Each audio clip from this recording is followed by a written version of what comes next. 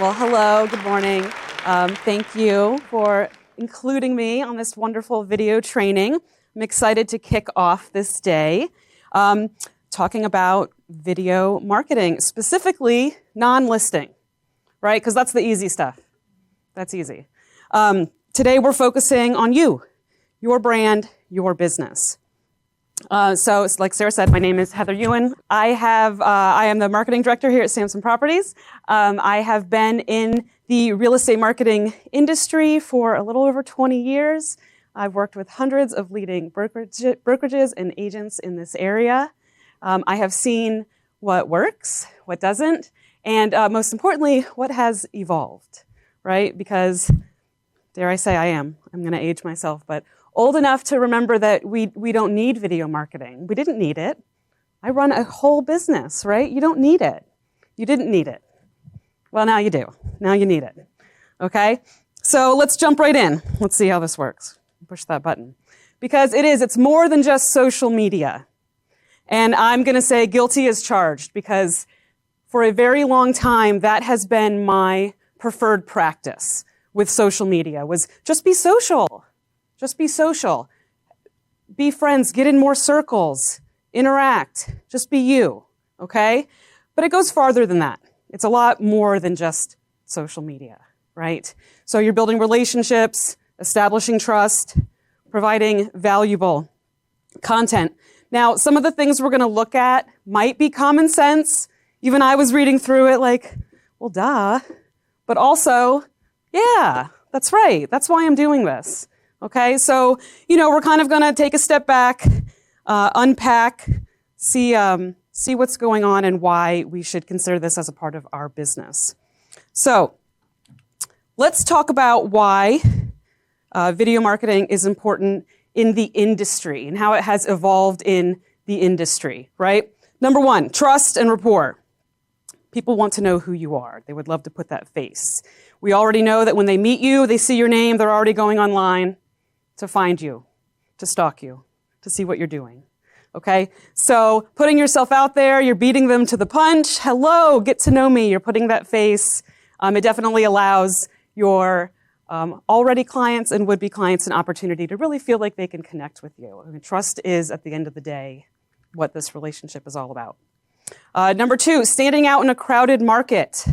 You have a wonderful opportunity to set yourself apart. Okay, people want options. I don't want to hear, oh, well, somebody's already in that area. We want options. Put yourself out as well. Okay, so you want to make sure that you're standing out and being competitive. To educate and engage.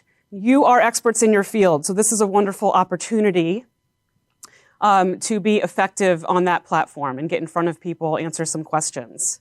I'll probably bring this up a couple times. Even though I've been in this industry this long, I'm not a realtor. So, I have questions all the time. I'm a homeowner. I want to know what's going on. So you definitely have a big opportunity to educate and engage. Okay, leveraging social reach. It is incredible, the reach that we can do in the digital field. Okay, social media, the fact that this is a major in colleges. I kind of wish I was able to get in on that in the communications department. So there's really a lot to leverage there, and that's exactly what we're going to be looking at later this afternoon. So again, we really need to consider how this has evolved in our industry and why we want to put it in play. And number five, boosting SEO and website traffic.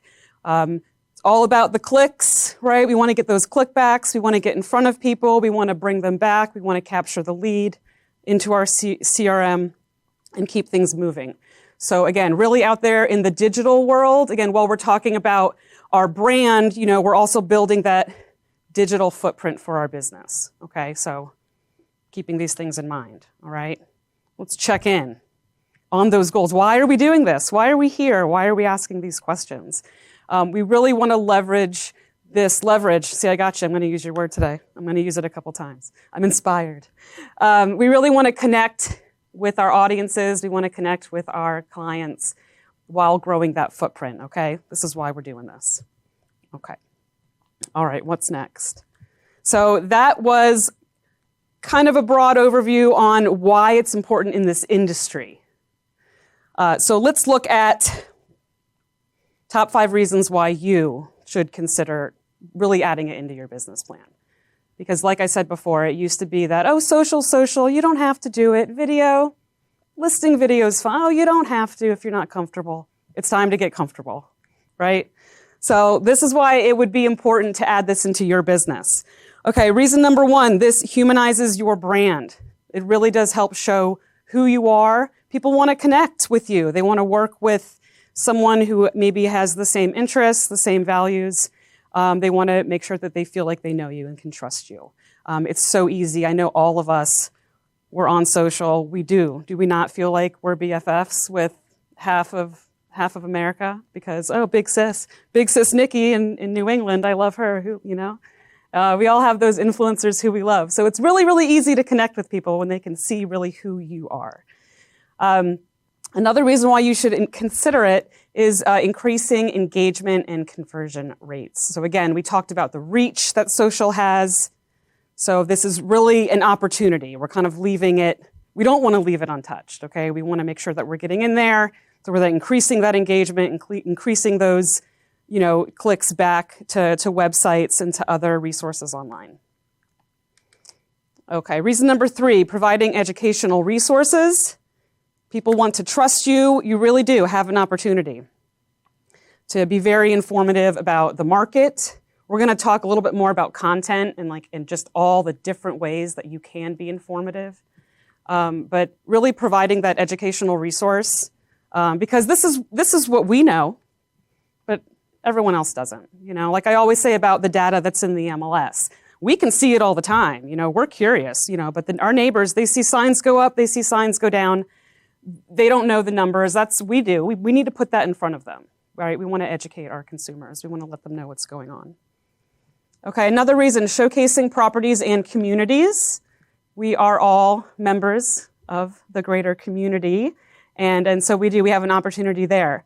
Even when we don't have a listing, right? We can promote certain neighborhoods, businesses, restaurants in that community. A lot of times that's what's going to really help with, again, buyers and sellers and investors as well. And last, improving lead generation, as we did mention earlier. We will have that traffic driven to your website, and the more you have those call to actions, hey, hit that follow button, subscribe, make something in the comments, check this, and I'll even go back to tie in some print marketing with those hideous QR codes that are still in this, that aren't going away, right? QR codes, I remember when those showed up, oh, these aren't going to stick around. But they are. They're connecting our print with our digital. We love it. We love to scan. I hope you're all putting QR codes on your print materials, right? See what my clients are saying about me. See more listings, come back to my website. So again, we want to really improve that lead generation. We want to leverage all of those parts of marketing, connecting that print with digital. Okay, so again, let's remind ourselves what we're doing this for, right? Deeper connections with our audience, stronger online presence, ultimately growing our business. Social proof is a powerful marketing tool. It's not just social media. It's real marketing, right? But don't take it from me. Let's see what the experts have to say, okay? You'll see some familiar names up here. Again, this isn't the Heather Show. This is what we know, right? Again, we're just taking that step back to remind ourselves that this is really at our fingertips. So, Brian Buffini, be a voice of value. You are the expert. Such an opportunity to educate and get in front of people, right? Yes, that is what you look like and what you sound like. Anyone seen Tom Ferry? That's my favorite. Sorry, Tom, I'm biting that real quick. Giving him all the credit for it. But that's true, right? That's it. That's you. That's you. So, get over that because that's you. People like you. And of course, you really do only want to connect with people who want to connect with you anyway, right? Another thing that's right, because what does Tom say? You can't be everybody's realtor, and you don't want to be. Okay, you want to find your tribe. That's his quote, not mine. Okay, you want to find your people, right? So, and by doing that, that's where you just are going to want to be yourself. So that's also what we're kind of going to start getting the juices flowing with. What do I want to talk about, right? Who am I? What is my digital brand? Coach Steve Black, he was in the studio not too long ago, right? Coach Black. There's a great video on the Nest and Samson U and on the YouTube channel. He did a wonderful class on social media, AI. I encourage everybody to check that one out. One of his great quotes, in a digital world, your personal brand is your handshake. Yes, absolutely. Again, people want to know more about you. They're vetting you. They're going online to vet you. So it's very important to build on that. And last, Mr. Jared James. If you struggle with social media, don't worry. We all have. But at this point, it's modern day marketing. Mistakes are a part of the process, right? It's part of the marketing plan. It's kind of no longer I don't need to do it. You know, we need to do it. If you were at Top Producer Takeover, Jared was wonderful. He did a wonderful keynote address on video and social media. So I encourage everyone, visit topproducertakeover.com, watch that again. I recently saw him put some great clips out on social from that event. You saw it? So that's super cool, right? To be scrolling like, oh, Jared, that's our event. That's great, right? Yes. Lots of traction, lots of good content, really leveraging video, okay? We sent him those videos. He just put them up. Video's out there. We're just going to leverage it. Right, Arturo? It's all about the leverage. Okay, so what's going on in the industry?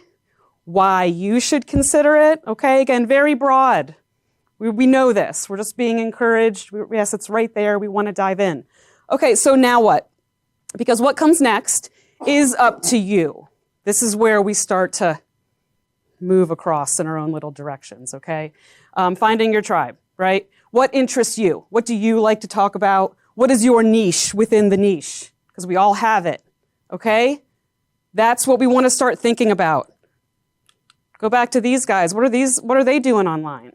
We have favorites. Remember all those people who we love online? Do what they do. That's great. We already kind of seeing, we already have some ideas. Now I know Austin is going to jump in later about content. Just want to get some juices flowing, right, as we're getting ready for that. So just real quick, 5 general strategies, okay? Client testimonials. It's great if you like storytelling, if there is, something, a success story, a crazy story. Storytelling is big. And so you can really get into a lot of different areas there, but client testimonials, and we've all leveraged the print side of that, right? I love it, the static graphics, the reviews. My client said, the 5-star review. Figuring out different ways to incorporate video in there. Again, it's already there. We're just kind of, wanting to leverage these video resources. Market updates. Again, this one's easy. A lot of it's right there. Right here in this studio when we're filming those market updates each week that Donnie's doing, that's from Bright. And he's sharing it with that much more of an audience. So you have just the same opportunity to do that. So you want to think about market updates, again, large scale, regionally, or really, really niche, because maybe that's what people want to connect with. They're, okay, great, that's with the county, what's going on in my community with my neighbors, okay? Community tours, super fun, right? Especially if you love being outside. We love walking the neighborhoods. We love meeting people, connecting with business owners. Maybe we like taking our own footage. That could be really fun if you want to be out and taking some of your own videos. So community tours is a great thing you can do as well. Okay, FAQs, similar to market stats, but FAQs can go in any direction. That can be home improvement. That can be, just different, Q&A, buying and selling. That can, again, you can go with a lot of places in there. So you might already be thinking about, what I already like to talk about. And behind the scenes, that can also be fun. And you can shoot that a number of different ways, point of view, or again, behind the scenes, if you like being creative in that regard and you like shooting that footage, There are a lot of opportunities to add video marketing, again, doing it the way you like to do it. Okay, there's not just one way to do it. So that's, again, those different angles that we're looking at. This list goes on.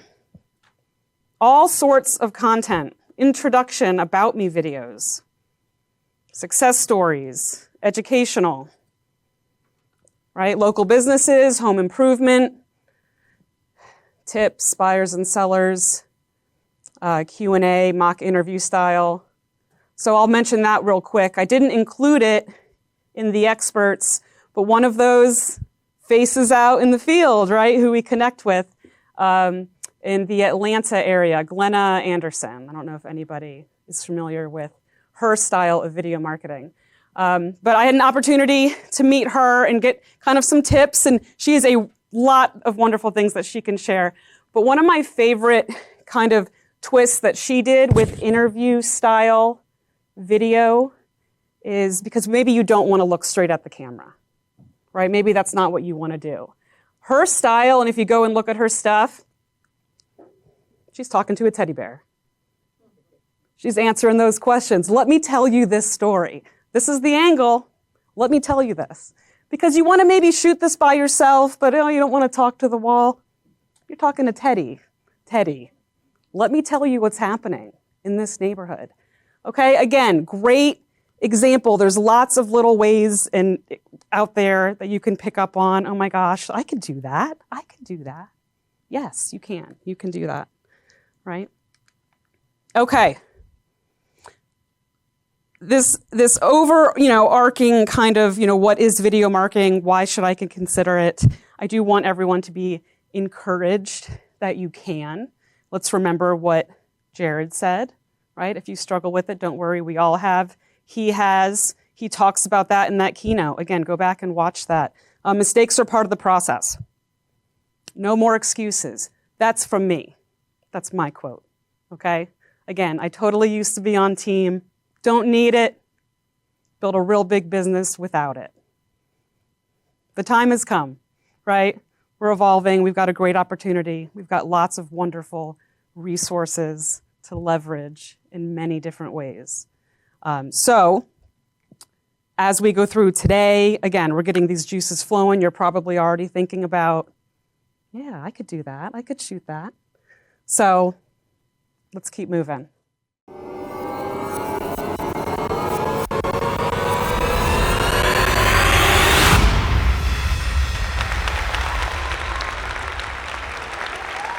My name's Justin.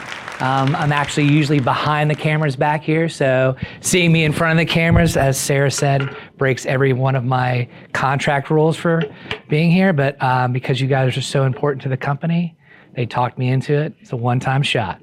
No, just joking. But I'm here actually just from the technical side. Heather gave you a lot of stuff of why we do video. I'm just gonna give you a short rundown of a couple of the reasons or a couple of things that we should do when we're shooting video. Something that Jared James said, and we bring him up a lot, is about, he doesn't go into a lot of technical stuff with his videos. In fact, he sent me a bunch of stuff for Top Producer Takeover. He's sitting out, I'm assuming in his local, community, sets up his tripod with his iPhone and literally started shooting video with the lake behind him. And it was a non-breezy day. It was great audio, and did a 30-minute and a 1-minute spot for me. Never moved, no different camera angles. And the effectiveness of it was that he knew his content. He just wasn't winging it. So that's one of the biggest things that we go back to this. It's like, you guys have been realtors. I'm assuming most of you have been realtors for a fairly long time. I've been doing video production in one shape or form, either working on major motion pictures or doing documentaries worldwide. But a lot of this is like, you're not gonna be able to do this in one day, right? It takes a little bit of practice. So selling homes, you wouldn't tell a homeowner and say, oh yeah, I know everything about realty, but you should go ahead and sell your own home. No, it's not the way it works. So this is just a broad overview of everything. But don't be scared of it either.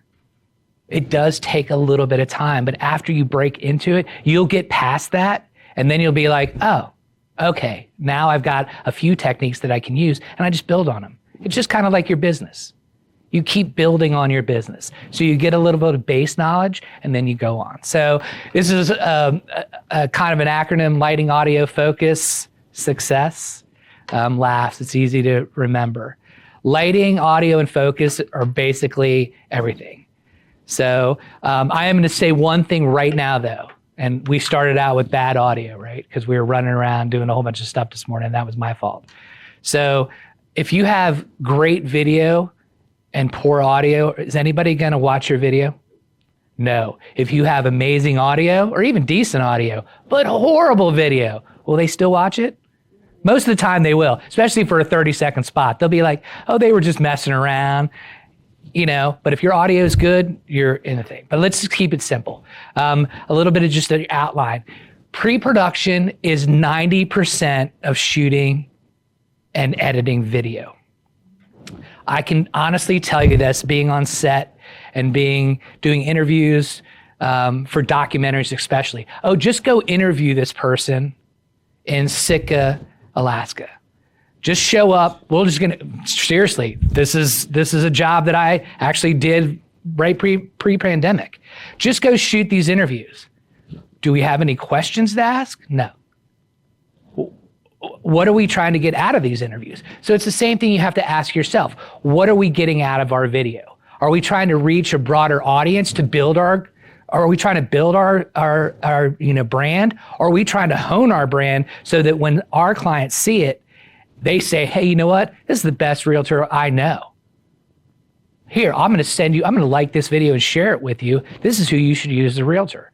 Which still goes back to the same thing that probably, what do you think most of your business comes from still? Word of mouth, referrals? Do you really think that you're going to get a big jump of 75% new clients from shooting video? Does anybody think that? You're not. Hopefully you get a 10% return, and that would be amazing. So let's just say you do 12 videos for the whole year. You do one a month. And let's just say you get 5 new clients out of that. That's definitely a return on value. You definitely get that. So this is just like hook stuff, middle, main content, and close. Always have that in every video shoot, even if it's just something you're walking around with. It takes about 10 seconds for the normal human being to lose focus, right? So always start with that. You need to be engaging with them right away. So even if it's the feedback from the beginning, you guys were all engaged. You're like, who's the idiot coming up next, right? So we'll go with lighting first. Importance of good lighting. Invest in something if you want. If not, even if you're going for the simplest thing, if you're shooting outdoors, go out on at least a somewhat mid-range sunny day. Don't go on a dull, drab day because it's going to look that way. And always, the thing about it is use natural light as it is. Even if you're in your own studio, in your home, in your office, if you have natural light, you want to be either facing it or using it as a key light. These are key lights. These are backlights. These are hair lights in the back, right? So all of this is trying to do a natural lighting technique, right? But one of these is always going to be a little bit brighter than the other. So if your natural light is coming in through, don't worry about it. You might feel like you're getting blinded a little bit, but your eyes will adjust, and then you'll have this nice. Mother Nature created the sun for a reason. It is the best light out there.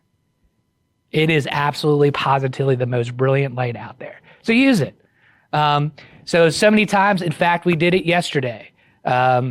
We had our super sales meeting. Arturo was on. His lighting was amazing. Studio looked great. His audio looked really good, very functional. Adam, who I love to death, had his windows behind him. His eyes were very shadowed. His audio was okay, but we had a little problem with that just because we were doing Zoom feeds. But use the stuff that you have. You don't have to go overboard. This looks like an amazing studio because it's an investment because we use it every day, right? You're not going to shoot video every day. So you don't have to spend thousands and thousands and thousands of dollars. we can actually, in fact, what we'll do, we'll add this. I have a budget, 3 different budgets for a very beginning budget, a very intermediate, but I didn't really want to put it in there because the dollar values don't really mean much at this point. It really depends on what you want to do with it. So framing, this is something that you'll have to work out as well. Heather actually talked about that. There's a lot of video that you'll see now on YouTube because people want to do this. And it is a good effect. In fact, you can go back and forth. You can set 2 cameras up, let one roll, and just do editing in the back end, right? And you have a 2-camera shot. So you're talking to this camera to your right, or my right, your guy's left, is actually has a separate angle, and it's quite a cool look.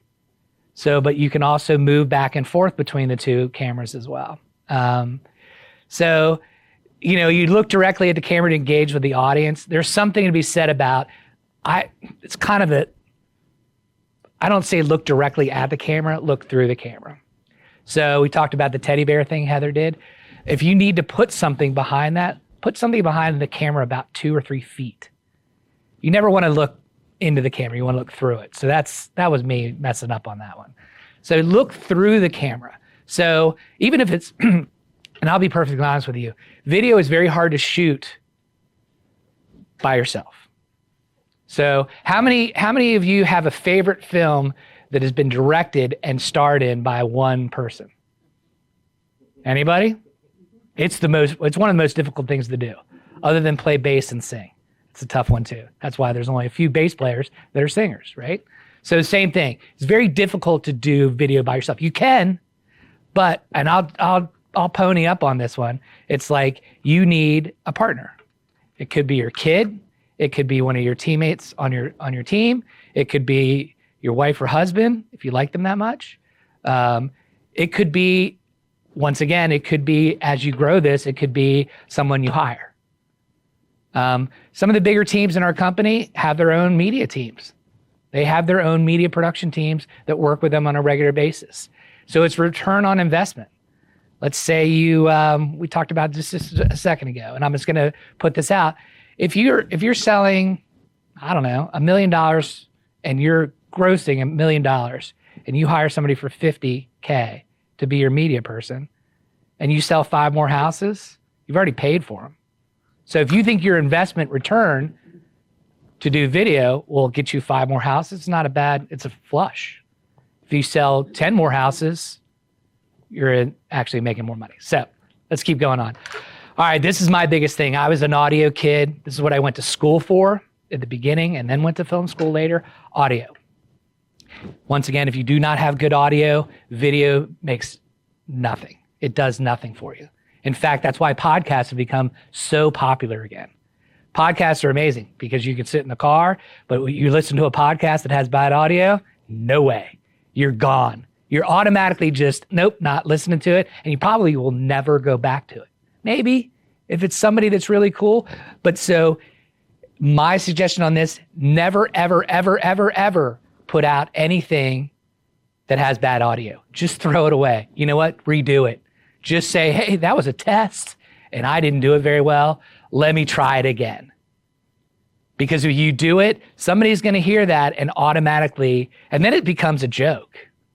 I was watching the biggest online salesperson now. He did $8 million in sales in one of his seminars. And they show his first video on YouTube. And he's making fun of himself, flat out. He's like, I don't know how this kid ever got to be here on this stage. And it was a joke. And he's actually got crowd people, like he showed the crowd laughing at him. That happens, right? So sometimes you have to have the goldfish mentality and just throw it away. But don't post it. In fact, show it to a couple people and go, do you see anything wrong with this? And you can say that. Do you see anything wrong with it? And 99% of the time they're going, I don't see anything wrong with it, but it sounds horrible. So don't do it. So just take that off the page. Audio is the most important thing after your script. So what your content is, what Heather talked about, your content is the most important thing, and then your audio is the next. Presentation skills, you guys all know this. You've been doing this for a long time. You wouldn't go into a listing presentation and be all over the place and try to knock it out in a half hour when it's supposed to be 45 minutes. So it's the same thing up here. Everybody gets nervous. Who is anybody a diver in here? Oh, that's like being a good real estate agent. There's not a lot of people that are really good real estate agents. There's not a lot of people that dive in the world either. It's like a 5% rule, I think, worldwide. Diving for the first 30 seconds, literally, I've been diving for a long time. I lose every sense of like, why am I in the water? I lose my proverbial mind. It's the same thing. You're going to get up there in front of the camera and go, it's okay. 30 seconds after you start, you'll be fine. And guess what? There is no tape anymore. That's how old I've been doing. I used to shoot 35 millimeter film, roll film. You do daily so you didn't mess them up, so you could actually see them. There is no film anymore. Redo, redo, redo, redo. It's like playing in the backyard. Do-over, it's easy enough to do, right? Everybody can do a do-over. Don't worry about it. Now, there's going to be a couple people that are coming behind me that might just say, oh, do it in one take. That's your prerogative as well. If you're a one-take person, and some people are, do it. But if you look at it and go, you know what? There's nothing wrong with doing a second tape. It's called having one in the can. So this is going back to the old days of film as well. You would do one take, even if it was the most brilliant take in the world, and everybody was so happy with it. Audio was great. Everything was great. Lighting was great. Your dolly movement was amazing. Guess what the director said? Always. Let's do it over. We got one in the can, which meant that roll of film went in the can that held the film. So it's still relevant today, but just don't be like, that was brilliant. I'm amazing. Done. Be like, you know what? I can do 2. And you don't have to do 10 because that gets a little overwhelming. Click, take 23, click, take 24. I've been on those films as well. So the whole idea about this is to keep your energy up as well. So if you're at take 10, guess what? Just walk away from it. Do it tomorrow, right? Most of this stuff is you're trying to build your brand anyway. So if you're doing stuff like this, it might take a week to do something that's a branding video, that it's an intro for you that goes on your website or that you're sending out with a CMA. So don't worry about that. Like if you're doing house stuff or you're doing a walkthrough, yes, sometimes you're on a time crunch. You got to do that stuff, right? But some of this stuff, you have to really literally give it a little bit of value. So don't rush it. If you sit there and go, this just doesn't feel good, walk away. It's no big deal. There's plenty of stuff. There's plenty of other stuff that we have to do every day in our life anyway. I think it's the 18-minute rule. I've been hearing this all the time lately. You spend 18 minutes on something every day for 1 year and you'll be an expert at it. I don't believe that, but I'll go with it for right now. Right? If you're 18 minutes into this whole thing after you set up everything and then you're like, this is horrible, just leave it set up and come back the next day. Unless you're shooting outside, don't leave the equipment out. Right. All right. So let me keep going on. I get kind of stuck and stuff. So my visuals, thank you, Heather, by the way, sometimes don't correlate with what I'm talking about, but I'll try to keep it. I'll try to keep going. So, because your guys' time is very valuable. So we talked about this. I'm actually setting up a studio for the owner of our company. Does everybody know who that is? Who's the owner? Who's the owner? His last name begins with Samson. Danny. So Danny is actually, I've been working with Danny since the beginning of this company back in 2001.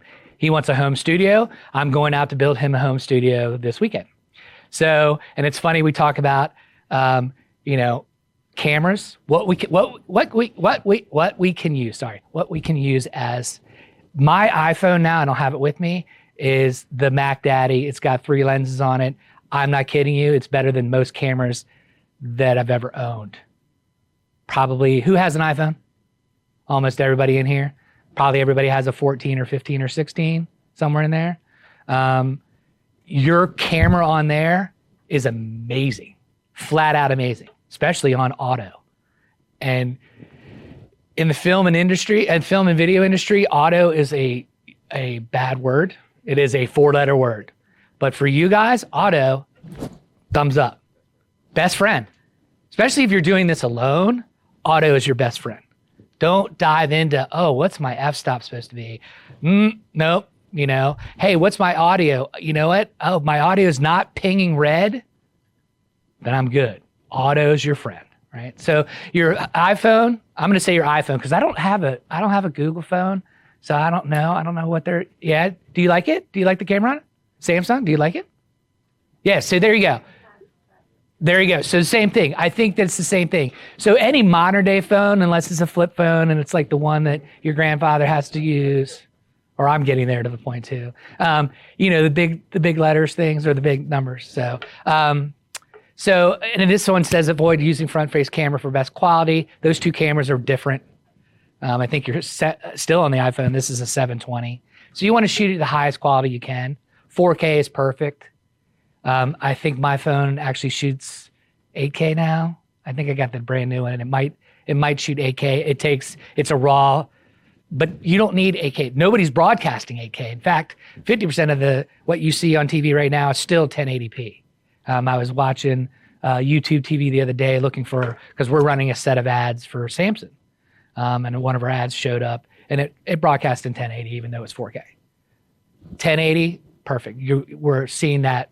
We're probably not going to make the jump to 4K fully for probably even YouTube won't make it because any streaming software is still at 1080. So you're fine with your camera as it is. Stabilizing your camera, obviously, if you're doing something and you're holding it this way, don't walk with your camera. It's just going to move. There is no gimbal setting on the iPhone, which is so weird. Think that they would have built that thing in there. So your phone still moves with your body, right? So if you're going to use your iPhone, use a tripod. You can get a tripod off of Amazon that'll be delivered 2 days, I think for $18 tops, and they're fine. You don't need much. They're light. You can carry them around. They crunch down. You can put them on a tabletop. You can put them almost anywhere. What do you have? You have your little... There's your, yeah, exactly. And it clips right in, right, on your magnet, which is even awesome. So Arturo's got one that's literally, so don't try not to walk with that. If you're doing something in like a home setting and you want to walk through and do a walkthrough, get a gimbal. And it's just a handheld. They're light. And I mean, they're pretty cool because you start moving with it and you're like, oh, look at this. I can do a lot of stuff. It becomes a little ballet. Movement. So anytime you're doing this stuff as well, experiment.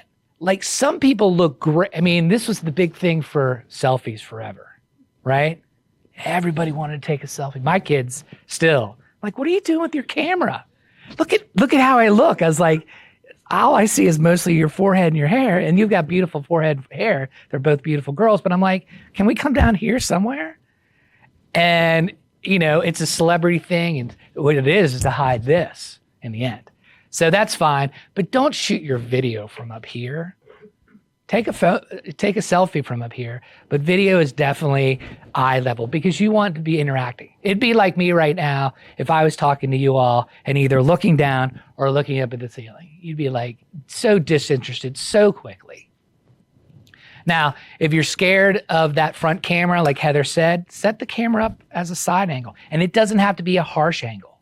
It doesn't have to be these harsh. It could just be literally 5 degrees, 10 degrees off center. And you still have that effectiveness of being engaged. Now, I have seen a lot of videos lately, literally, that it is off, always off. And I'm like, if you feel that you're more effective that way, and that's the thing. It's like, you're not going to just shoot one video in the whole year. If you're going to engage in this and buy into this, like literally, you will start shooting video on a regular basis and get more comfortable and like, this is my look. This is what it comes down to. This is me, right? This is what you want to sell. Video, I can shoot video all day long, literally, and pin it down to maybe having, and this is what film is all about. You shoot and shoot and shoot and shoot, and you get to the editing table, and 90% of it never makes the cut. And I'm not saying spend time and time and time again, but hone the craft. It's like honing yourself as a real estate agent. So this is just an add-on to being your guys as your professionalism. So it's the same way. Don't put anything out there that you don't look at and go, I'm really proud of this. You might be scared of it. You might be petrified and be like, oh my gosh, I love it, but I'm not too sure anybody else was going to love it. That's okay. It's kind of like writing songs or singing in the shower. Not everybody can sing, but in the shower, you sound amazing, right? So look at it that way. Look at something and be proud of it. Be proud of what you wrote. Be proud of how you produced it, and actually look at it and go, you know what? I dig that. Because if you own it, that means that it's coming through to your client base and to hopefully new prospective buyers and sellers. That's pretty much. So a lot of this is the technical part of it, but a lot of this is like literally like trying to make video more personal because it becomes your audience as well. Like I can broadcast, I sent out a commercial the other day, 3 days, had a small budget on it. There's 12,000 hits on it, right? But what's my return on investment if I don't see anybody come back, either have a phone call, come through our website, right? So I can produce big numbers anytime with even a small budget. But if there's no return on investment for all of this, it doesn't really matter. So don't shoot video just to shoot video. Make sure that you're shooting video because this is what you want to go after, the market share you want to go after. Or, you know what? It's just to get your face back out there. I'm going to make a big pivot. Don't always do real estate. There is no reason in the world to just shoot real estate videos. It's the same thing about a real estate blog. Or even if you're doing, let's say you want to do a podcast or a vodcast, which we might get into a totally different day of doing vodcasts because it's like on my big radar about doing some really cool stuff. But the whole idea behind it is you want people, the old idea of like being a real estate agent, shaking everybody's hand, going door to door, this is kind of taking its place a little bit. Let people know who you are. Let people know who you are in the community. You're not going to sell, even if you're the best real estate agent. So I guess some people do. Jared James would say he would sell countrywide because people wanted him. Some people in this room may be able to do that. I'm not a realtor either, even though I've been doing this forever. It seems like I could probably do all the training in my sleep. But the whole idea behind it is you're trying to, where is your market? So shoot your video the same way. If it's community-based, let's say you're doing something for a nonprofit. Let's say you're at a community, like an outing. It's a spring concert. Hey, this is your favorite real estate, Justin. I'm just down here watching some cool music at Lake Ann. What a beautiful area. This is actually one of the places that I would love to live in Northern Virginia. That's simple. Make sure you reach out to me if you're thinking of buying and selling a home. It's call out. It's kind of weak. But I'm not a realtor. You guys are. So know your content as well. So, all right, sound matters. We're going over it. Use your iPhone's microphone. Avoid noisy places. Obviously, if it's windy outside, do we shoot outside? No, just don't do it. Now, here's the whole thing. If it's windy outside and you just need footage, can you use that footage? Yeah, because you can just put an audio bed underneath it, right? So, the built-in mic for the iPhones now still are pretty damn good, but there's lavaliers, Bluetooth lavaliers that you can get, $30 on Amazon. Once again, I'll post budgets with this video as well when it goes out so you guys can see a little bit more of this. All right, how am I doing on time? Good. There you go. Framing your shot, keep it simple as well. The rule of thirds, keep it simple, right? You don't want to stand dead center in front of that camera, look it dead in the face, and just stare at it. Because that's not how we talk. Do we ever literally, after we might shake hands with somebody or give them a hug, do you ever face anybody down? No, you're always standing a little bit to the side, your casual pose. Worry about formalities. Look at yourself after you've shot something. If you're here and all stiff, it's not gonna come across well, right? So, we talk about space above your head, space below your head as well. I see a lot of videos shot where half of your forehead's cut off. I see a lot of Zoom calls, especially for video CMAs, where a realtor's head is literally chopped in the thing or they're face down. Doesn't look good, right? Frame yourself, right? If you feel comfortable about your body through here and you're a big hand mover. So some people don't move their hands. So I was watching you yesterday, and it was a great shot. because your desk is out of it. So you're here and you don't roam. So Arturo's got a great setup for his stuff. It's the same thing, Donnie, he's a perfect example, hands everywhere. So it's a little bit wider shot. You got to get a little bit wider for him. But for me, like I'll put my hands down and sit.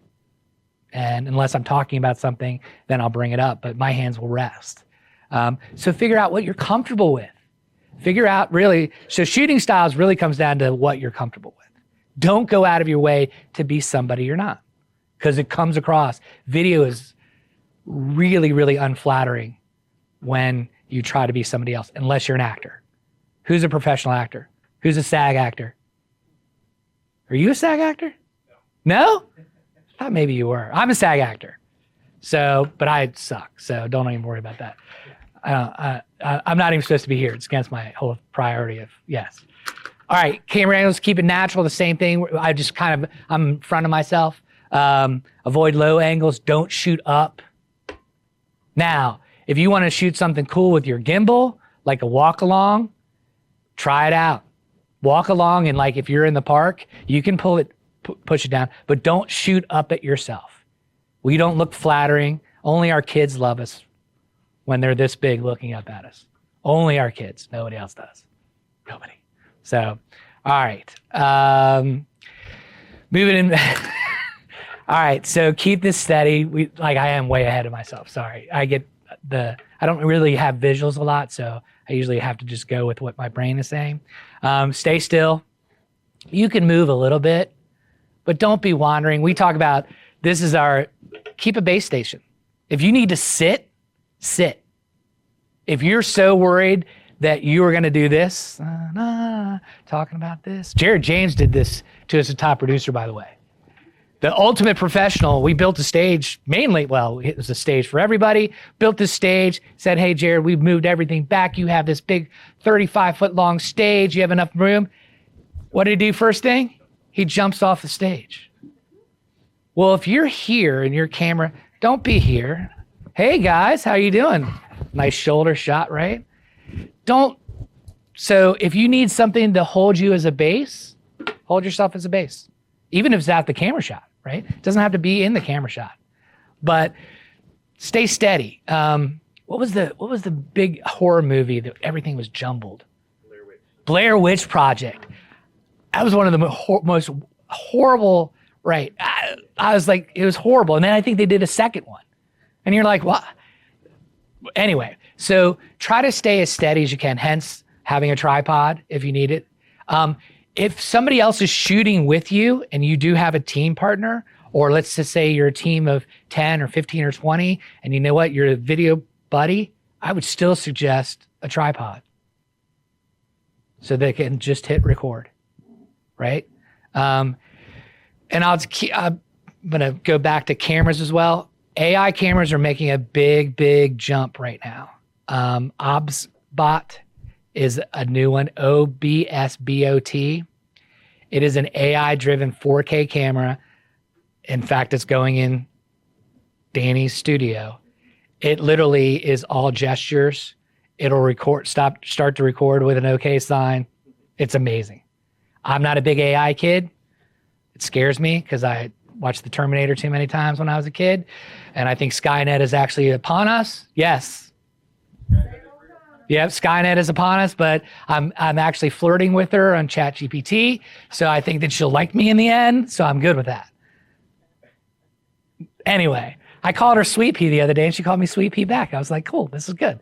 All right, so minimize your movement, even if you're walking. That's why a gimbal comes into play. So let's see. How you guys doing? Overwhelmed? Like, am I just like throwing stuff out, and you're like, can we just get him off? We're good. Because it's like, that's the whole thing. Sometimes like, the techie guy in the back, he's kind of geeky. So maybe we need to get rid of him. So anything, we're just going to keep going. I'm going to plow through and ask some, I'll open it up at the end. And like I said, we'll put more stuff with this online because we're going to hone this in.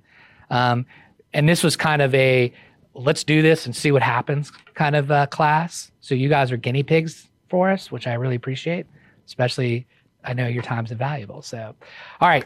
Light in your face goes back to that same thing. No harsh, just don't do anything harsh. As much as this seems like my eyes, anytime I hit the light, I'm like, whoa, right? But you'll get used to it, right? So lighting is really important. No harsh lighting on your face. Don't downlight yourself so that you have big bags under your eyes, right? Don't uplight yourself so you look like you're in a horror film. Once again, your kids love you because they love you, but they're the only ones that should see you from down there. We talked about this before, natural light. These are just, this is a ring light. Ring light should be your first and last choice. They're good for a couple things, and that's it. If you there's smaller versions of these lights that are on Amazon, the same thing. You get a 2-pack that's actually Bluetooth compatible for under $100. And these lights are amazing. They're light. You can't break them well, I guess you could break the plastic part of it or the power supply, but really we sling these around all the time. They're durable, they're light, they're quick to set up. And they come with their own stands. These are mounted, obviously.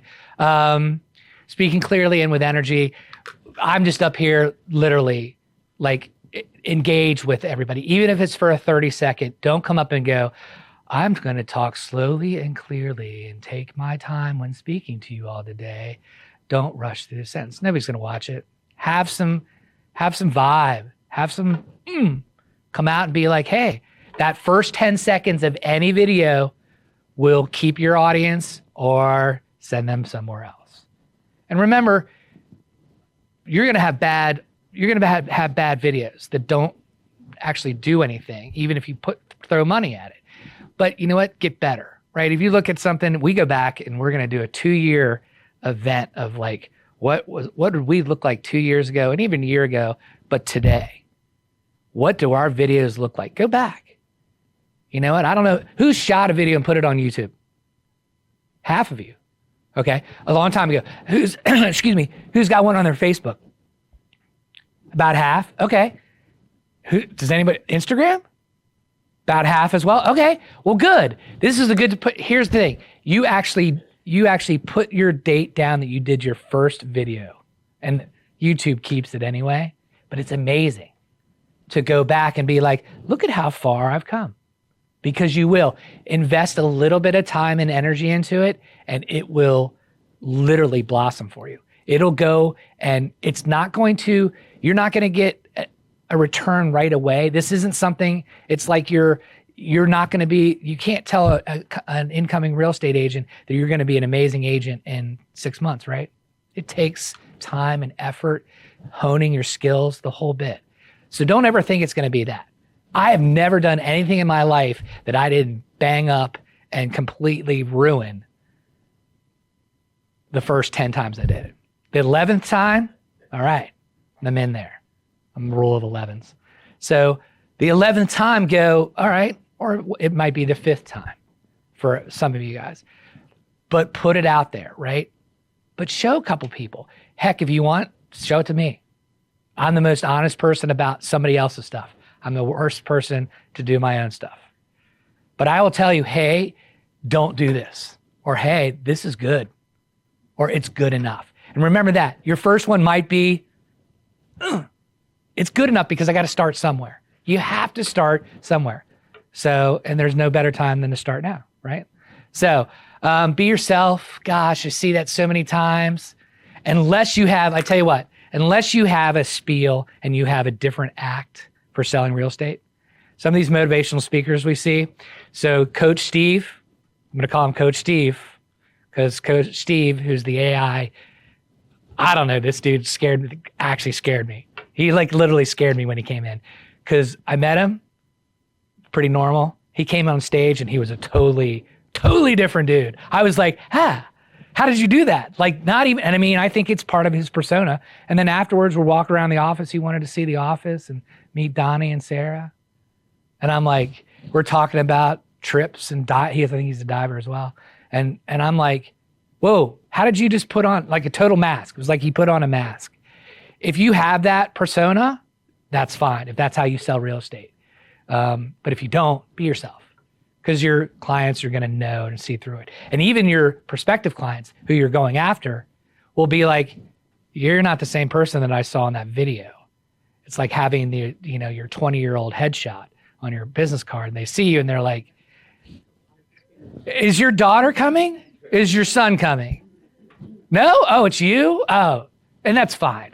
But don't try to be somebody you're not, because it comes across as basically false and genuine. So be yourself. And like. This is a funny side bit. I used to actually answer the phone like, hello? Like I was bored or something. And my sister, who is a few years older than me, and big sister, and we were like 18 and she was in her early 20s. She's like, you sound like a moron. Quit doing it. And I'm like, what? I think it sounds really cool. She's like, you sound like a moron. Stop doing it. So, and I have a really good friend who runs one of the longest ecotourism companies, and he's a speaker. He goes all across the country and all the world. And every once in a while we shoot something and I'm like, you say every third word. So if you don't have a stream of consciousness to go with, let's do this again. Same thing about writing a script. Don't be sitting up there and going, well, today we're going to talk about the house that I think that you should buy. And maybe you should possibly use me as your realtor. Like, wouldn't that be good? Right? So ums and likes, that's why you kind of write a script and do a little bit of pre-production. A little bit of pre-production goes a long way. So let's see. There you go. Focus on what matters. We've already talked about that. Keep it short. Nobody's going to watch a 5-minute video of a house you're selling, of who you are. So keep it short.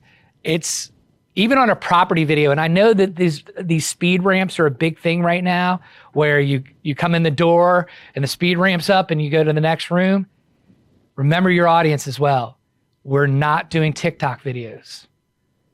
The end user isn't ramping up their speed. When they come into a home, they're not going to like speed walk to the next room. So don't do it to them either. There's going to be other people, like, once again, I'm just going to say this. There's other thought processes behind that as well. So there's going to be other people that'll come and say, no, that's the best thing to do. It is a very effective way for people just to leave that video. So you're not selling to the Twitter crowd, not in this area. You're not selling, well, if I'm a Twitter creator, maybe you're selling one home to me, but not the Twitter end user. So slow down a little bit as well, but keep it short. You don't have to show every single room in a house either. You know, it's like the old days of a good brochure. You need to cram 100 pictures in a brochure. It's the highlights of the house, right? Not everything. So keep it short and sweet. It's the same thing about you. If you're doing an intro video, it should be a minute or below. I will give you a good idea of, if you can look at a graph, and this is 100%, a 1-minute video on YouTube starts this way, and by the time it's a minute, it's usually under 25% for most videos. And that is the truth, even the most effective videos. So if you can keep it under a minute, and when it goes past a minute, it drops dramatically low as well. But if you can engage in that first 20 seconds, the first 10 seconds especially, you're going to keep them. And if you keep them at 50, you're winning. This is like baseball. Nobody hits 500. Nobody really hits 300. If you hit 300 in baseball, you are rocking it, right? Most people hit 220 tops their whole career. I think 222, 225 is the average. So if you're getting 22% of the people that'll watch a 1-minute video, you're rocking it. You really are. And even when you go, and this is another stretch as well, when you start doing AdSense and YouTube ads, you'll look at where people dive off of your videos, where they click through. Remember that. So if you're looking at it and going, all right, this is a 1.5-minute video, and I had everybody at 20 seconds, and then at 40 seconds, I only had 20%, you need to adapt. It's no big deal. Once again, we're here, we're gonna make mistakes. We're gonna improve. It's just like anything else. The first day out as a realtor, you made mistakes. I make mistakes. I walked out on here with a shock collar on, right? I make a mistake probably every hour. So don't worry about it. It's okay. especially in video, because you can edit it out. All right. Quick editing tips. This is pretty self-explanatory. You know what? I always say, find something you like and emulate it. If you see somebody else, and it doesn't have to be real estate, always remember that. If you like somebody on YouTube, if you like somebody on Instagram, and you're like, that is a really cool video. Like, there's been a video that's a couple, I think they're out of Australia, and the guy has a monologue over top, and it's the wife walking through the house, talking about stuff, and she just laughs at his stupid jokes. And it's so effective. They're minute videos. They're goofy as hell. And a lot of times they're at their own home, and they are real estate agents, but then they'll go out and do the same thing for their for their sales presentation for that. And it's kind of cool. It's like, using subtitles, and I will have a line on this, the subtitles that bounce out at you, very Twitterish, not our market. Subtitles are fine, but they don't have to. Remember, you want them to focus on you or what your listing is in that case. So don't do you can do every once in a while a good word that comes out, like 4-bedroom, 5 bath. But every word, people just they'll move forward on it. So all the stuff that says anything in here I'm gonna make this suggestion for everybody. Number 5, leverage your resources. Shooting video is the easiest part of producing a video. Shooting video is the easiest part. Editing and finishing that video is the hardest part. There are very many resources that are locally on the internet. Leverage your resources. Possibly find somebody to edit for you. We spend 10% of our time shooting, 90% of our time editing. We don't do a lot of pre-production because we run by the seat of our pants here. Sometimes we do pre-production, but not a lot. So 90% of the time we spend editing. So today, this will be a 4-segment thing, 90 minutes each. We will spend the next week, 4 days, editing it. So remember that. So if you get all this video shot and you're like, I don't have any way to edit it because I don't have the time, hire somebody. Hire somebody local. I'm not a big VA fan. I'm not a big letting somebody else do it.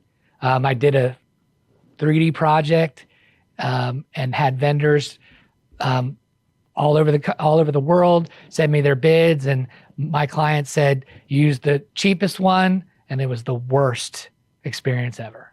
It took twice as long. So remember that. Somebody local is your better thing. We don't do anything. We don't do any editing for realtors here because we're corporate side, but use your resources. Don't waste your time, right? Remember, it's same thing. It's like sometimes you need somebody to manage you. Sometimes you need somebody to coach you. In this aspect, none of you all are going to be expert editors, even if you spend 18 minutes a day for the year. It is a time-consuming process. So, final pro tip, stay consistent. Isn't that the truth? Keep practicing. I'm a baseball and a football coach and played in professional bands pretty much my whole life the same way. You spend 90% of your time practicing and you spend 10% of your time playing. That's for sure. And I think you do that in real estate as well. 90% prep, 10% selling, right? You want to be consistent. So sit in front of the mirror, sit in front of your kids, sit in front of your significant other if you can stand them for that long, right? I mean, some people don't. Like my wife, I have my studio at home, I go down and play music, and I play the same song 50 times in a row. It's horrible. What a horrible thing it's horrible to listen to, right? So that's why I have a studio. It's all by itself because nobody wants to do that. So practice in front of the mirror first. Practice in front of Teddy. I love that. That's awesome. But then practice in front of somebody else. It's kind of like a listing appointment, right? You wouldn't go into a listing appointment never doing it unless you are just super confident and you know it. So experiment. I'm always big about doing stuff and trying it a couple different ways. Have fun with it. You know what? When you're smiling inside, it comes through the camera. If you're like, why the F am I doing this today? This sucks. It comes through the camera. It really does. So always remember that. You know, thank you guys for coming out. This is the LAFS course. So remember to spell success correctly.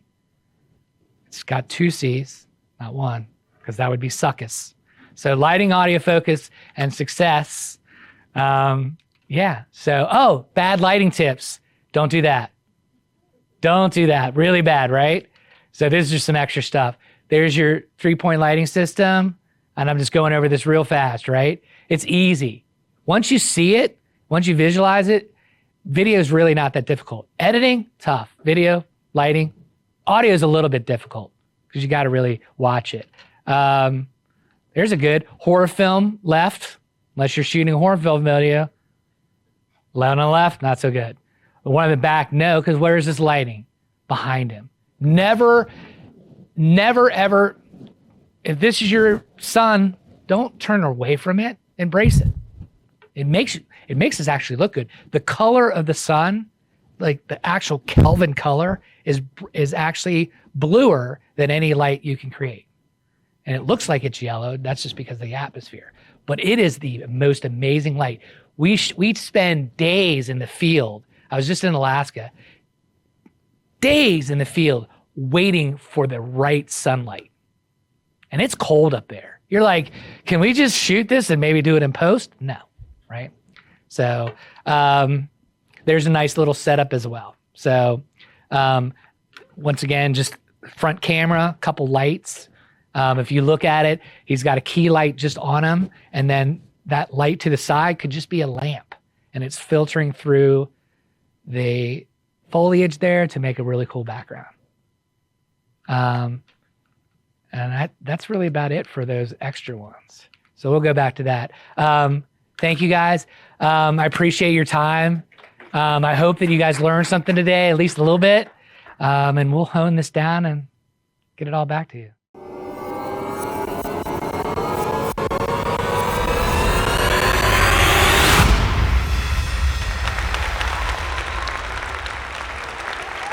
Good morning, everybody. I'm excited to be here. And if you don't mind helping me out with a little bit of energy, that would be nice. Yeah. Thank you. Appreciate it. All right, so I'm going to talk to you today about content creation and types of videos. Some of this will be repetitive, but that's okay because we need to be reminded more than we need to be taught. First is who am I and why should you listen to me? So I am Austin Southern. I'm 28 years old. I'm the operator of Monumental Powered by Place. And last year we did 94 deals, down from 111 in 2023. And we grossed $1,077,044 in commission. And in the last 30 days, we have grossed $234,742.62. But I ratified something before I came here, so it's $251,962. Which makes this the best 30-day period that I've had in my career so far. But before this, I had a small company serving a variety of local businesses, from car washes to escape rooms to mortgage lenders to actually several things, gyms, limousine company. And I worked with them to create, film, and advertise on a couple of different platforms, mainly Facebook and through Google pay-per-click. And anyone who knows me well in this room knows that, like our dear friend Ian, I may have been a sailor in a past life, so I will try to keep the colorful language that is my vernacular to an absolute zero during this presentation, but apologies in advance. As a prerequisite to talking to you today, I have spent a metric blank ton of money on some things that work and many, many things that don't. And I hope to save you some time and money. And thank you for letting me speak to you this morning. My goal is not, as Sarah said, to overwhelm you with a bunch of things that you can do, but hopefully give you nuggets for things that you can take some action on.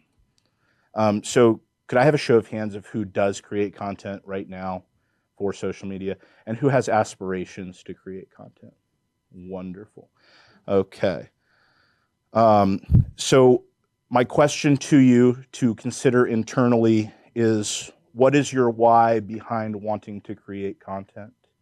I want you to consider that and think about that as we move through this presentation, because that is the most important driving factor in your ability to continue to do it. And I do want to caveat this entire thing to say that none of this matters if we're not doing the basics. I know that everyone in this room is doing the basics of committing to being the best at being a real estate agent, answering your phone quickly for inbound calls, hopefully on the first ring, calling people back who don't, who you miss, and communicating with the people that already know, like, and trust you on a consistent basis, and committing to follow up. Without those things, content doesn't matter. And the goal of content is one thing. It's to drive conversations, just as anything else we do in the real estate business, right? The goal is always conversations. So just because you're not talking directly to a person and you're talking to a camera, when you're creating content and shooting video and writing copy, doesn't mean it will exempt you from having to talk to people on the phone or via text or in person that you have never talked to before. The whole goal is to talk to people that you've never talked to before. All right, sorry about that. So, moving into why content matters, the most important thing that I can stress to you today is that it's leverage. It's putting yourself to work when you're not doing it actively. If you can make 1,000 of you and they can go out and communicate with people, then that sounds like a really, really good use of your time. And I'm going to go over a couple of seriously opinionated things during this presentation, and just take those with a grain of salt, but also just consider that. We do follow a lot of real estate agents as realtors ourselves, right? And we'll see folks repost with no context things from, like, Keeping Current Matters. While it is technically content, reposting someone else's content, we have to really deeply consider what our audience is going to see when we post things. And just posting a graph and statistics, people do not care. They want your opinion, they want you, they want to see you. And even if they don't want to see you, they need to see you in order to build that rapport without talking to them in person. Video content can be significantly useful beyond posting to social media. And in fact, my first big tip of the day is that one-to-one video communication, that's something that we do very consistently with clients, and especially with prospects who have ghosted us, is sending video messages personalized to each individual.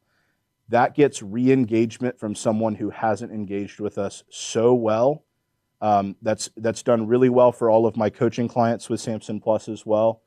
In fact, it's like 30% of people who ghost us and were never going to talk to us again will, in fact, start to have that conversation again. So, moving into the basics of content creation, I've already covered that people don't know what the heck you're talking about unless you tell them. So you can't just post statistics and graphs. You can't assume that their vernacular is the same as yours. I was building an agent training for my team, and part of it was a real estate glossary for either some of the newer agents or maybe agents who haven't been in the business in a while. The sheer number of acronyms that we use as real estate agents is insane. Just off the cuff, it was like 70. I don't think anyone who's not in this business knows a single thing about what we're talking about if we say COE, close of escrow, or even CMA, comparative market analysis, or CD, closing disclosure, all these things, right? We have to be sure that we're talking in clear language that people are going to understand so that they can get the point of the content that you're creating. It is a feedback loop. So as you venture into this, you will see that certain things perform better than others. And that is your audience talking to you, telling you what they want to see more of, and you should listen to them. To backtrack a little bit, there are 4 core ways that we can go about generating sales in any business. This doesn't just apply to real estate. We can have one-to-one warm conversations. We can have one-to-one cold conversations. We can have one-to-many, essentially not paid content. And then we can have one-to-many paid, which would be paid advertising. This deals with one of the 4 key ways to go about getting business, and this is the longest, potentially least expensive in the long run, but also the hardest to pursue. As far as a general rule for content, I don't want you to consider too intently how long something is, and we'll get into format of video, short form and long form later, but I want you to understand with a long form video, there's no such thing as too long, only too boring, right? If there's a 3-hour movie that we all know and love, I mean, Braveheart, right? We're all going to watch the entire thing, right? Whereas if it's 3 hours of proofs in discrete mathematics and I don't know anything about how to do discrete mathematics, I might completely tune out, and it might be great for helping with insomnia, right? Couple other baseline things. Polished content, like in a studio, doesn't necessarily work as well as raw on every platform. Sometimes that in the sweatpants look without having done your hair, Arturo, actually performs better because it's really authentic, right? Attention is the currency of video content. It is important to grab attention without being too sensational, but we need to commit to the fact that it's going to be a little cheesy. It's going to be a little cheesy. And thumbnails, which are what people see when they're scrolling through YouTube, scrolling through your Instagram profile, as the first look at your video, should be attention grabbing in some way, shape, or form, but they should also be confirmed immediately in the video. If you have a thumbnail that shows you touring a house, the first thing that they see when they click on that video should be the house that you were showing in the thumbnail. That is the number one most important thing for people to stay on the video. They don't want to click on something that they think is one thing and be taken a completely different direction. But to wrap that part up, all in all, it is all about conversations. All of this, the entire intention is to generate conversations with people, talk to people you've never talked to before, talk to them about real estate, and get some deals. Let's see. Here we are. I'm going to share with you a framework that was taught to me that is extremely useful for creating videos, and I actually have a tool on this later. It's called the CUTE framework. Has anyone heard of that? Okay, so it's C-U-U-U-T-E, CUTE. And it is perfect for the short form video, less than 90 seconds, generally less than 60 seconds. C stands for a controversial hook. A hook would be the most important part of the video after confirming the thumbnail. It's saying something to keep people on your video. Attention is currency, and keeping their attention through the rest of the video is what builds the relationship. So that controversial hook should be emotionally charged in some way, shape, or form. It doesn't have to be like politically controversial or anything like that, but it should start off in some way to make people think, right? So I have an example of that here, and there are hundreds of thousands of examples that you could think of off of the top of your head. But a simple one would be, did you know that most home buyers lose thousands of dollars because they don't know this one secret, right? You see things like this all the time in thumbnails and titles, but people then start asking themselves, well, what's the stinking secret? And then they're going to continue watching the video, right? So the first U is useful. It should provide clear, actionable, and valuable advice to the audience in some way, shape, or form. The second U would be a unique perspective. This comes back to that not sharing statistics directly with people because they don't understand or necessarily care about them. They want your opinion because they're coming to you, a local real estate agent, for that opinion. It should create some sense of urgency by highlighting the importance of acting quickly, whether that's to contact you. And just to backtrack a little bit, these are in order. You shouldn't start the video with urgency. It should come a little bit later. That is the third U, urgency. T would be trends or trendy references. We all know that there's things going on in the news that everybody's thinking about. We also know that there are trends on particular social media platforms. And whether it's actually participating in the trend or nodding to the trend, it should mention something that's current, because that's going to keep your engagement and people are going to know that it was recent. And then finally, E is for entertaining. It should entertain in some way, shape, or form, whether that's a small bout of humor interjected into the content or the entire thing is in an entertaining format. So just to review, and I will have more on this later, but the CUTE framework is controversial hook, useful, unique, urgency, trends, and entertaining. At the very end, we've created a GPT that we will share with all of you for free called Viral Video Maker. You type your prompts into this, and everything that it goes through is based on this CUTE framework, and I'd be happy to share that with anybody who reaches out. So let's dive in a little bit to types of videos, and then I'll give some opinions after we've talked about this laundry list of types of videos. There can be short and long form. Short form today is mostly considered under 90 seconds. Under 60 seconds is probably a more accurate definition. In excess of 15 seconds. And then long form would be probably anything over about 5 minutes at this point, just with current attention spans and the way they are. Many of these things can be applied to both short and long form, but I'll make a verbal note if they can't. So we have property tours. Those perform really well as short form videos. Has anyone seen speed tours? Speed tours are hilarious, but that's a form of property tour, and it absolutely follows the CUTE framework. Or you can do longer form property tours going into all of the details of a particular property, and people find that entertaining as well. News reactions.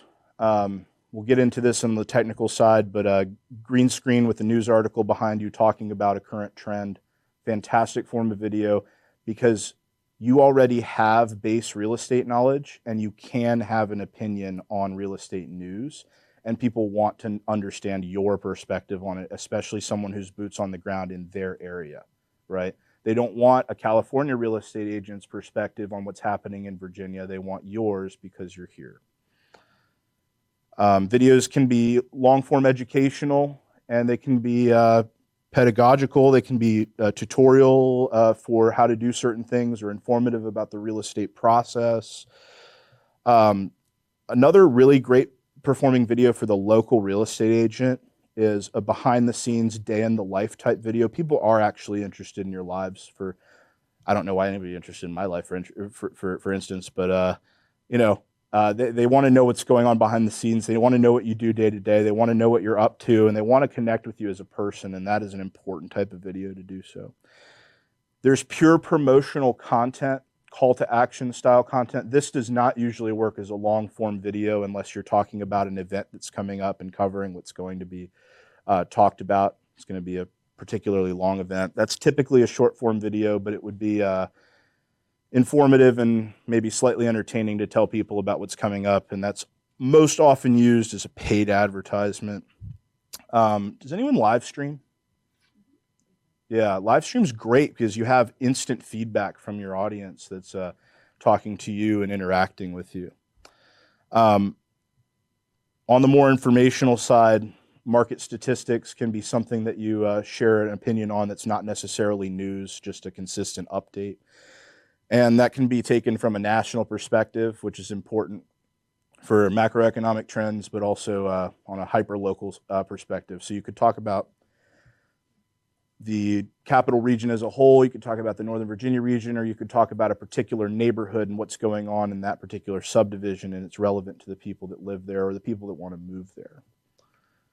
In the same vein, you can do a neighborhood spotlight that has nothing to do with statistics and can be particularly evergreen. And unless there's a major change in the neighborhood, but spotlighting a neighborhood, talking about the features and amenities, and showing it off, using that for the people that you have going to a particular neighborhood. And then there's a type of video called talking head. I'm sure many of you have heard that before. That is you on a background, not necessarily a green screen, where you are talking. You're the talking head, just like the news. And you have a lot of license to do a lot of different things here with a talking head style video. You can tell personal stories, give your perspective. Nightmares in real estate is a great idea, something that you've run into that's, crazy story that you might tell this room, right? But the public would like to hear that as well. It could be something just purely informative, something highly opinionated, and then another form of talking head video that tends to be very useful beyond posting on social media is quick tips, say quick tips for home buyers or a particular part of the process, or quick tips for house prep that it's a particular part of the process. I'll talk about distribution of that a little bit later. And then another that's not you, that is very, very useful in creating video content, or testimonial videos from your clients, especially the ones that love you. We wouldn't want to interview the ones that don't unless it was for a comedy sketch. But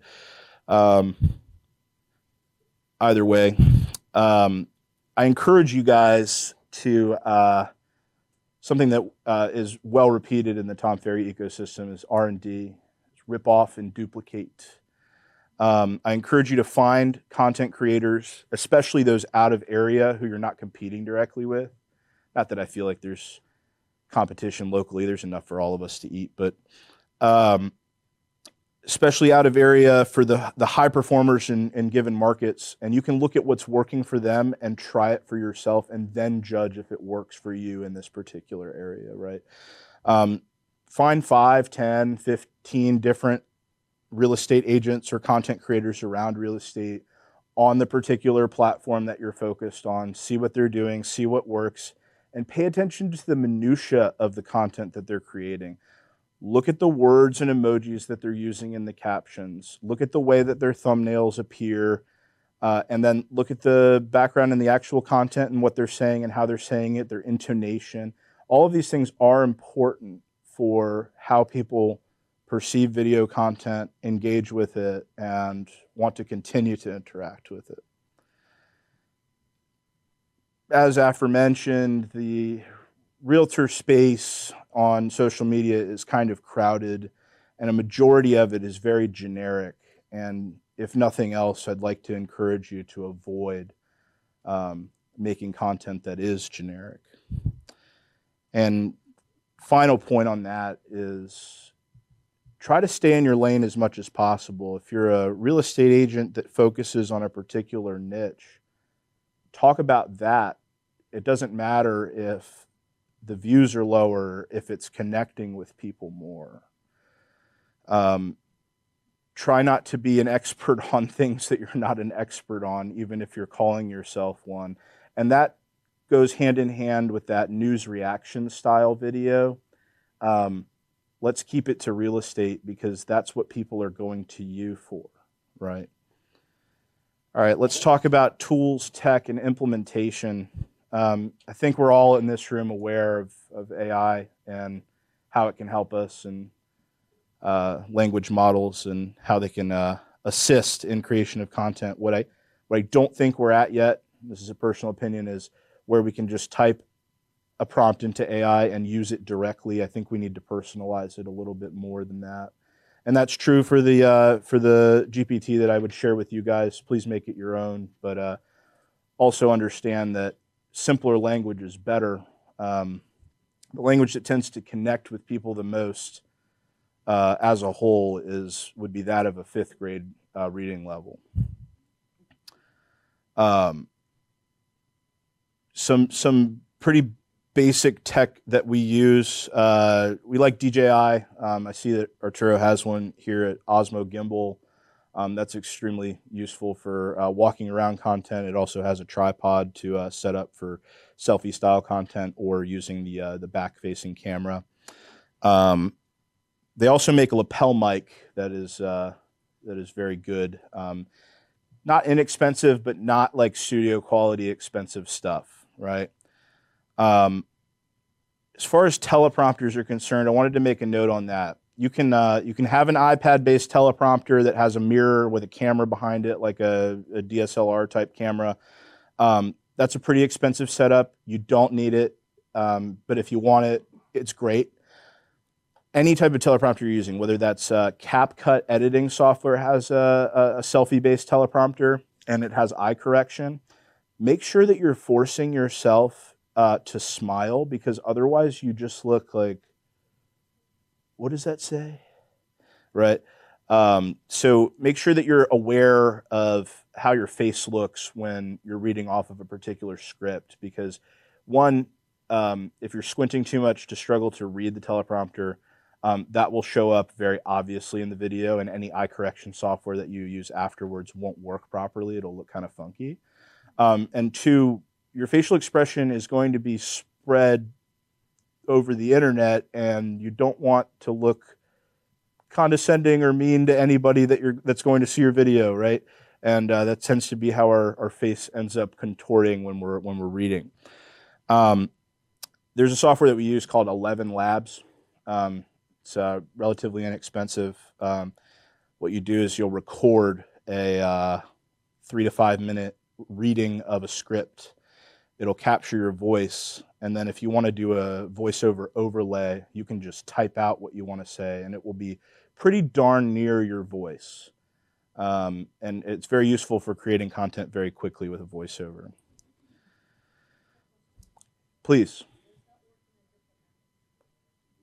Does that work in a different language? I believe they have several languages set up. It depends on which language you'd be referring to.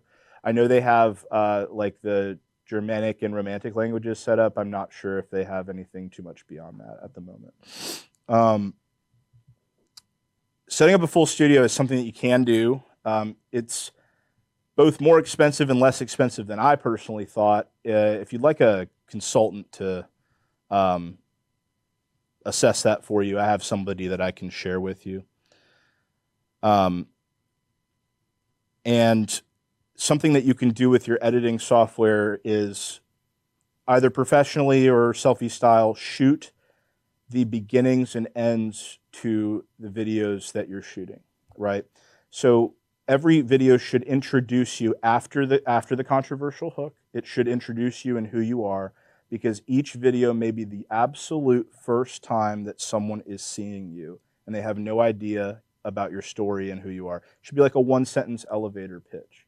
That's something that you could record once and use on multiple different things. And the same is true for the call to action at the end of your short or long form videos. That is not something that you need to film necessarily every single time. If you have an end goal for them to reach out to you, that is something that you could record once and put on the end of your videos each time. I want to stress that content marketing and putting in a lot of effort for this is a long game strategy. And I urge you to pick a single platform, probably the one where your audience already is. Many of us, that's our personal Facebook, and that's really fine, because our goal here is to connect with the people that already follow us, at least at the very outset of this. But I urge you to work on and master a single platform and have like superhuman consistency with posting on that platform before moving on to distributing it elsewhere. And kind of the reason behind this is that each platform is nuanced, and what performs well on one doesn't necessarily perform well on multiple. So you really do have to become an expert in each particular platform for it to perform really well. Also, it's good practice. You're getting better on video, and you're getting better with the back end of creating the content. And then it's easier to create quality content for additional platforms when you've mastered one. At the outset of your content journey, perfect is the enemy of done.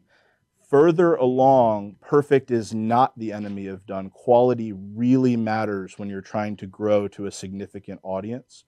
But at the very outset of this, I really urge you to just get started. There's no way to get better without doing, right? And you may find as you pursue this that the direction and the subject of your content change rapidly and very significantly because you're finding what works from that feedback loop. You're finding what your audience likes. Don't question that. Just go with what works and get really good at it. I do, over time, as you pursue this, encourage outsourcing what you can to people who are experts in their respective areas. It is more expensive, but it's better to hire a video editor than sitting there for hours trying to figure out how to edit a video when our best use of our time for money-making activity is talking to people and selling real estate. Because that's really the end goal of this thing, is not to sit there and be the best video editor. It's to be a better real estate agent with more clients. This absolutely can be a full-time job. If you see someone who's local with 60, 70,000 followers or more, they probably have a team. They probably have a videographer, an editor in-house, in person, sometimes remote, but this can scale really quickly into something where you're talking about paying salaries. Decide for you, back to that question at the beginning, what the end goal of this for you is, why you're doing it, and just how much effort you want to put into it. In regards to a particular platform, take Instagram, for example, there are significant changes to what performs well, how often you're posting, and how their algorithm reacts to that. Sometimes as often as a daily basis, often weekly and monthly. So you have to really keep a pulse on what's working. And the amount of content that you're thinking about posting is probably not enough. Someone might say, well, I'd like to start with once a day. And I would agree that that's a great start. But the experts say that 5 to 10 times a day when growing an account of unique video content, that is 300 different videos in a month, short form content for Instagram Reels, would be necessary to pull the plane out of the nosedive that is, or rather flat, and climb. When do you abandon the idea of a single platform? Well, again, that kind of comes back to your particular goal with it. Is your goal local notoriety and making it easier for people to recognize you when you walk into listing appointments? Well, then you might move on to additional platforms so that you have more people seeing your face.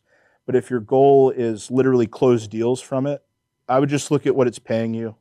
If it's efficient and it's a profit margin that you're based on what you're spending on creating the content, including your time, and it's worth pursuing another platform, then I would move on to another platform. But otherwise, it really just depends on your particular goals, and happy to dive in individually with anybody on that.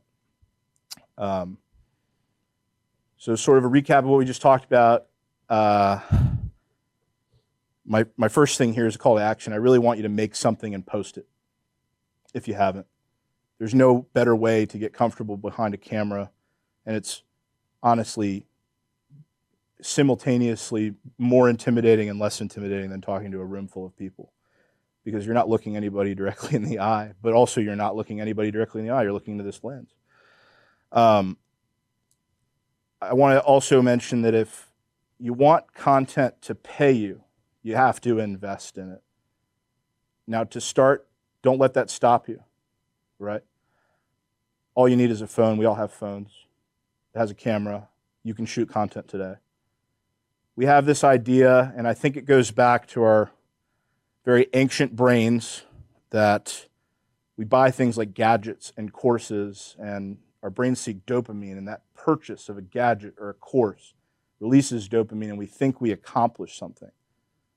But the implementation of the purchase of that gadget and use of it, or the implementation of the purchase of a course and use of it, is what's actually going to get you results, not just the dopamine hit from moving forward with a purchase.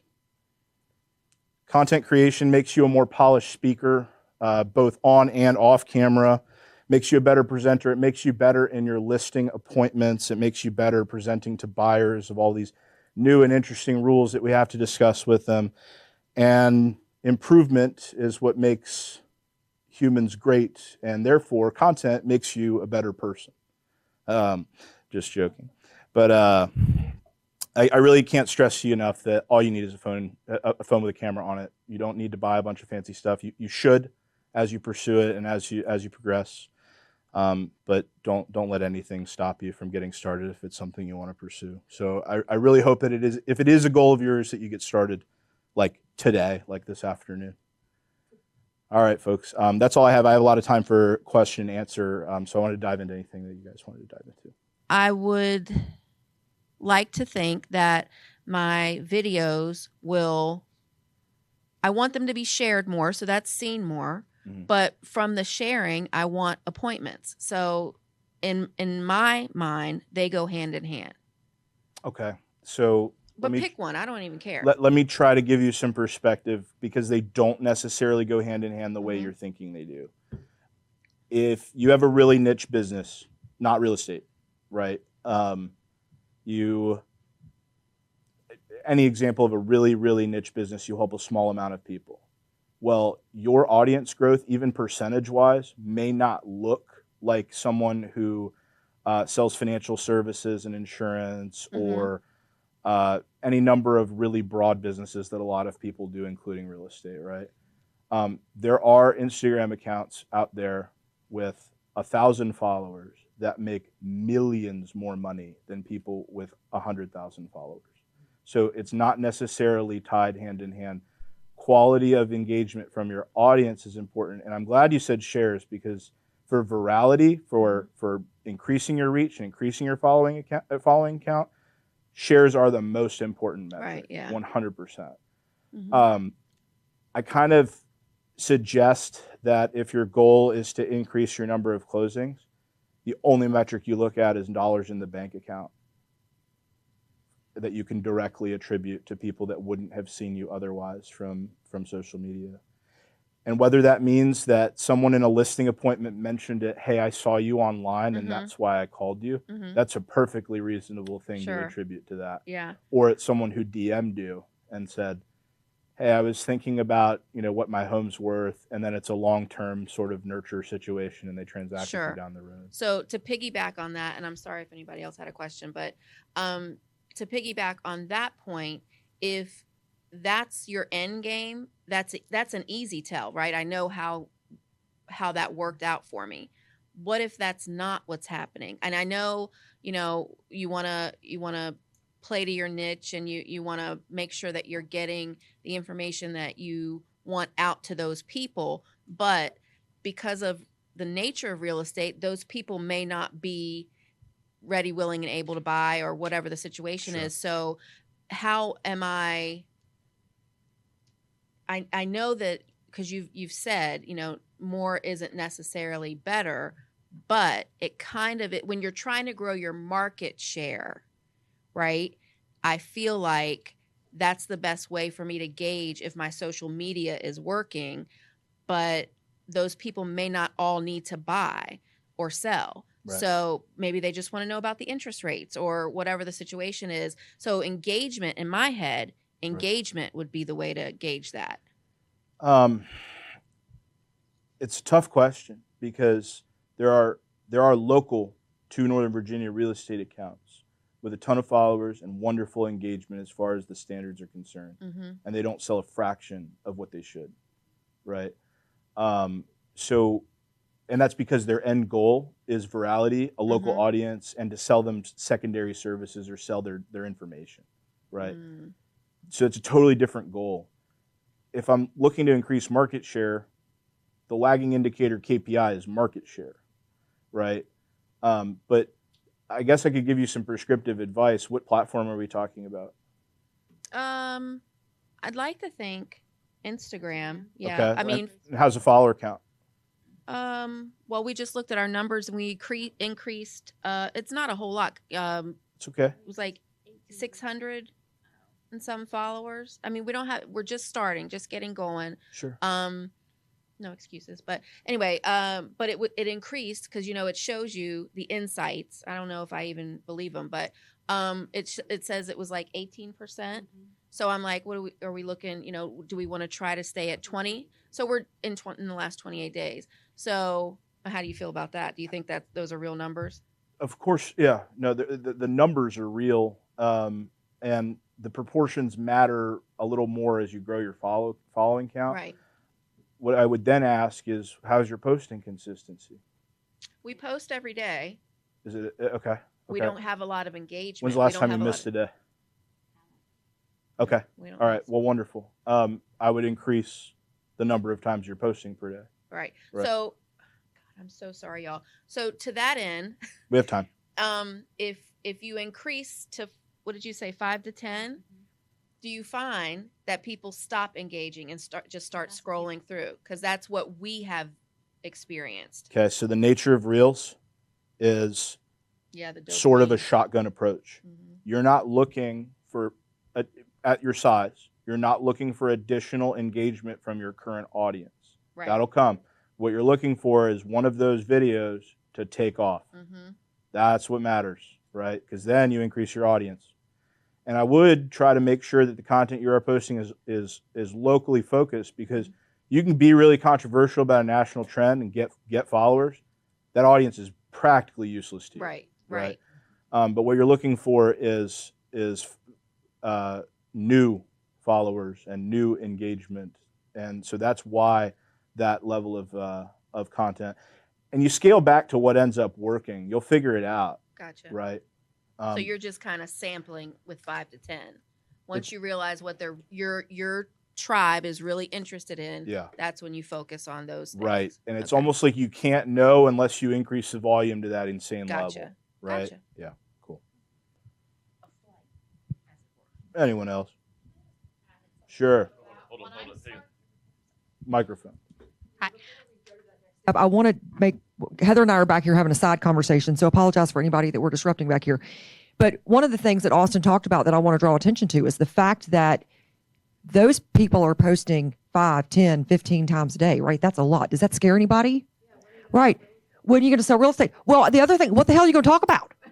Like, so, oh, sorry. See, I broke your rule. You were going to not cuss and I cussed. But the point is that we just have to start once. And, and I know Austin's going to cringe a little bit when I say this. Like, if you post once a week and because you've never posted before, kudos. Yeah.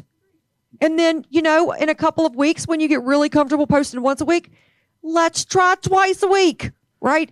Let's take the wins. We have to start somewhere. We can work up to doing a little more, building a repertoire of, big word, of, in the can, right? As Justin talked about earlier, of putting all of these things on deck that we can post later, having all of that B-roll that we can drop into videos or social media content, taking things and chopping it up. We may do an hour interview with a client testimonial or something and do sound bites that we're popping the sound bites out. There's a lot of things that we can do. We just have to start somewhere. So don't get locked up in the 5 times a day post or we're talking back here. Our conversation is we don't post enough. We need to post more. It's scary and it's content and we have a day job, right? So all of those things key in, but we just have to start somewhere. I ask that whatever you decide to do, and once a week is fine to start, that you never miss a week. Whatever you start doing, you can't stop doing because people start expecting, and you're going to lose engagement in your audience if you miss. It's the same advice, prescriptive advice that I will give to coaching clients. They say, I want to start a newsletter, whether it's physical or email. Okay, well, let's start a little bit small and ramp up, because whatever you do start doing, that's it. Rest of your career, never missing again. I don't care what happens. And so it's the same thing with it's posting. the same thing with the Tuesday tidbits for those of you that get those emails from me. Like when Sarah sends out 25 at once. I send out, well, the days that I over schedule, right? Do you think I get up every morning at 8 o'clock and send out the Tuesday tidbit? Yes, I do. No, I'm just totally kidding. I schedule 2 or 3 months of those in advance. Now, sometimes I overlap and schedule 2 on the same day. Sorry, that's just an extra dose of data. But to the point now where I have done that for so many years every Tuesday that if I miss a Tuesday tidbit, people email me and say, I didn't get your Tuesday tidbit. Are you dead? Right? People expect consistency and they start looking for it, and that's their connection with you to check in with you and make sure that you're okay. That consistency so key.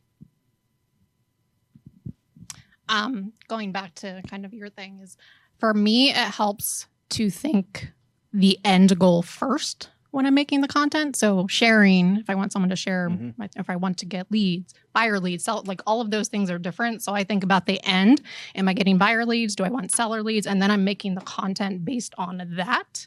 So it helps you kind of go around everything. Yeah, if your goal is virality and more shares, have that in mind and ask for it in your content. Or and have a reason for them to send it to additional people because they find it entertaining, because they find it extremely interesting, because they find it relevant, right? And you can ask for it as well.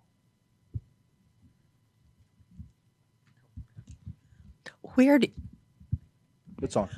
Where do you post all of these, other than Me personally?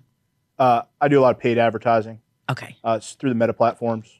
And then we use video a ton for internal processes for clients. Explainer videos for steps of the process that goes out via email every time.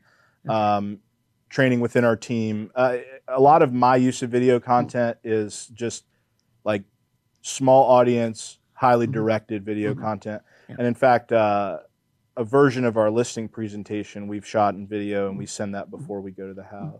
But as for an agent, where all can we put this? If we are doing 4 or 5 a day, I mean, oh sure, Facebook and things would be overwhelmed with all that information. Not necessarily, especially if you're posting it to a business page. Right. So on Facebook, it'd be a business page. On Instagram, it'd be a business page. On YouTube, it'd be shorts or long form content. 5 or 10 long form YouTube videos a day. Not even a news company can do that. Not for a single show anyway. Could be TikTok. Well, for 2 more days. Get that. Well, we'll see. Yeah. But just, Instagram, YouTube, and just Facebook, pick a platform where you have some traction. Yeah. Or if you don't have one that has some traction, pick the one that you like to use the best, because that's the one you're going to use, right? Yeah. And that actually matters. We have to want to do it. I mean, like I have 1,000 on Facebook, my Facebook business page. Great spot. That's and don't focus on 5 to 10 a day. That's a ramp up. But no. I do 1 or 2 a week right now is all. Well, and if you're consistent with that, try 3 a week, and then do that for a while, right? Okay, great. But yeah, pick where your audience is. If you have an existing one. Okay, thanks. Sorry, last point on that. That's where you're going to have the most feedback, where you have existing people, and that'll tell you what's working, right? Do you have a software that you use for like AI software to break up long form into shorts? And then second question is, when you mention the one-on-one videos to your clients, are you using Bonbon? Are you doing it straight from your iPhone? What are you using for those one-on-one personal? Okay, so I'm going to answer the second question first. A lot of it we embed unlisted on YouTube, and then we have them built into web pages as embedded YouTube videos. So you can't search for it, but it's a great hosting software. BombBomb is something that we do for sort of one-offs. That's usually from a webcam, and especially for stuff with screen share, we use Loom, Loom. That's a relatively inexpensive product, and it has viewing metrics to make sure that the client received and viewed the video. To answer your question about AI for chopping, I have a staff. I don't know. Honestly, they're not great. Yeah, I typically work with my marketing guy to chop up what I want, and VAs are great for this. Outsourced labor they are excellent at this stuff if you find the right person. I have a question about your business page. Like, so for instance, Facebook, your business page and your personal page. I have tons of people on my personal page, but not as many on my business page. And my daughter helps me. So she always wants to post only on the business page. And I'm like, share it to the damn personal page, because that's where all my people are. How do you, what's best that way? Don't approach your personal Facebook with a business frequency. Do not expect them to respond well to a post every day, but absolutely engage your well-engaged personal Facebook audience with real estate content. It's your life. You're in real estate. They know that. You want them to continue to know that. Mm-hmm. It is important to engage with those folks about real estate. And so is that like the 80-20 thing then?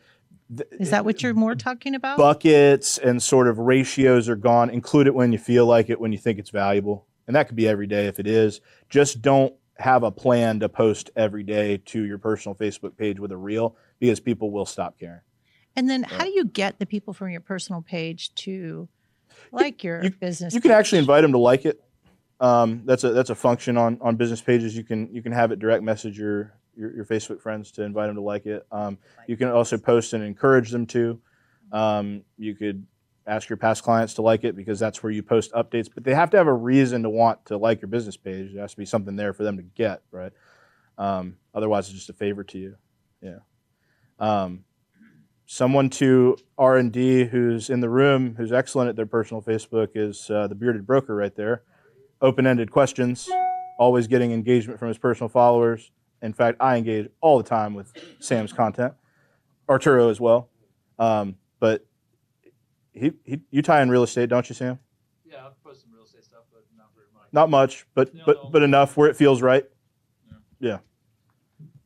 Yeah, just when it feels right. I don't want it to be a commercial all the time. You know? Right. I want people to be able to see silly stuff and look at what I had for dinner and check out this puppy and let's go buy a house. But you're not a secret agent. No. Yeah. But I just do the engagement questions just to force people to engage. Yeah. So then the algorithm says everybody wants to see what Sam posts. So then when I do post something real estate, everybody sees it. Right. But the engagement when I post real estate is super low, but I know they're seeing it. They are viewing it. Yeah. Yeah. Please DM me on Instagram at Monumental Agent. I will share with you the GPT that we had created, and anything else that you have any questions on, please just go ahead and DM me.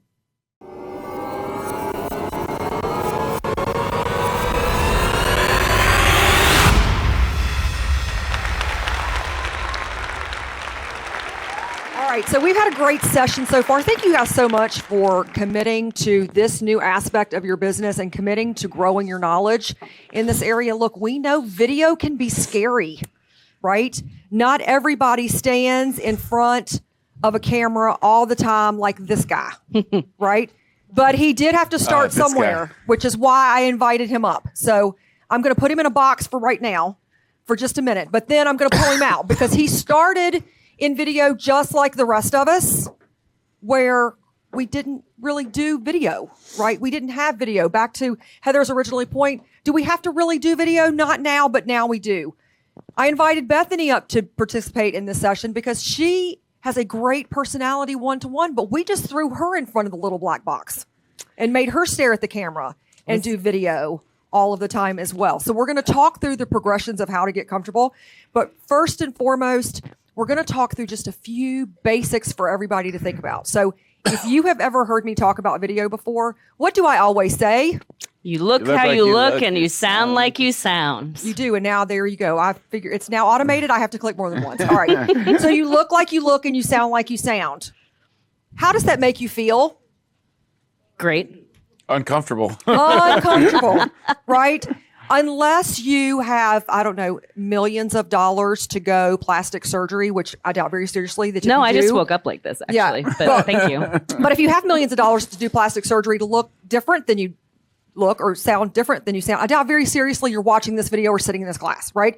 So you look like you look and you sound like you sound. It doesn't matter if you have good hair days or if you have bad hair days, right? Guys, I don't want to leave you out. How you doing? How you doing? Are you feeling very convicted here, Arturo? Yeah. Okay. All right. So the resemblance is uncanny. Absolutely. All right. You know what? Or if you are absolutely having a good makeup day or a bad makeup day, right, ladies? Yeah. Appreciate you, Christy. There's Appreciate Bethany's you. picture. Yeah, right. There's Bethany. Dude, I was looking for the picture of Mimi from Drew Carey. Like, think about the makeup for anybody who used to watch Drew You Carey. about got it right here. I about got it. Yeah. But here's the thing, guys. Guys don't have this necessary same, neuroses. Some guys do, but women have it a lot. Our hair's out of place. Our makeup's we're not good enough, right? But you look like you look and you sound like you sound. Be authentically you. That goes back to what they were talking about earlier, where Steve Black had a persona, and then he was a completely different persona when he left the stage, right? You have to be authentically you. Look, if you stutter... Were they saying that's a bad thing? Well, no, it's just that it's not necessarily an authentic thing. I'm just asking. Right. One of the things that I think that we do a really great job, if I'm patting us on the back for both of us, is what you see is what you get. We are going to be with you behind camera the same as we are going to be with you on camera, good, bad, or ugly, right? We're especially authentic. ugly. You could looking in a mirror. I was talking about myself. Okay, just checking. I would never call you ugly. I was calling myself ugly. I still like my paychecks. You both are very good looking. Well played. I have her up here for comedy relief. Yes. But be authentically you, because here's the thing. You try to be someone else. First of all, they're taken. But second of all, you're not comfortable in someone else's skin. You're comfortable in your own because you've already lived in it for 20, 30, 40, 50 years. Right? You're comfortable in your own skin. So live in it. So be authentically you. There it is. There it is. Bless America. All right. So how do you get comfortable? We're going to talk through some basic points. Space. If you're trying to get yourself comfortable to do a video, find a place that makes you comfortable. If you're in your office and you're just comfortable there, great. If you're in your favorite cozy sofa chair, great. If you're at the library, I don't know, be quiet when you're making your video, but great. Find the place that makes you comfortable and go to that space. What does that also mean? It doesn't mean you have to wear, 9-inch stilettos while you're taking your video. If your fuzzy bunny slippers make you feel comfortable, then put on your fuzzy bunny slippers. It's about getting you comfortable before you ever try to do something new and something outside of the box. Make sure your space is visually appealing. You saw in Justin's class several different types of backgrounds, right? Make sure that it's pretty. You don't necessarily need to have a background where the camera shot's so wide, you see all the back, you see all of the behind the scenes stuff. You want a really nice, tight, visually appealing space, but you have to be comfortable in it.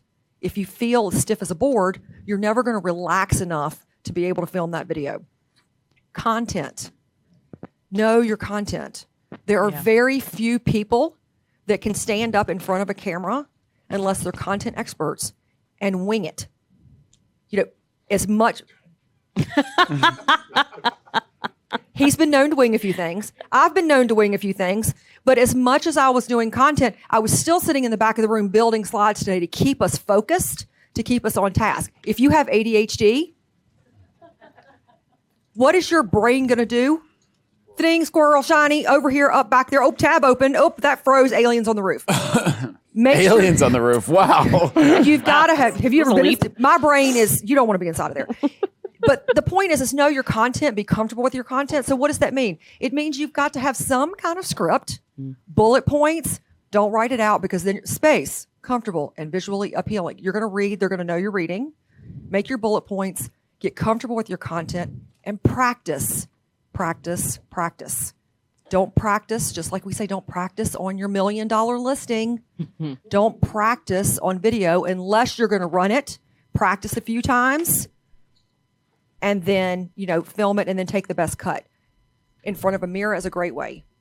Having someone else videotape you where you can watch your body language, right? Donnie, when he talks, we've already talked about his hands are all over the place and he's like, whoo, I'm a pacer, right? So they cut me tight. They tell me exactly how far away. They put lines in the carpet at times. Exactly I look how like far. I look and I sound like I sound, right? That's you do. Authentically me. It's authentically you, but you have to be aware of those things so that you can counteract them, right? If you sit here like this, what does this tell you? Do I look comfortable at all? I'm closed. I'm tight. I'm not comfortable. And I look very, I don't know, don't answer that question. But you want to be open. You want your shoulders back. You want your heart open. Be ready for people, right? God bless America. No, you're right. Yeah, I'm working on it. All of us, we all have hunchback from the computer. We're all working on posture. That's right. Okay. But practice, practice, practice. Your cat, your dog, your friends, your kids. You are never going to get any more brutal feedback than from a teenager. Utilize them. Or a toddler. Or a toddler. There is some I don't know. brutal honesty There that is. happens there. There is. Have a videotape running. Tape yourself. Watch it. Oh, excuse me. I just dated myself. Record yourself. Watch it. Pop it in the VHS Hey, player. top it in the VHS. Pop on your A-track in the background. Put on some tunes that you're really Belt out some into. beats. Be kind. Rewind. Yes, that's Blockbuster, nice. But one of the things you want to do is just watch your mannerisms, watch your body language, watch your tonality. If you have a monotone voice, you need to put some inflection into your tonality. God, you'll put them to sleep, right? What are you trying to get through to them, and how are you trying to engage them? All right. So as you are doing video, there's a couple things you want to keep in mind. Number one, if you are anxiety prone and you stand here and your heart starts palpitating and your stomach feels like it's got the butterflies in it, the first thing you need to do is just physically slow your breathing down, right? Take a deep breath, slow down your speech. I talk a mile a minute. Yes. I have to consciously slow my speech down when I'm on video. And even then, if he and I get going, you can be like, what was that she just said? I have to constantly slow my speech down to make sure that I'm enunciating in the right place. I'm getting my words out. I'm not stuttering. I'm calm, that people can understand the things that I'm saying and the content that I'm talking about. So slow your breathing down, slow your speech down, and keep your body language open. If you're this all the time, that looks angry. It doesn't matter if I have a smile on my face or what I'm talking about. Hey, I won the lottery. It looks angry. Can we just clip this We're not- later? Talking Like about that. thumbnails for the next video. We have a lot of those. But keep your body language open. Try to keep your movements inside your box. Keep your breathing inside your box, and you can And get a keep lot. your stomach sucked in. And keep your stomach sucked in. Oh, that's me. Sorry. Yes. Keep your stomach sucked in. And outside, Melissa goes, and don't forget to stick your tongue to the roof of your mouth so that it pulls your... I'm like, I can't even do that. If you keep your tongue to the top of your mouth, it creates a more level and less of a concave, and it should be convex under your throat. So if you put your tongue to the roof of your mouth, you will notice. I can't do that. So I look like I look and I sound like I Yeah. sound, right? I look like I look and sound like I sound. Right. Not when you're All right. talking. In between. In between talking. Yeah, in between talking. All right. So those are just a few basics. But like I said, what I want to do is I want to go back to the days of you starting in real estate where you and Danny used to go through every contract line by line, paragraph by paragraph. First of all, if you've ever found those videos on YouTube, they're still there. He looks like he's like 8 years old soaking wet. So talk about 8 years old in a fat box, too. Justin Donnelly taped those back at Yes, he the did. office 18 years ago, probably, Yes. and back at Sullyfield Circle and Lee talk Road. about some of those things. Go back in your mind, talk about some of the things you thought about, and then how do you get yourself comfortable? Because not everybody's going to be in front of people every day or behind a camera every day. Now, and look, you don't have to have his personality. You don't. Please don't. Please don't. Please don't. Oh. You don't have to have my personality or Bethany's personality or anybody else. You're you, and you're authentically you, and you're going to apply the things that we're talking about to you and your personality. I think a couple of keys that I would have are I'm the same person on and off camera, absolutely. But I think that your energy level, you have to mentally say that I've got to be one octave higher in energy. Because like you said, the monotones. That's Right. one thing that I'm So, always thinking about. Tell them how you get there. Does this dance have anything to do with it? I will always crank music. Have you ever seen us pre-sales meeting? I will play some of the more upbeat songs I've got because Yeah. singing and upbeat music make yourself going. You know, Justin is in here every Friday morning with me before the update and a lot of the commercials, a lot of stuff you see. And,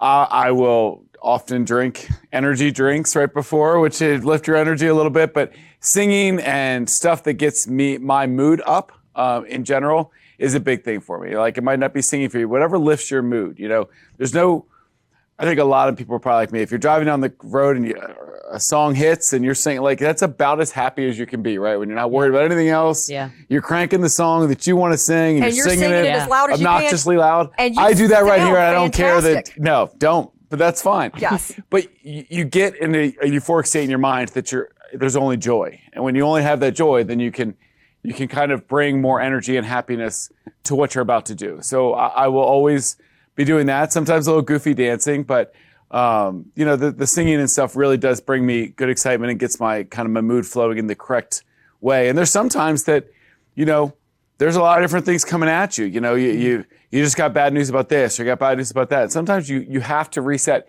You can't do a video then. You've got to put, like, I've given Sarah a hard time for it because she walks in and drops some like terrible thing going on somewhere that now is like stuck in my mind. I was like, really? 60 seconds before we go on? It's not the appropriate time. Like, because you have to know you. I have a different lead up. I don't have to necessarily, I have to think about it, shut everything else off in my brain, smile big, and I can fire, right? Some people can flip the switch, shift, and go. Some people have to go through exercises to get themselves there.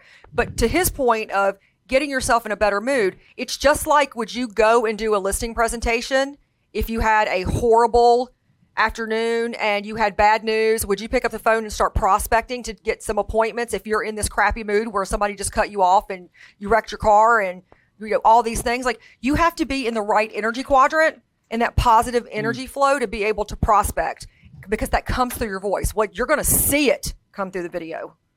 I think that, so your energy, making sure you're in the right mindset, I think is a big deal. I think talking slow is a big deal to me too. Like Sarah said, like, I will often remind myself cues like that because everybody can get going. Some people talk faster than others. Sarah and I, and I would say Bethany too, are in that boat where you keep going, right? Mm-hmm. But energy, I think, an octave higher than you're normally going to be, because then it's more watchable, whatever you're going to do. But back to the days, when you're comfortable is, there is a certain, you have to build up the confidence in yourself that what you're talking about, people want to listen to. And you also just have to be naturally yourself, and I think that you talked a lot about that with authenticity, is that I've never done one thing in my entire life with a script. Like, I think scripts are going to make you unnatural. Yes, even if you wrote the words, it comes across wrong. What I will often do... Because you read. Because you're reading, right? Yeah. You're not yourself. I will typically know generally how I want to start. What's the first line I want to do? I want to make sure that I've got my opener ready. It's good afternoon. Hey, everybody. Hey, it's Donnie. Or, what am I going to say to start? Because if you know what your first sentence is going to be, it's great. And then I generally want to know how I'm going to end, to close out. Because if you don't stick the beginning or stick the landing, then you're not going to be happy with what it is. In the middle, it's where it's going to be authentically you. Now, you've got 2 or 3 points that you want to hit along the way, or however many you got to do, but you want to have a guide in your head. Okay, I want to go here, here, and here, before I then close it out, and this is what I want to do. So that's typically how every commercial, every video, anything you've ever seen me do, I've never had a script, but I generally will, before I start, talk through like how I was going to start. Okay, and then I want to end with this. And once in a while, because I do so many things with Justin, I'll be like, I really liked how you ended there. It's great, because that'll be the ending for a little while, and that's just going to be the way I'm going to tape stuff for a little bit. Or we put a different spin on it, end it a different way. But starting and ending is key, because then when you're done with your points, you have that crutch in the back of your mind. And how many times have you done a video and then you hit stop, but it was like kind of awkward at the end? I mean, shoot, we did it, a couple times when it comes to these videos we're doing with all the top producers and the Cardinals and all these things. Well, we'll end with like, see you next time, or one of us will say something like super awkward. It's because we never really discussed A, who was going to talk last, or B, kind of were we mentally prepared with how we were going to wrap up, like who's or we the both audience open it to get the same time. We both go, hello. Okay, we're going to start. We did do that. We did like, all right, who's starting? Who's ending? But I think another one thing that you kind of glossed over there is, in the middle, it's understanding and being comfortable with the content. Yeah. You know what you're going to talk about. You're the expert in what you're going to talk about. You've got confidence in the content to be able to focus on your front and your end and know where you want to go in the middle. The other piece I want to pull out there was, he and Justin have worked together for a long time.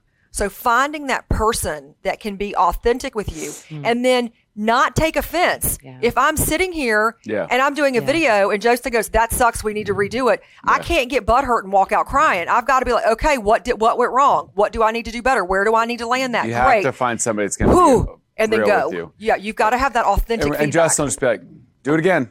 let's do it again. He doesn't tell us He what doesn't say sucks. that very often. But he'll say, time to do this one again. I'm just kidding. But Why don't y'all try that one more time from this angle? or it's it's like, now we've got one in the can. Let's do another one just in case. Just keep a couple on reserve. First one's okay. But maybe we can do better next time. One thing I would add to being the expert on your subject matter too is convincing yourself that the people that are going to be watching that video already believe that. You have to think that anyone viewing that video is opening it thinking, you know what? Rolf's an expert on Springfield. He's I my can't wait to Yeah. watch this video and how he talks about that.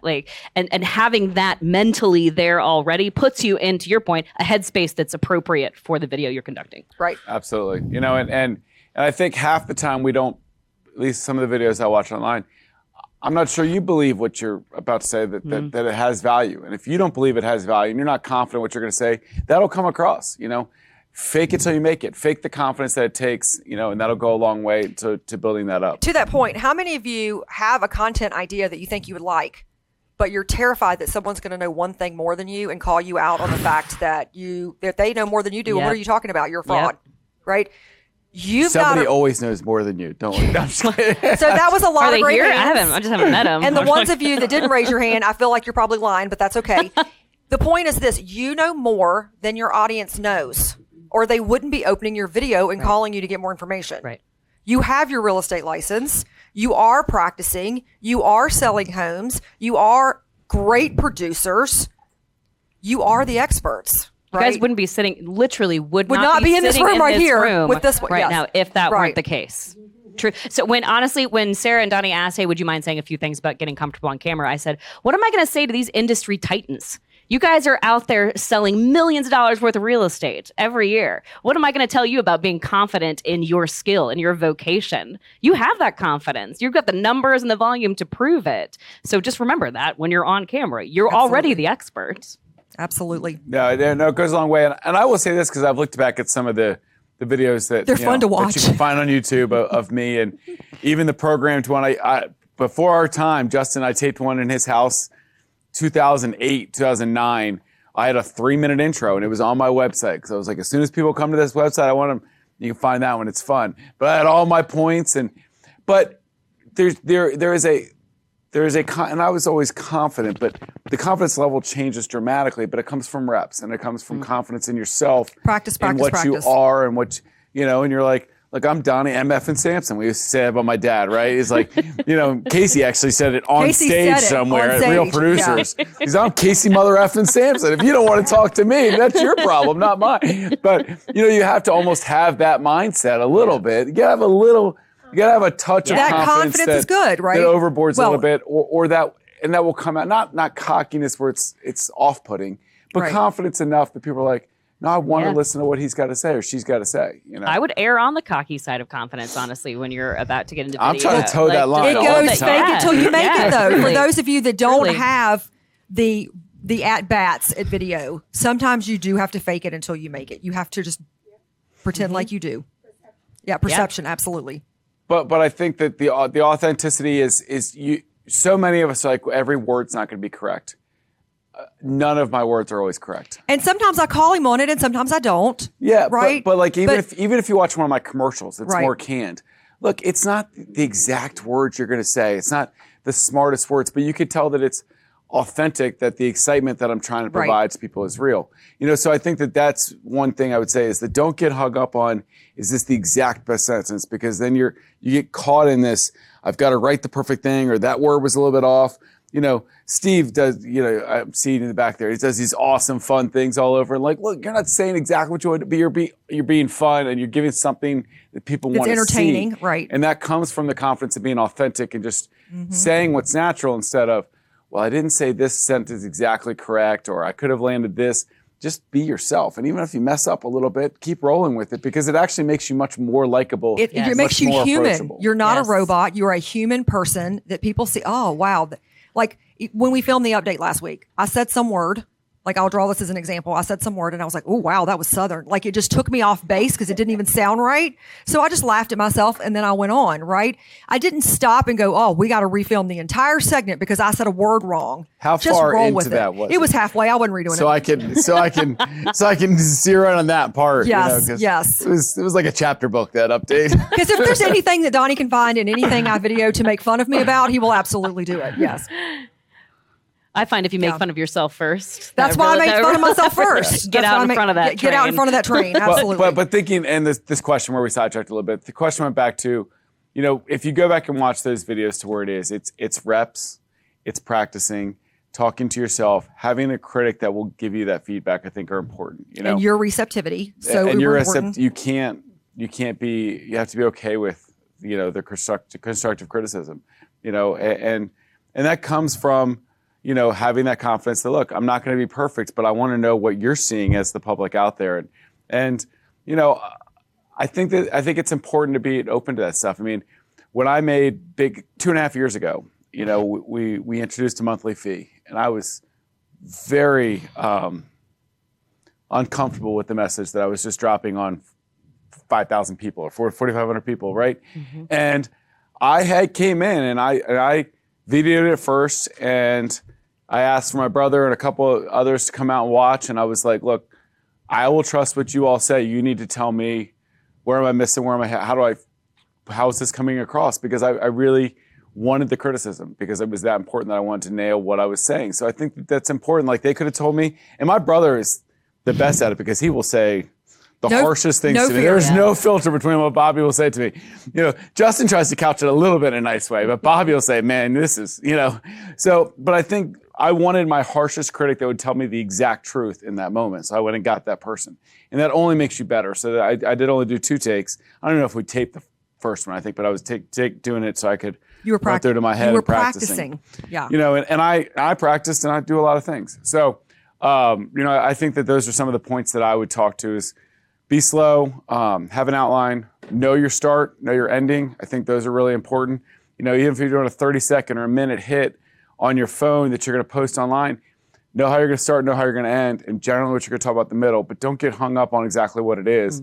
And then you know you've got your safe landing spot. You got your pillow that you know how you're going to land is, you know, can't wait to talk to you guys next week, or, you know, I'll be back with another update Saturday, or know how you're going to end so that you know that you've got that confident soft space that you're going to land to close yourself out. But the consistency too, when you have that closing line, right?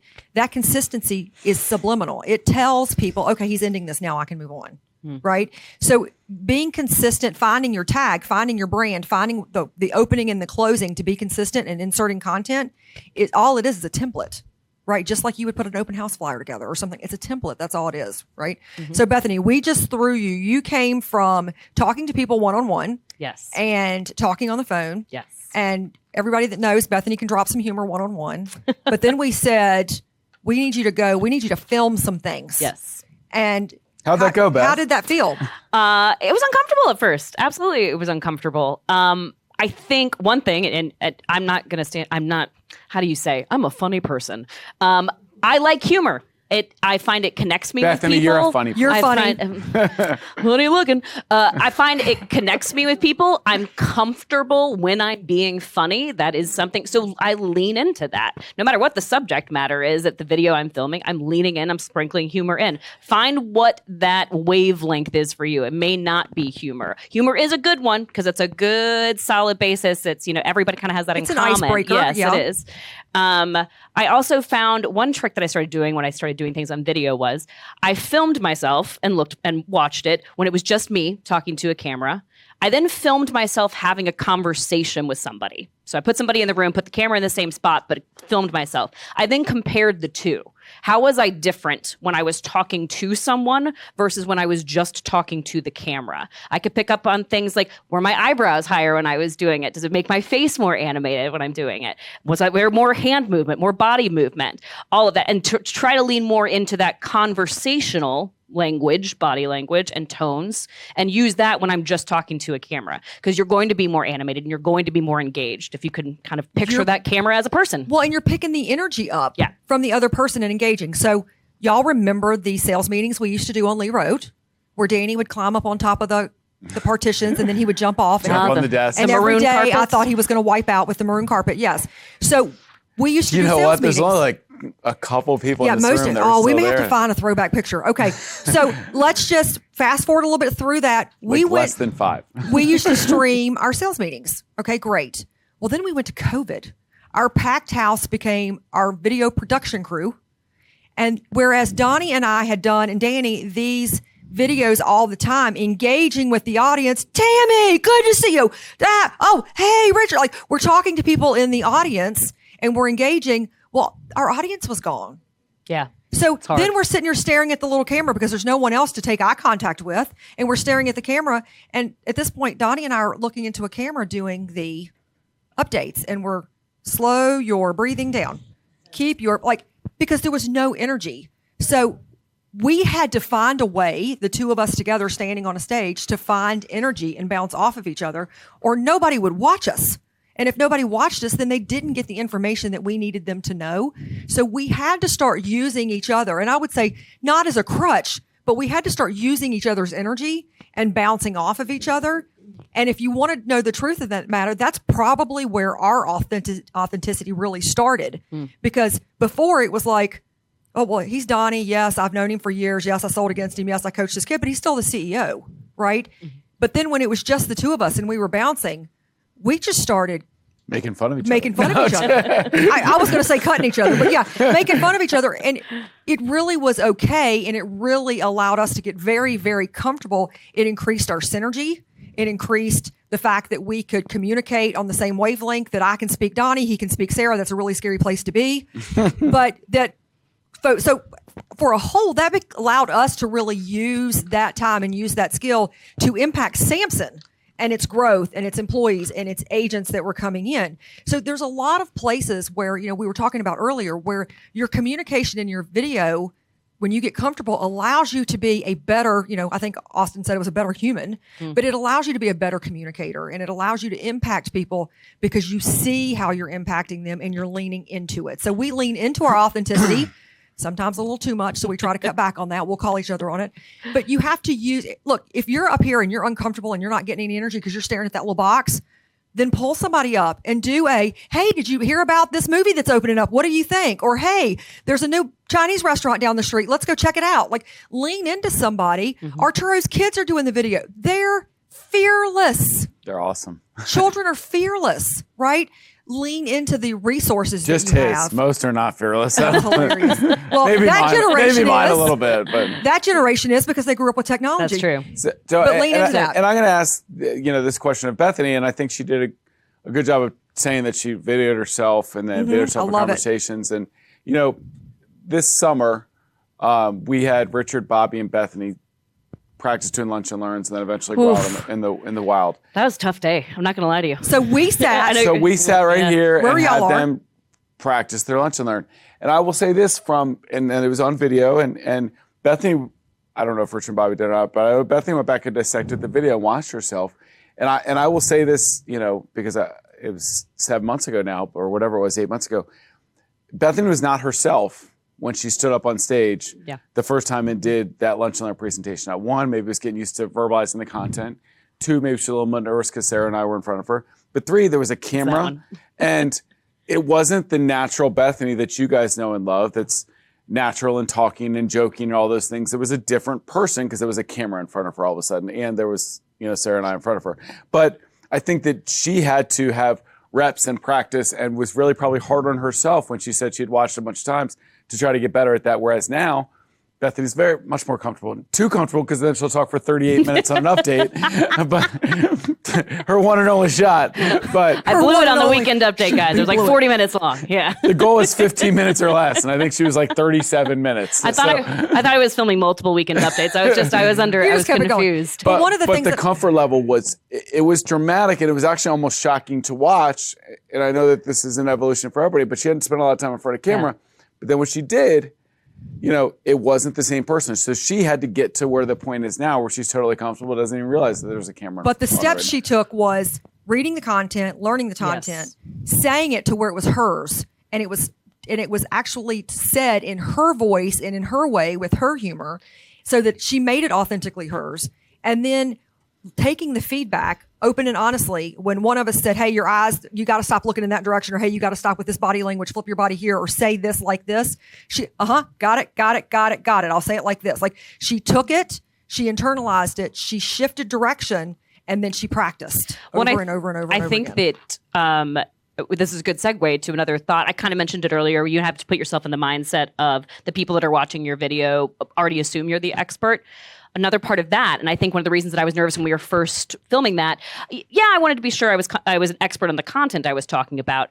I also had to shift my mentality of let's use Donnie as an example, but Donnie in this context is your audience, right? Is your Facebook or your Instagram or your TikTok audience. Take for the next 2 days. Save my TikTok. I need my TikTok shop. Anyways, I have to put in mind that has anybody bought the TikTok? Your boy Elon's got it. Oh, thank God. He has somebody's got to get it. TikTok. Great. Yeah. I was wearing shoes from TikTok yesterday. They're delightful.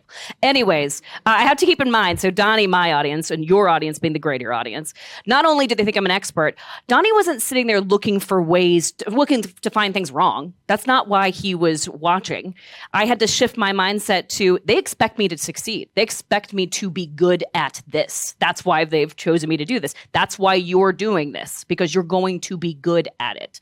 So having that in your mind, I love and saying, that. Shifting to be successful. I am just, all I'm doing is fulfilling the expectations that they have, and those expectations are that I'm going to be great at this, that I'm going to kick ass at doing this. And so, can I say that? Yeah. Okay. You just did. Well, yeah, you're right, I did.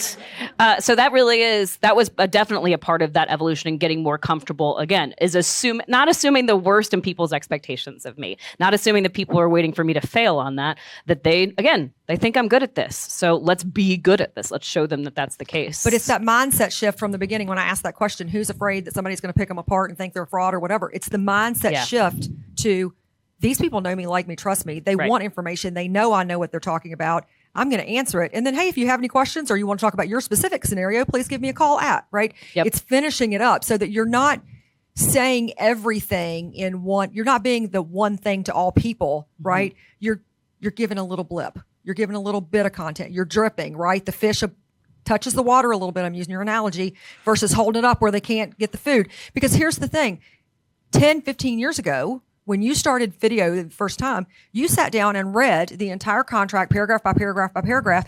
And that's how people learned. And that's how people digested content. Has that changed? If you have 15 seconds right now and somebody doesn't scroll past you, you've hooked them. So you've got to figure out, to Austin's point of the hook, right? What are you going to say or content you're going to use to earn the right to keep talking to them before they flip off of you and go to someone else? Right? And I think that's true, but I also think the way you say that, and it might have been the way Austin said it too, I believe that both those things are true, but it's the way you phrase it almost is so scary to me if I'm saying like, well, now I've set this bar up. I have to have this hook or this greatness or nobody's going to care.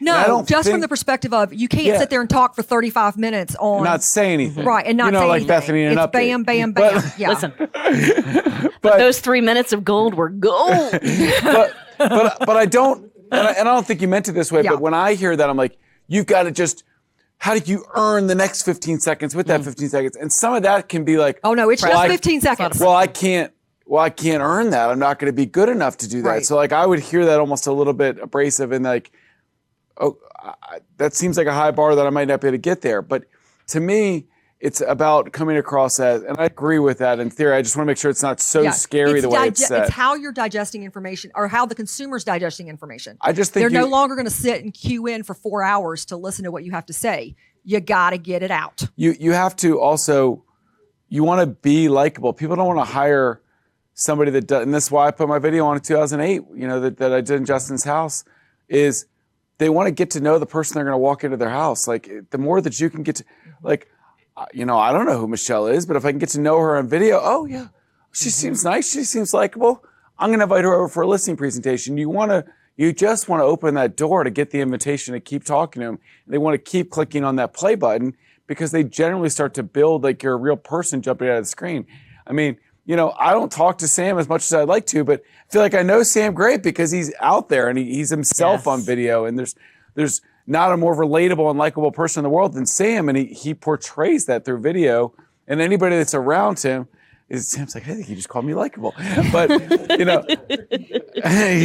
tricking me good on Facebook and the other platforms, Sam. But I think that's going to stream through to the audience around. Yeah. That they know what they're getting when they call Sam over because they've gotten to know the real Sam on video in theory. Sam Hardman is authenticity goals. Like I'm not trying to blow smoke up Sam's skirt. If you haven't watched his videos, why are you wearing a skirt today, Sam? If you haven't watched, I don't know, videos, but Sam, you got great hair. Time to do a video. You got great hair. If you haven't watched his videos, do hop on there. That it's a master class in authenticity, truly. And to speak to what you guys were kind of talking about earlier, there is an attractiveness to vulnerability. Yes. When people see you're a real live human being, that there is a definite instant connection that can be made there. People like that. People like that approachability component, I think. Well, it puts them at ease. It makes them comfortable. Yes. Just like the humor. Yes. Another thing that Donnie was saying, have a strong finish and a strong beginning and a strong finish. I also like to have I like to have 4 or 5 $10 words, as I call them, words that I know. Not that I'm trying to be. Will you teach me one? Because I don't have any. I got one. You know what? I've got one. This is my favorite one. What was Austin's word? Capitulate? No. That's a good one. Pedagogical. I had to Google it. That's made up, but I'm okay with Pedagogical. it. It means teaching. Oh, okay. Big words. One of mine, amalgamation. Oh, amalgamation's a good word. Love amalgamation. What does it mean? It's a mix. It's essentially just a mix of things. If you amalgamate something, Yes, you mix I like them. cornucopia. See, cornucopia is a good one. If you said that would actually make me like you less. Okay. Well, thank God you're not my target audience, Samson. But okay, so maybe that. But say it in a way that sounds genuine. You find your $10 words that are still natural coming out of your mouth. That may take some practice on that, but get some ringers in there. Same thing with phrases. Having a couple of locked in good phrases, whether it's a funny phrase, whether it's a phrase it's one of Donnie's jokes he uses all the time, right? Whether it's a phrase that it helps people pontificate. There's another $10 There's word. Another one. Whatever it is, not only does it save you for those moments where you're like, what do I say next? What do I say next? I've lost my train here. It can help put you back on track because that's your comfort sentence. It's almost an anchor to get back to what you were doing. Absolutely, yeah. And those, I can feel the energy coming back in because I know how to nail that sentence. I know how to nail the inflection of that sentence. So that I find to be very helpful. Just have a few words. You don't, again, to your point, scripts I don't think they don't work for me either because I will be so obsessed with did I nail every word on that script that I will forget the greater context of it. But certainly have those words ready to rely back upon to kind of sew in there or phrases in there. I find that to be very helpful. Absolutely. Absolutely. Is there another slide? There is. Okay. Are you done talking with your? Okay. Unless So you here's have what more. we're going to do before we move on. I want everybody to pull out your phone right now. Oh yeah. Pull it out. Lord. I don't know if this is an iPhone or an Android. I just pulled a picture off the internet. So you're going to pull out your phone. I mean it. Pull it out. You don't get to not do That's this. a droid. That's a droid. You It meant is. to I do just that. said phone. And you knew Okay. it was a You droid. know. Everybody, Ruiner hold of your every phone text up. conversation. Hold your phone up. Okay. I want you to now click on your camera or video button. I want you to hit the little turn it around to your selfie page. Okay. We are going to smile really big because we're going to open up our thumbnail with a really big smile. We're not going to take a picture. We're going to do video. Meredith's checking her hair. Nice. You look like you look and you sound like you smell. We're is going Arturo. to, in just a second, we're going to hit record because, guys, y'all are nailing the hairdos today. Ladies, you look great. It's true. We're Everyone's going to having hit good hair day. record and we're going to say a little script. Hello, my name is. Put Insert your your name. name. I am a rock star agent with Samson Properties. You can reach me at and put your phone number. So hit record, do your video right now. Go. My name is insert your name. I am a rock I star. knew it. I knew it. But that's the key. Okay. Yes. Okay, so number one, you don't have to do anything with it. Just hold on a second. Number one, congratulations, you just did a video. That easy, guys. That easy. So here's the thing. How many of you immediately got distracted because of the noise? Okay. Yep. Well, what did that tell you, Michelle, that you have to do for yourself? You got to go somewhere else, right? But go back to, were you in a comfortable place? Probably not. Were you in your bunny slippers with your coffee or whatever it is that makes you comfortable? Probably not. Were you comfortable with your content? You know your name, you know your phone number, but you were reading it off a slide. So probably not too comfortable there, right? In a room with other people listening to you. But did you do it anyway? You didn't die. Great, Chrissy. Great point. Did you die? You did not die. So here's the point. You didn't die. You did it anyway. Pat yourselves on the back, because even if you had never done a video before, you just did one in really bad conditions with everybody looking at you and you nailed it. Because it's better than not doing it at all. It's okay. She forgot her name in the first one. It's okay. Well, Donnie said insert your name here. I said insert your name here. He did insert your name here. I tried to get somebody to laugh, but nobody heard me. I heard you. All right. All right. So the point is this. You did the video. Now you know what it feels like to really do it in bad conditions. The next one's got to be better, right? It can't be worse. That's the spirit. Exactly. All right. So thank you, because you humored me, and I love the fact that you guys all did that. So kudos, rock stars. All right. So let's pull out some mics back there. Do you guys have specific questions that you want to ask any of us, all of us, on getting comfortable, on how we started, what we do, content, anything? Any questions that you guys want to ask? Because listen, there's things like, people say public speaking, you stand up and just picture everybody naked. That does not work. I wouldn't recommend that. I wouldn't recommend that. No. I don't want to see anybody that way, right? No, I don't, right? I don't know. Sam is out there. He's looking good. You go, Sam. Speedo and a beard. Speedo and a beard. That's awesome. That's awesome. That's Friday nights at my house, buddy. Oh my gosh. I can't even with you guys. Prudence. Yes, ma'am. Yes. So my question is, first of all, thank you for the training. I really appreciate it.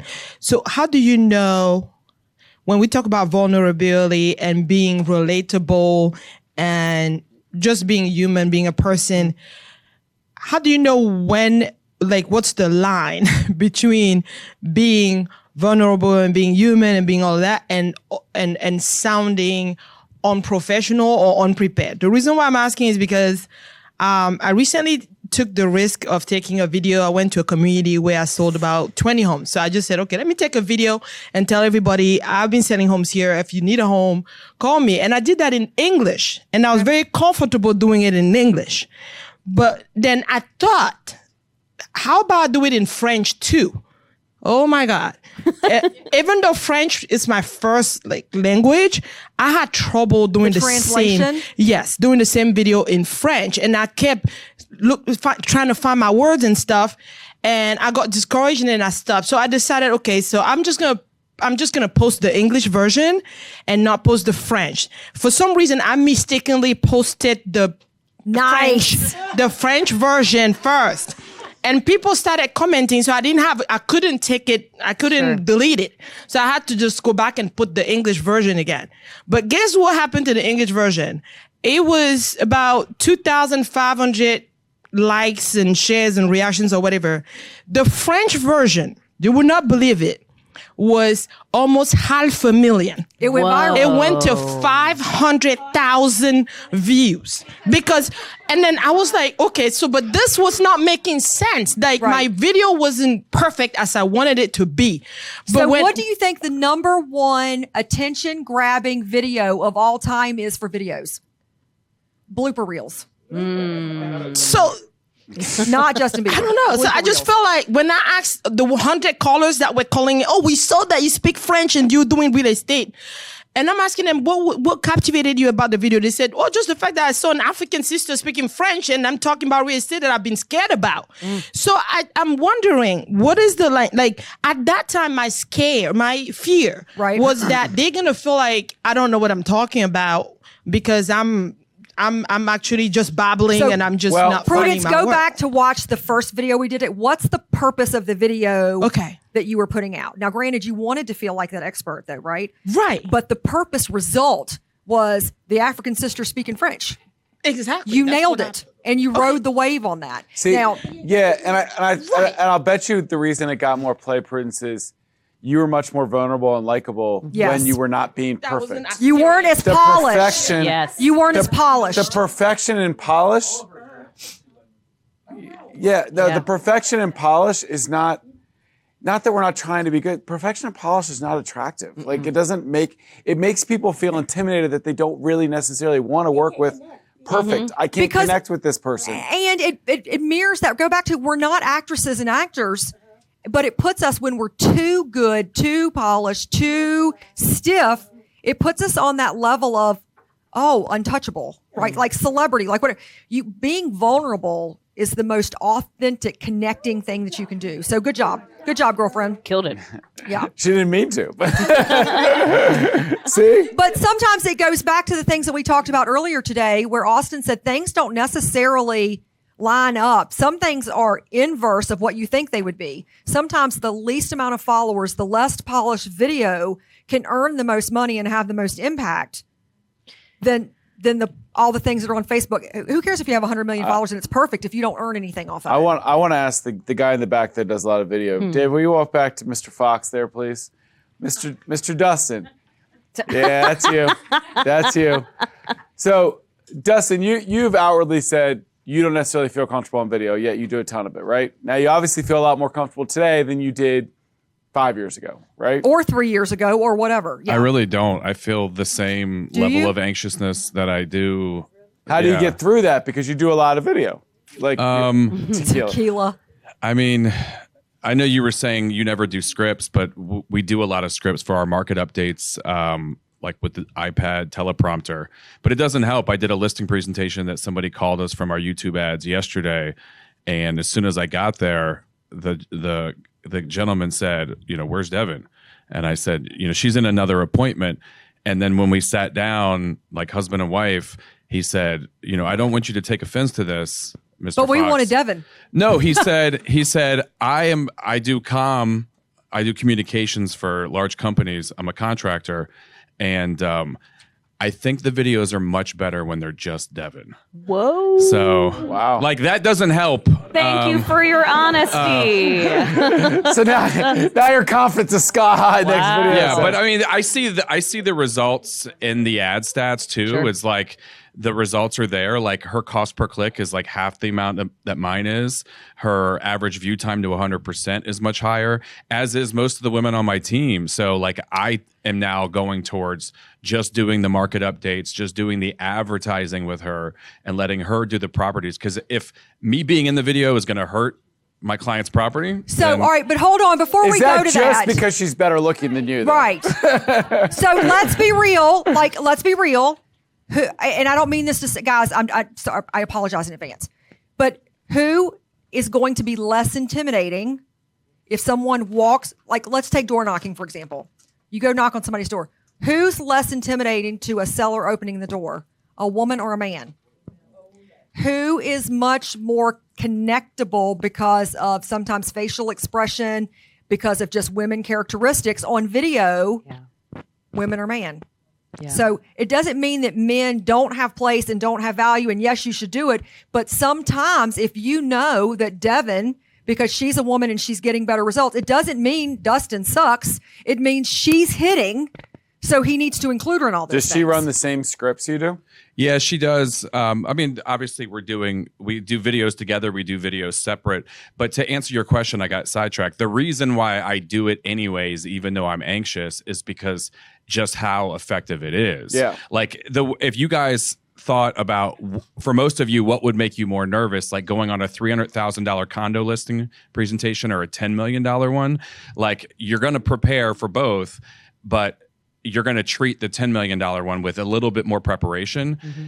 With the video, like the amount of business that you can get from it, because when you're sending somebody postcards, they might be in the thought of, I might be listing my home soon, so I'm going to start saving these.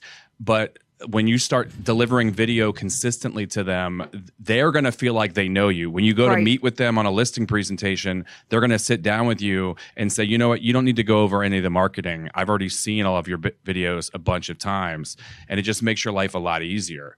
And everybody's going to come up to you at restaurants and in the community and say, I see your videos all the time. Well, so and have you guys seen any of our team's videos? Yes. Yeah. Like in your local market? Yes. Yes. Yes, get off my screen. No, and that's good. But it's interesting that even somebody that does as much as you and you're still not getting there. Do you feel better than you used to, or still the same level of anxiousness? I feel a little bit better. I will say I'm much more comfortable where my team is not very comfortable when I tell them somebody has raised their hand or they have a listing presentation. I'm like, send them a video bomb, like rather than drop off a pre-listing packet, like get on video and do it. And they never do it. And I will hound them and say, copy me on it, send them the video bomb, and they're just not comfortable. And I remember being like that the first time I tried to do a video CMA for my database, or somebody was asking me what my property is worth during COVID. I was like freezing up. I was like, Devin, you have to do this. She never felt that way. But it was just what you said earlier, more reps. Now I'm the most comfortable person on the team because I've done it more than anyone else. Right. So you've grown more comfortable. You still just it's not your favorite thing to do. It's not your favorite thing, but you realize the value of it. So you've just gotten reps and you're more comfortable. But a property tour video, still palm sweaty, mom spaghetti. Like knees a week. Knees a week. That's hilarious. Well, one of the things that I want to kind of hone in on what you just said about, people know you. Like, I cannot tell you how many times I will go out and people come up and start talking to me and they're like, oh, I've seen you on TV. And they do the same thing to him. Oh, you're Donnie Samson. It's not because we're anything special.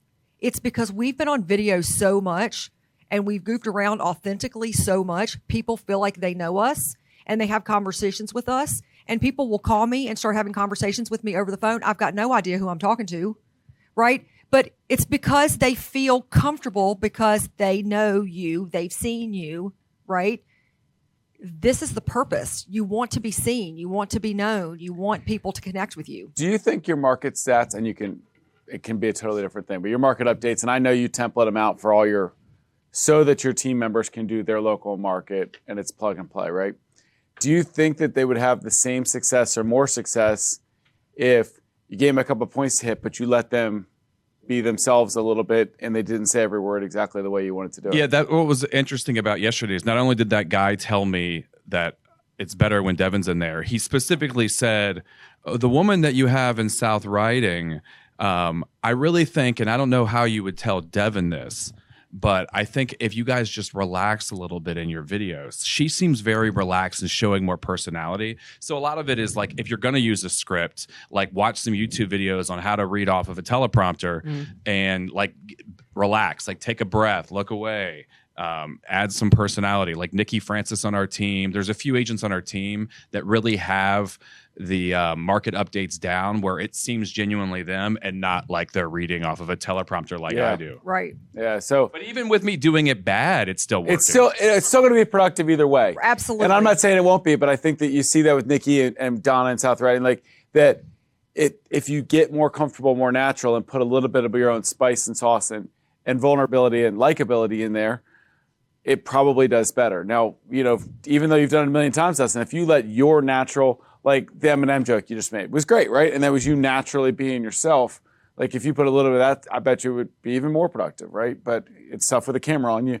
You feel a little different than if you're just talking to us. Well, it adds a little bit with the husband and wife dynamic. Right. Yeah. You've got to have that dynamic of playing off of each other. I want to do that, but I'm like, let's do the Chip and Joanna thing. And she's like, I don't want to be the bickering couple. And I'm like, that's and you don't even have to bicker. You can just like finish each other's sentences or have a joke or whatever. But having someone else in the video helps you feel more at ease. And like we talked about earlier, gives you more energy. Yeah. And look, the camera is going to put 10 pounds on your face and probably 92 pounds on your butt. Like, it's what happens. I'd like to know how many cameras are on me then at any given time, because but the thing is having that bounce off of let's have energy, let's have engagement, getting comfortable in doing it. Guys, you cannot, and to Dustin, how many of you would have just crumbled if someone had given you that feedback?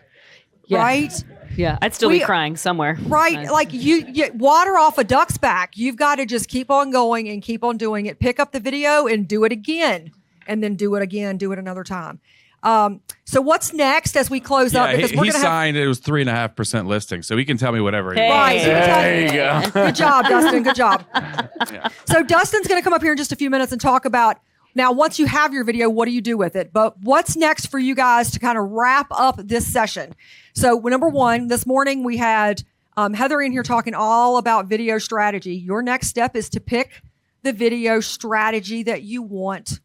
We had Justin talk about equipment, and then even Austin said you should at some point invest in equipment, but for now, use your phone, right? So pick your equipment. You've got to pick that before you leave, right? Pick your content. What kind of content, what kind of video are you going to do? Rip off and duplicate. Don't sit around and try to make it perfect because we will never be perfect. We will never get it out the door if we try to nail every word and not stutter or use the wrong word. Rip off and duplicate. Get it good enough. You're still authentically you. Practice, practice, practice. Where is your dog? Practice, practice, practice. Right? Dog sits there, do it. If the dog leaves, well, you might need to pick a new thing or you might need to get a little bit more entertaining. Practice, practice, practice. Pull out the phone and just do it. Right? Nike, just do it. Any other wrap-up questions before we take a quick break? All right, Tammy. All right. You have a question about what? And like and all the things. Yes. Donnie says, I say, all the time. I say, You say, You do. Cool. So it's authentic. So it really has to do with authenticity, right? Yeah. So I say Very a authentic. lot. I love using scripts because I have imposter syndrome and I think they make me sound smarter. Right. So, but I don't say in them. And so when I go meet people, I sound different. Right. So what do you do about that? So deviate a lot. Let me ask you a question. Why are you afraid to say in a video? Oh no, I'm sure I do. I do it in my client videos, like process videos to them. Yeah. Because those are not scripted. All is your brain trying to catch up with where you want to say next. Right? That's all it is your brain, your mouth giving your brain time to flip and fire. Right? And during menopause, it's really, really bad. Because you forget what you're saying. That's why I say it all the time. Just a different word. But I mean, you know what I mean. I do. Yeah, I don't. I think there's a time and a place that the fact that you know that I say a lot means that I You're obviously listening. include in a lot of stuff, and you're listening, and that's obviously a verbal crutch of mine. But I think it's okay. Like, I don't think anybody in this room would call me unapproachable or You don't say it every other word. Well, but I also I think it's very real. You know, and I think that probably not that I'm a likable guy, but makes me more likable because It makes you more naturally human. myself because I'm more human. So I wouldn't. Yes, there's a time to be perfect and professional, and when Justin and I put together these $50 videos to send out that are super nice, and yes, we want to be professional. Yeah, you can't blow your nose on your sleeve on that one, bud. I know. Sometimes I do. I gotta stop. I mean, I think I but, do enough but video being that it natural is sounds- also important, right? Right. So Yeah. Again, it goes back to the purpose, Tammy. Like, what's the purpose? If you are so polished and so professional, look, if you need a script and that makes you feel comfortable enough to do it, use the damn script. Yeah. If you feel comfortable and you're moving off the script and you feel a little bit more comfortable just having a front, having a land, and hitting some content in the middle, do that. It's about making you comfortable. But again, even when you're doing the script, you may have points you want to hit, but be cognizant of not reading it, looking up, slowing down, taking a breath. Your body will naturally relax. That will make you a little bit less like when you're doing your video. I'm And a I big think- fan of a pregnant pause. Big fan. Like to really one of those, you make a sentence and then it could just be because my mind hasn't found the next sentence yet, but to make my face convince them that it's an intentional pause where I'm about to say something profound in the next moment. Like E.F. Hutton says. Just take them right. Yes. Yeah. Who is E.F. Hutton? Just say yes. Yeah. Mm-hmm. Yeah. I drive my daughter crazy with the teleprompter because she'll just spurt it out and I'll be like, no, I can't do that. I need that teleprompter. Even in the pool, when I did the pool video, I had a teleprompter in front of me in the hot tub. I mean, it was crazy. But I think that if you do it enough, Pool and hot tub video of I missed- Tammy's. is Tammy, Are you not following? it was just Tammy. You just took us down a road. Hey, It's Tammy After Dark. You've never. you Tammy never After dark. No. this is Tammy's looking real for a estate or house pool for OnlyFans my page. buyer. What's going on here? I think if you use the teleprompter enough, you get used to looking away and then you look natural. So it doesn't bother. But again, it goes back to practice, practice, practice. Like we are used to doing things in the studio. When we go to the award ceremony and our slide deck, which is here and sometimes big and behind us because I'm blind and can't see, and the teleprompter goes down here, it takes us a beat to get comfortable with the teleprompter down there as well. By the end of it, we're good, right?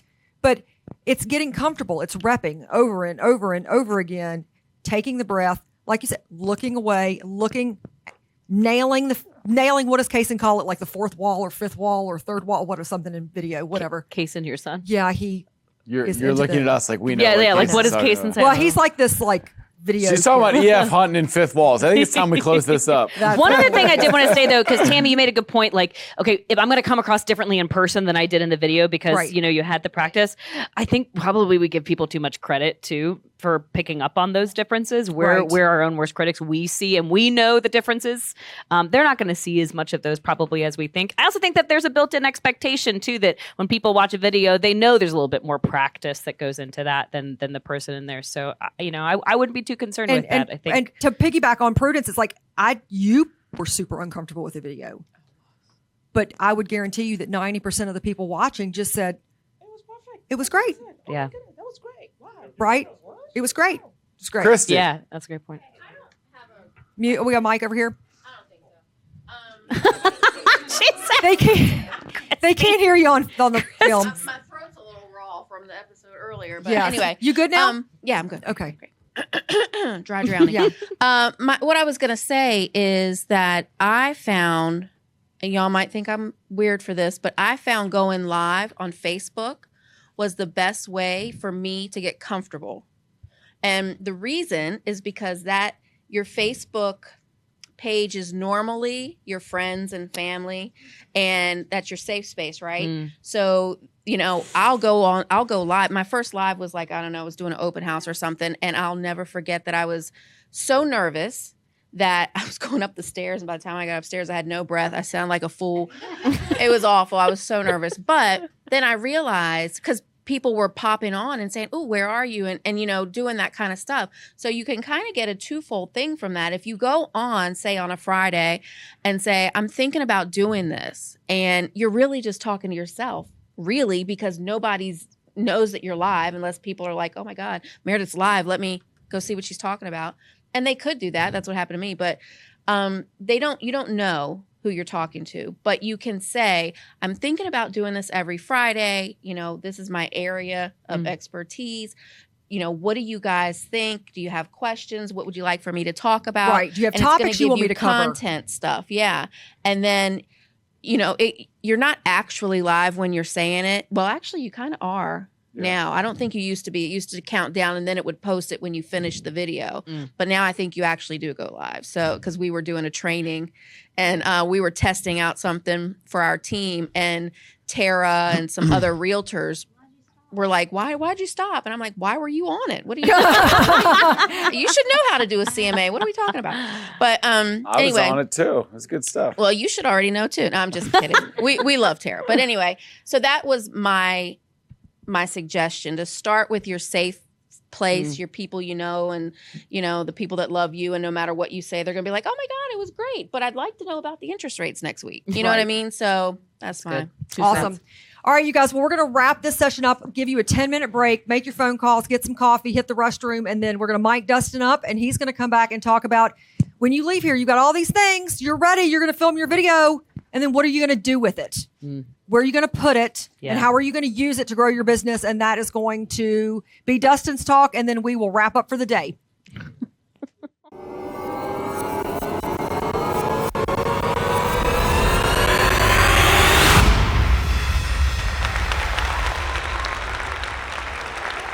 So I'm Dustin, guys. Dustin Fox. I run the Fox Homes team with my wife Devin. We've been together for 26 years. We have 3 kids. We started our team 4 years ago. We went from like 79 million the first like 8 months to like 120, and then 180, and then this year we did 221 million. So I'm proud of that. but it is a combined effort. It's obviously not just my numbers; it's our teams, and it's because of what I'm going to show you guys here. And it's going to lean really heavy on the YouTube advertising. How many of you guys have a YouTube page now? How many of you guys have like a strong organic following now? No, that's okay. Because the reason why I bring it up is some of my learnings. I've never cared about an organic following, but if you want the possibility, because I know like Ellis Properties, they have quite a few. They have a good organic following. Their videos get good organic traction on them, like minimum 500,000 views on every video they put out organically. I've never cared about that because almost every time you build a YouTube page, it's to get buyer clients. Like some of these people are going to eventually be a seller, but I only care personally. It's like I read the Millionaire Real Estate Agent book when I was brand new 9 years ago, and I was like listings to last, and this is what I'm focusing on. So all the content that I'm putting out there is to get listings. And the only way that you're going to do that is by running ads. But I wanted to start this off by just saying, like you guys see on the screen, can you guys see the screen? Oh, you see me. So I want to like recommend this book, Gary Vee's Day Trading Attention. It came out probably 6 or 8 months ago. But really what it taught me was a lot of times we're really good at one or two channels. Like we're really good at Instagram or we're really good at Facebook, but we're typically not great at all of them. And we tend to think, I'm not going to go put this on TikTok because it's going to be embarrassing for me if I only get 12 views on this. And really the way he changed my mindset was you have to make it a priority to put it everywhere, because those 12 views are 12 views you would not have had if you did not put it on those. And the only way you're going to build a following on those pages is to put it everywhere. So every time I have something, I have my little checklist from the book, and I'm making sure that I'm putting it on Facebook, Instagram, Nextdoor, TikTok, LinkedIn, and Twitter. And you have to be kind of maniacal in your approach with that, is just making sure that you're having your videos filmed or edited so they can be vertical and landscape for all platforms. So let me just show you guys this here. Hold on a second. So we're really big on YouTube because there hasn't been a better, can you guys see this? I have not found, this is by far our best ROI, best return on investment of any other lead source we've ever done. To give you guys an idea of what to expect, if you spend $1,000 a month on this, I can almost guarantee you that within 12 months, you're going to have at least one listing. And with the right price points and the right areas, the ROI is already going to be there. 3% listing at 800,000, you're talking about 24,000, minus a $12,000 budget. We like to say micro-famous in 3 months. So what I guarantee you in less than 3 months, you would have people coming up to you on the street saying like, just complete strangers saying, oh my God, I see your videos all the time. I'm watching Miss Rachel with my daughter and I see your commercial every single day. And that's how you know it starts to work, because I ran postcards for 2 years in my neighborhood and I did get business from it, but I never had anybody come up to me saying, I get your postcards all the time, I love you.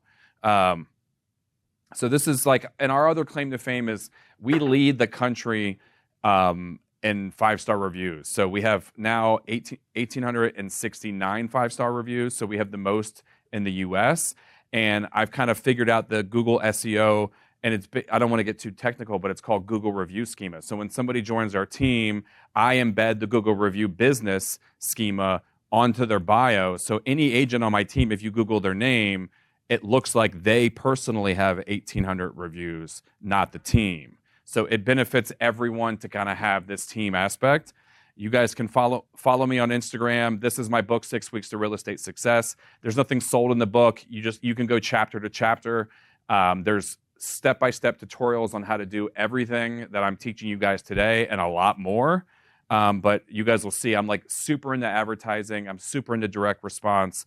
I don't believe in advertising for brand building purposes. Brand building comes as a result of direct response. And by direct response, I mean, I'm going to put something out there and I want you to pick up the phone or click the website to say, I want to work with you. And I also will send you these slides today if you guys DM me on Instagram. Donnie and them will probably put these in the, however they put this on Cardinal Nest. But you guys, if you don't want to wait, I can send you guys the video tutorial that I'm going to show you guys how to run the ad today. And I can send you guys these slides. So this is how they've helped us in our business. This has gone up to 220 now because I made these before December was over, but how our sales have grown. So why is it more effective? You know, it's 1.1 times more effective than TV and 1.8 times more effective than other digital offerings, and it's much less expensive than cable TV advertising. Why YouTube versus social? My previous brokerage, I was the guy that taught everybody how to do Facebook and Instagram ads.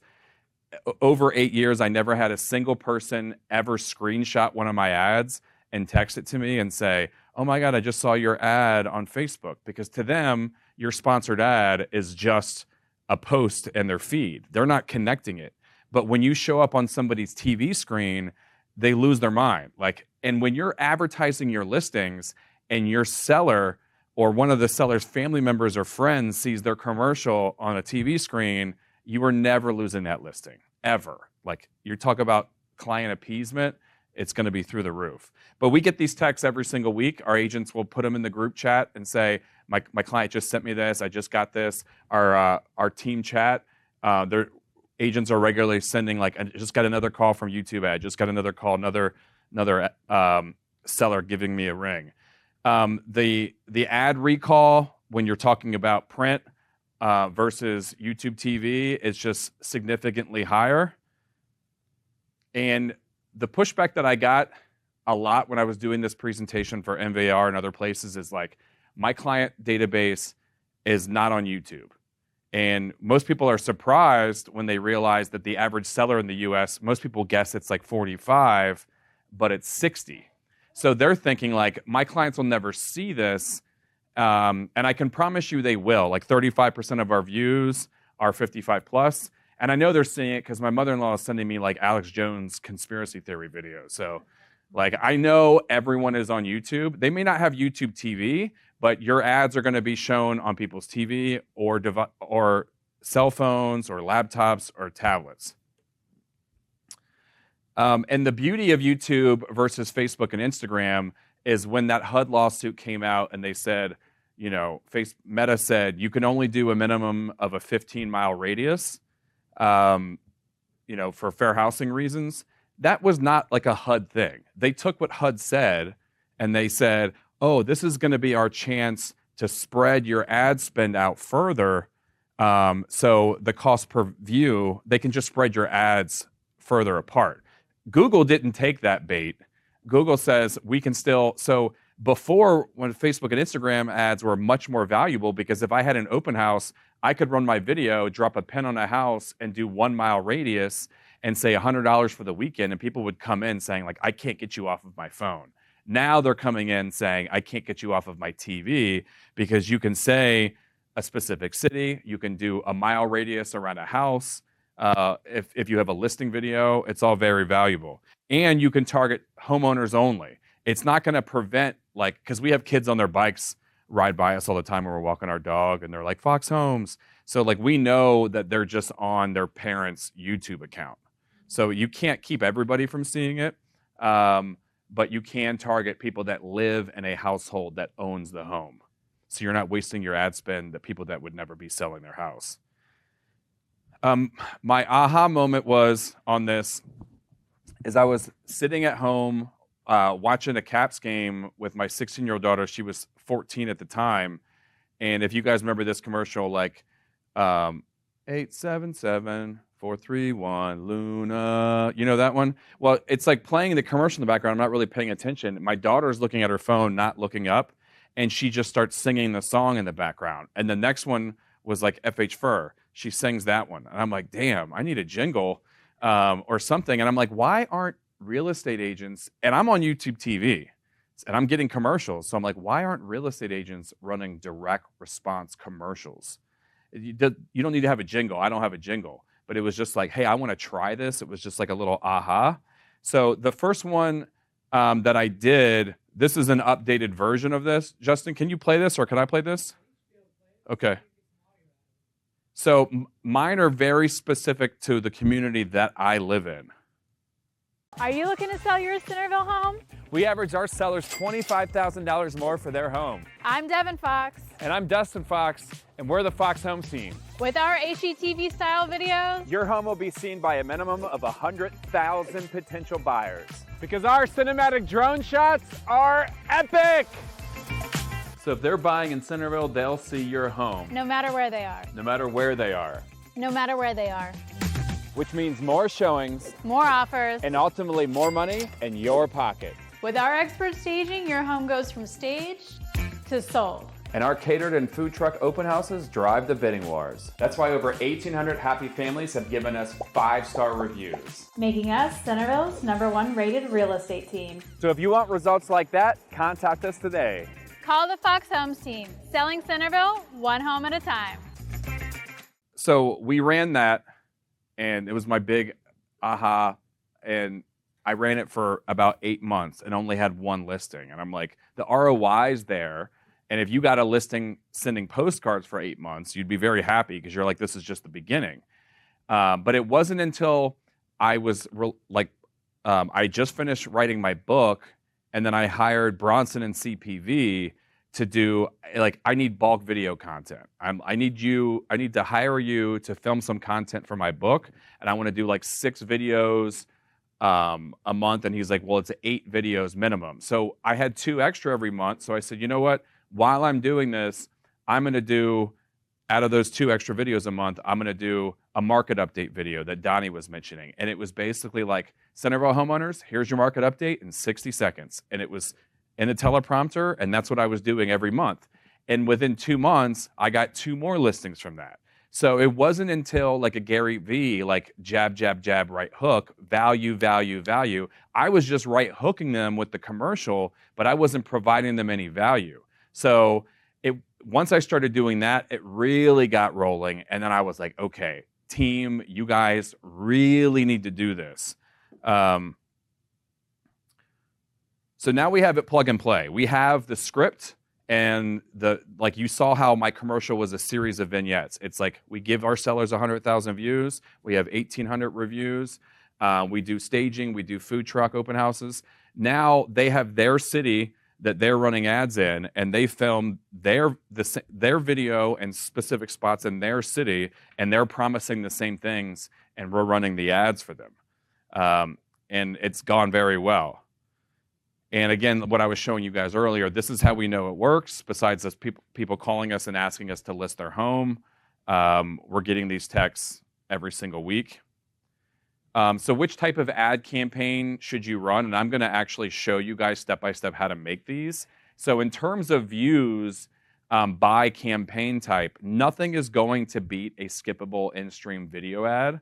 That's what's going to give you the most views. But the most clicks to your website is going to be a target frequency ad. And what target frequency is, a skippable in-stream ad is like, my population has 80,000 people in it. And it's going to say, I'm just going to shoot this out to 80,000 people. Whoever's on YouTube, I'm going to put it there just to get as many views as I can. Target frequency is going to say, I'm going to take the 80,000 homeowners in Centerville or 50,000 homeowners in Centerville, and I know Google knows who is on YouTube the most, and they're going to give you the option to say, I want this to be shown to them 2 times a week, 3 times a week, or 4 times a week. How many times do you think I'm going to have them see it? Yeah, 4, of course. Because on average, it takes somebody, set the rule of 7, it takes somebody 7 times to see something before they're ready to make a buy or sell decision. So I always tell my team members to never, I don't want to overpromise and underdeliver. So I say the micro-famous in 3 months, like I'll make you micro-famous in 3 months, but it really happens much less than that. like within a month, they're already having people come up to them, or people text them. A neighbor texts them and says, I just saw your commercial. But this is what's going to get you the most clicks to your website, the target frequency, because they're seeing it so many more times.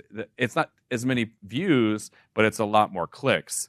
They'll allow you to choose different buttons at the bottom, like call to action buttons. These are the ones that are getting the most views and clicks. Again, you guys can get all of these slides later. And then these are our top 10 most effective video ads now. I do have one or two that are now between 6 and 7 that aren't in here. One of them is like, you guys could do a recap last year of like wherever you're selling the most in or where you live. You could say these are the top 5 or the top 3 highest price homes sold in Centerville in 2024. You could just, and your videographer or your VA can use Google Earth. You don't have to use somebody else's photos. And you just, people like, you can use Zillow screenshots, but people like kind of like the mansion porn, for lack of a better term. They like looking at nice houses. So you could just naming the ones is a good like kind of value add, which the most expensive homes are. This is the number 10 most effective video. It's, how to get your home ready. Like we're just spelling out like our staging design consultation process and what they provide. We actually show them like in the video, like what the report looks like and how there's renderings of what their kitchen or bathroom would look like. We reiterate that we have contractors that would get paid at settlement. This is like when you have a home that just sold, it doesn't even have to go crazy above list price. It's just saying, Centerville homeowners, if you're seeing this, it's on purpose. We just sold a home on 15361 Worth Court in Virginia Run. We had 12 offers. It went $181,000 above the Zillow estimate. But more importantly for you, we had, 150 groups over 3 open houses. That means there's, this many people that like the home that, are looking for a home like yours in Centerville. So if you want results like that, give us a call, blah, blah, blah. And I'll splice in photos of the open house or the food truck. It's better to show them than tell them. And then how we do our mega food truck open houses, I have a video on that. Then number 7 is just our unique selling proposition of like how we get them 100,000 views of their home. We tell all of our sellers when we meet with them, everyone is going to get you between 2 and 10,000 views between Zillow, Redfin, and Realtor. We call that, of course, marketing. Like, of course, they're getting you that just by putting you in the MLS. It aggregates to those websites. We're going to get you those views plus another 100,000, and we're going to prove it to you every week because we're going to send you a Monday update report, and we send it to our team members in their name, and then they provide it to their sellers. But it's going to have the stats, the ads, the stats from the ads, the YouTube TV stats, everything. Because it's one thing to promise the seller something, it's another thing to actually deliver it. Number 6 most effective video is our listing videos. As you guys heard me mention before, Devin gets about double the clicks that I get. It just is what it is. Then YouTube TV, us spelling out YouTube TV. And this works really well. This one is more effective than the 100,000 views because they're seeing the listing videos that act as proof of concept anyway. So when I'm explaining how I'm doing it, it's a little bit inside baseball, but they already know. And that's why when I went on that listing, I had a listing presentation yesterday and one the day before that, both from YouTube TV ads. And both of them were like, we already see your ads all the time. One was like, every commercial, my wife watches this soap opera, every commercial, we see your guys' stuff. So I didn't really have to sell anything. And it's hard for me because if you guys can't tell, I'm a bit of a yapper. At least that's what my daughter calls me. So when I don't get to sell something, I get uncomfortable. I'm like, you're just ready? And Devin's like, don't sell the sizzle. They're already ready for the steak. Just shut up and move forward. And I'm just I'm excited about it. And number 4 is our actual direct response commercial, which I just showed you guys. Number 3, most effective, is the actual market update. Centerville homeowners, here's your market update in 60 seconds. So we have a studio in our Fairfax office. It's right down the street from the Samson office. It's kind of standalone. and we have it all set up, and we have the teleprompter there. We have 3 cameras. They're not as nice as Justin's cameras here, but we have 3 cameras. But everybody, because we're not competing against each other, like nobody is running Centerville ads to me in Centerville, and I'm not running South Riding ads where Donna's running them in South Riding. It doesn't mean if I have a South Riding listing, I have to give it to Donna. It just means I'm not going to run my ads there and compete with my own agent. So because of that, the hidden benefit was everybody is leaving all of their scripts in the teleprompter. So even if you didn't have time to write anything up, you can go into the office and look at everybody's scripts and just say, you know what, I like the way hers looked or his looked, and I'm going to take that information and just insert my data into it and make it our own. And because we have a VA, they basically go in, they hit the record button, all 3 cameras are hitting, all going to the same drive. It goes up to our VA, and they're only paying $15 a video to edit. That's how we've reduced the cost.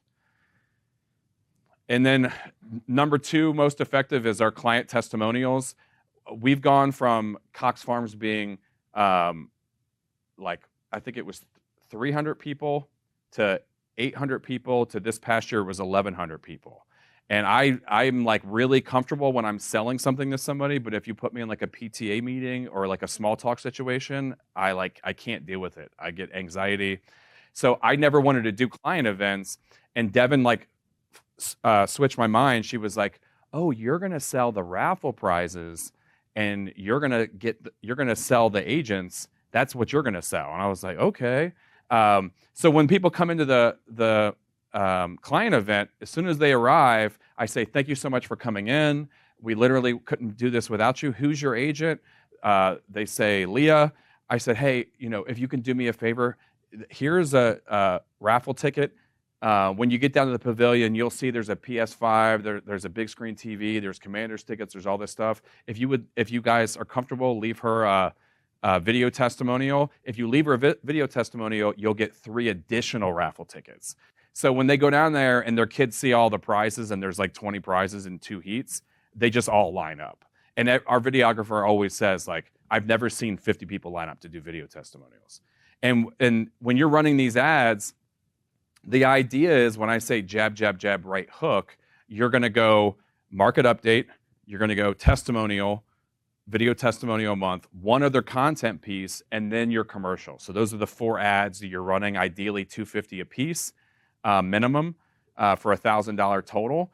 And every single video will have a QR code on it, because 60% of your views are going to be on TV. So that was like, sometimes I learn things from people that have never been in real estate. New agents come in and they're like, if they're on TV, why don't you have a QR code there? Because they're not going to go to the website on their TV. And as soon as we added the QR code, and you can see here, they're branded. Well, we were lucky enough to have both Devin and Dustin as our agents. They helped us sell our house in Centerville and find a really great house in Alexandria. So it's one thing for me to say, I do this, I do that, how great I am. It's completely different when somebody else is saying it for you. And the more, like, she was very comfortable, but the more nervous they are and the more amateur they seem, the more effective they are, those testimonials. So I never wanted to be the guy at a closing and just whip out my phone and be like, "So tell me what you think about me." And you've seen those before where the client's like, "I can't believe you're making me do this right now." So you have to figure out a way to incentivize them, and that's how we're doing it. Whoops. And then the most effective ad, I don't know why, is just our client event video. And this is just kind of shows like how we do our client events. What did you say last video? Wait, what was the other line? What did you guys say? Yeah, we're the Fox Home Team. We love. But you get the idea. All right, who wants to learn how to actually run the ad? Anyone? Okay. So if you have not run a Google ad before, you're going to have to, the way I'm teaching you and what's in the video is not going to look the same, because what Google's going to force you to do is to create an ad in their easy button mode. So don't worry when you get home if you've never started a Google ad page and it looks completely different, because it's not going to. Just go through their prompt and put like $5 a day, easy button, throw your video in there. And then when you're done getting it in there, that's just to establish the account. Then you go back to Google Ads and your page is going to look like this. Can you guys see this? Should I zoom in a little bit? Can you guys see it? So once your stuff is like this, you're going to come over here, go to campaigns, and make sure that you can see.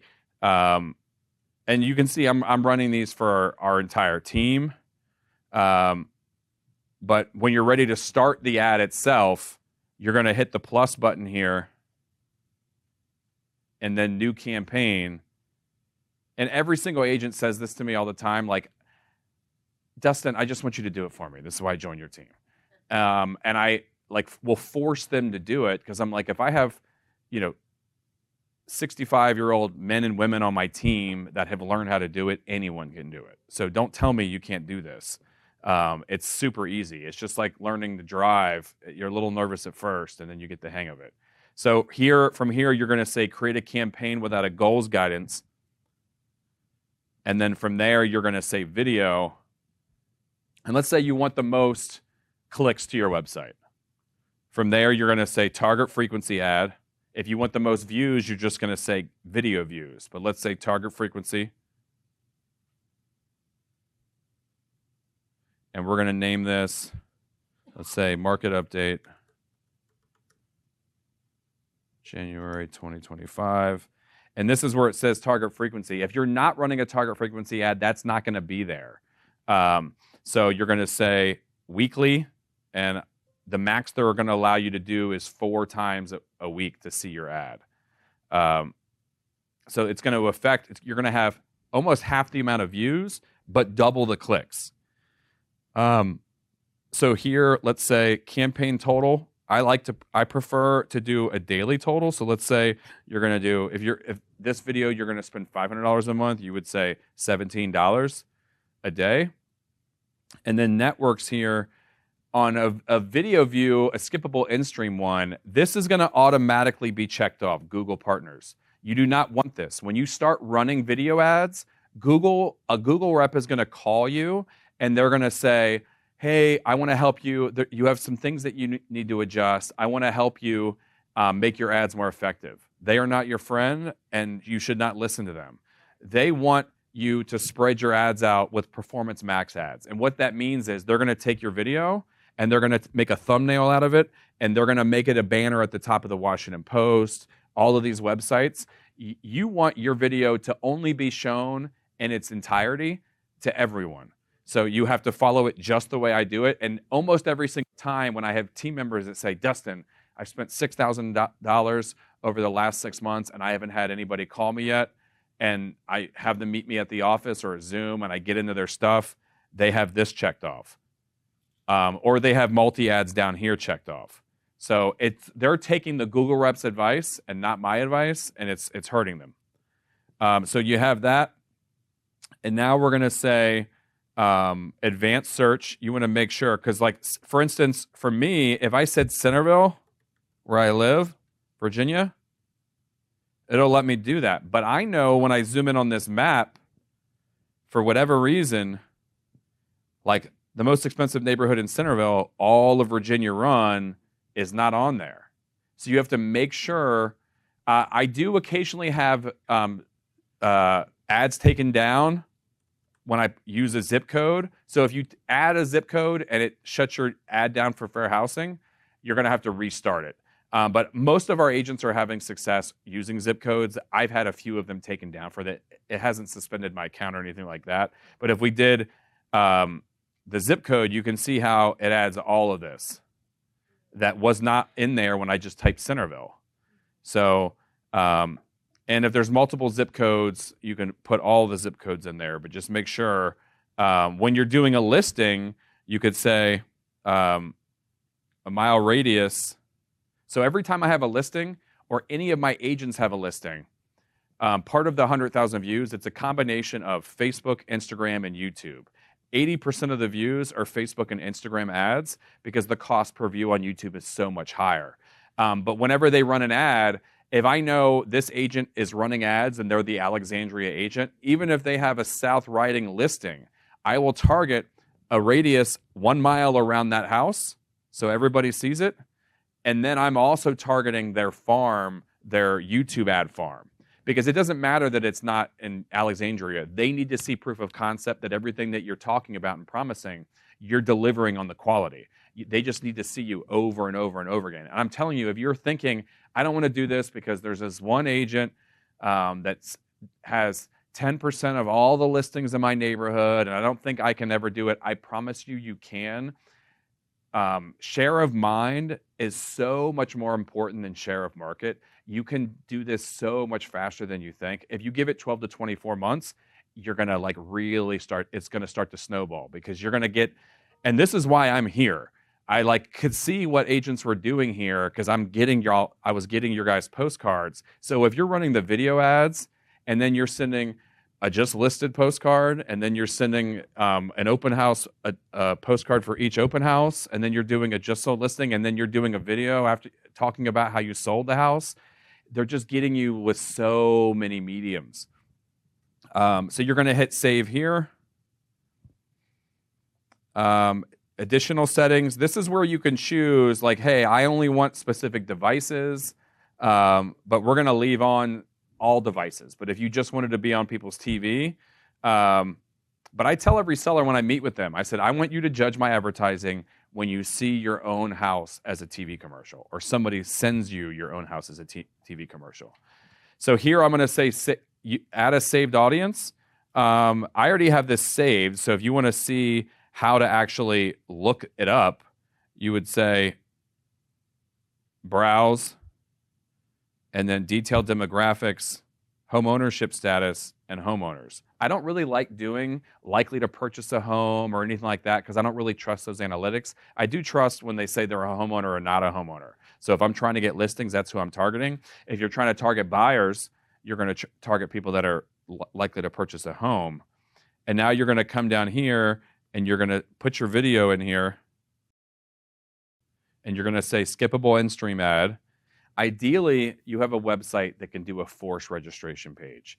And when I say forced registration is if they can just go to your page and just look around there, you're very rarely ever going to get somebody to pick up the phone and call you. You will pick up the phone and come list me calls from these. But when you're getting all of these clicks to your website, you don't want them to be able to do anything to register. And when you, we use Sierra Interactive, and that's the engine that drives everything. I'm proud to say we have the most organic traffic. So if I go into my content pages and I say, thinking of selling, you'll see all of my team members, they have their own individual thinking of selling pages. So the thing that I love about Sierra Interactive, besides obviously all the SEO, and there's a whole chapter on SEO that's in my book that you guys could go through. But if you're on our page, any page that's on here, any page that you make, if somebody were to just go to this page, they could just look at it, and they could go down here and see and fill out this contact us about selling their home, and they have. But really, if you hold the cursor over here, you see how that paperclip came up? Now, this allows you to make it as a forced registration page. So when somebody comes in, you can name it YouTube ads, and when they go to this page, a pop-up will pop up on their phone, and it'll force them to register. It'll say register on Google, register on Facebook, or fill out this form. And then you'll get a notification that said somebody just registered, and they registered from your YouTube ad. And that's what you want, because when you get those calls, you're like, okay, somebody already knows who I am, and they just registered for my YouTube ad. You're going to put that in here, and this is not the forced registration one. And then you can say, buy now, learn more, shop now. This is a commercial. So, and then whatever you see said here, I like to double it. So on a target, on a skippable in stream, this number here, the bid number is typically going to be anywhere between 5 and 10 cents. So whatever that says, I like to double that. So if it says 5 cents, you're going to do 10 cents. This is much higher because this is how much you're going to pay for that each person to see it 4 times. So I would say, $13. You're not going to pay that much. It's just an auction system. So I want to go ahead of the auction because there's people that are selling, trinkets or courses or this and that. Like, we're selling houses. So I can promise you what I'm selling is worth a lot more to me than the other advertising I'm competing against, because I'm looking at, a 12 to 24,000 or more if you're like running ads in McLean. The tough part for me is when I'm teaching this class in the Midwest and they're like, you're telling me $1,000 a month minimum, and my average price point is like $150,000. I'm like, yeah, you probably shouldn't do it. So that's all you do. And then you hit create campaign, and then voila, you have your first ad.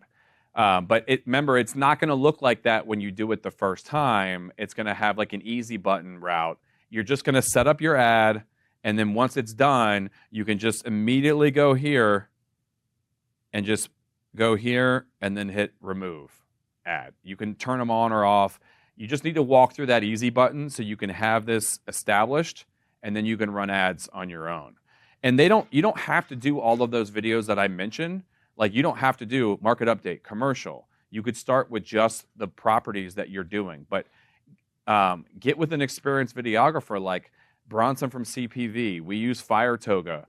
He's a little bit harder to book, but use somebody that's going to have you be in the video. And I know that that's not natural, but if you look at our videos, it's very highly edited. So we're only saying one little phrase at a time, like and the hardwood floors, and then it's like another vignette. We're only saying one thing, and he's telling us what to say. He walks the property, he tells us what to say, and we mess up our lines. It's super uncomfortable. And then after, he might film the same line 4 or 5 times. Before you know it, you're done, and you're going to leave that first one, and you're going to be like, that's going to be the worst one he's ever filmed ever, and this is going to be embarrassment to my clients. I don't even want to share it with them. And then you're going to get it back, and you're going to say, oh my God, it wasn't that bad. So you just got to put yourself out there. What questions do you guys have about this? CPV, Bronson. You can tell him I sent you. He does good video. He does great photography also. So he has full packages where you can do photography for your listing and video. But you can ask him before you film, hey, Bronson, I want this filmed so I have it vertical. So go wide enough so you can get me vertical. And I need it landscape for YouTube. Because you're going to want to get it vertical so you can put it on all your social media channels. Because I'm not taking away from that, because your clients seeing you, all of your database, your SOI, regularly seeing you step up. We work in such an incestuous business that we see each other's views, our videos all the time. So we think, oh, everybody's doing this. Who cares? And I was so cynical when I started. I thought, okay, the agent being in the video, that's like about them. That's not about the property. And I'm like, I'm not gonna be in the video because I want the property to be the star. And then once I started hiring agents that were using CPV and Fire Toga, and I was honestly, I didn't realize it at the time, but it was a cynical excuse because I was too afraid to be in the video. And it wasn't until I started comparing the cost per view, the average view time to 100%, and how many more clicks it was if the agent was in the video. And it's why when you watch HGTV, there's people in the videos. Like if you just watched a whole 30 minutes of just properties, you'd be like, this is boring as hell. That's why Steven's eating glizzies. Yeah. When you're running these ads, do you turn them off? Like, say you have your market update running for the month, and then you've got a listing in Centerville. Do you turn off that marketing update? Yeah. So we have. Yeah, I run them when I do my market updates. I used to wait until Smart Charts drop their new data on the 12th, or between the 10th and the 12th each month. But even that data is always a month behind. And you guys, we have access to the MLS, and you guys can create your own market. Like you can go here and I'm going to answer your question while I'm doing this. But if you guys like are just wanting to run your own data, it's like very simple to do. But I get the video back, and then I will run it for anywhere from $10 to $17 a day, and I will leave it on indefinitely because sometimes I have the intention of doing it on the 25th to be able to have it back edited on the 1st to run it for a full month, but business gets in the way and I'm not able to film. So I don't want no market update being run, even though it says December and it's now January 5th. Nobody's watching that and being like, "Oh God, he's so late." You know, it's just like I know I'm not gonna leave it running forever. But if you're going here and you say, let's do 20120,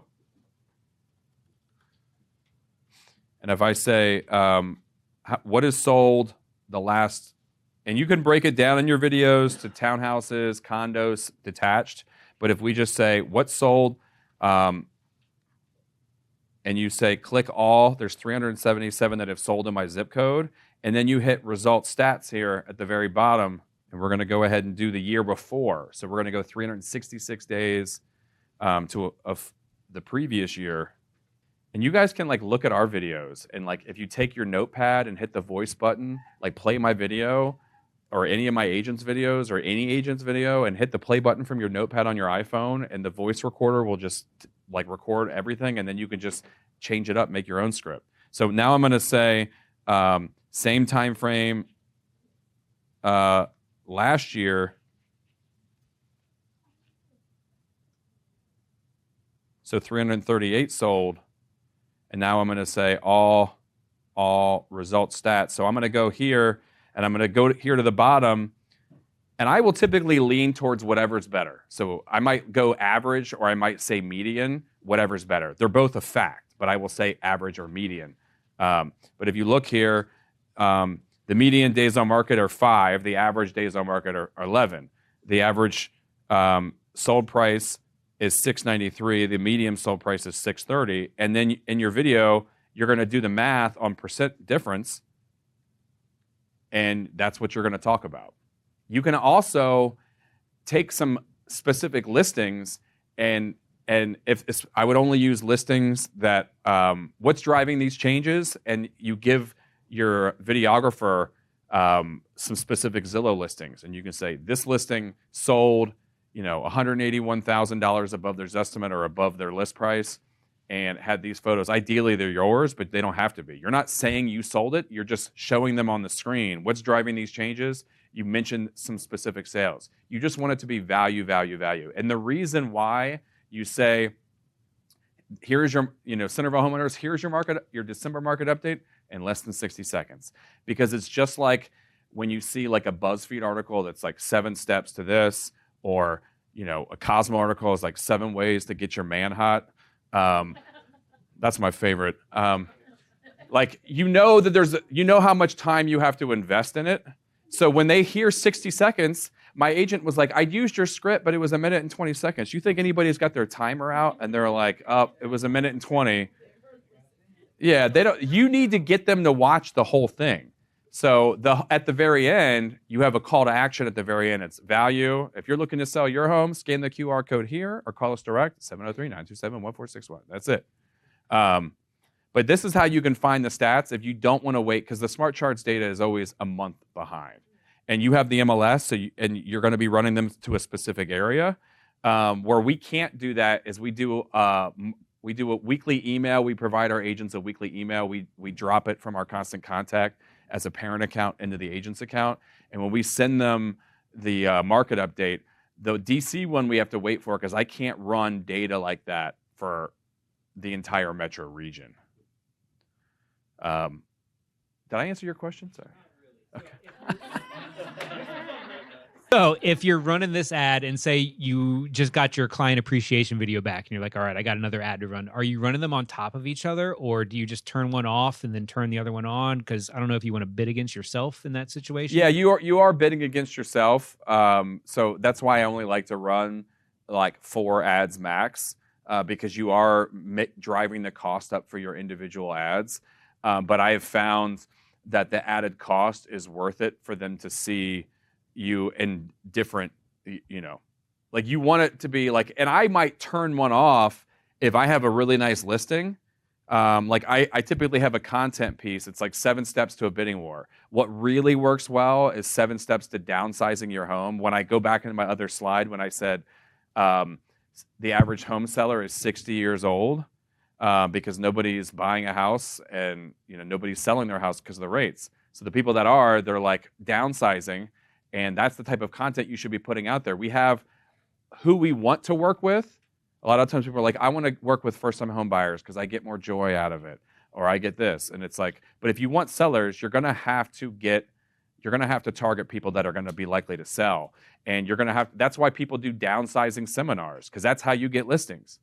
And that's another good ad. I don't do seminars, I should, but I could easily run an ad for that and probably get more out of it than I would from sending postcards. Did I answer it? No, you did. Thank you. Anything else? Yeah.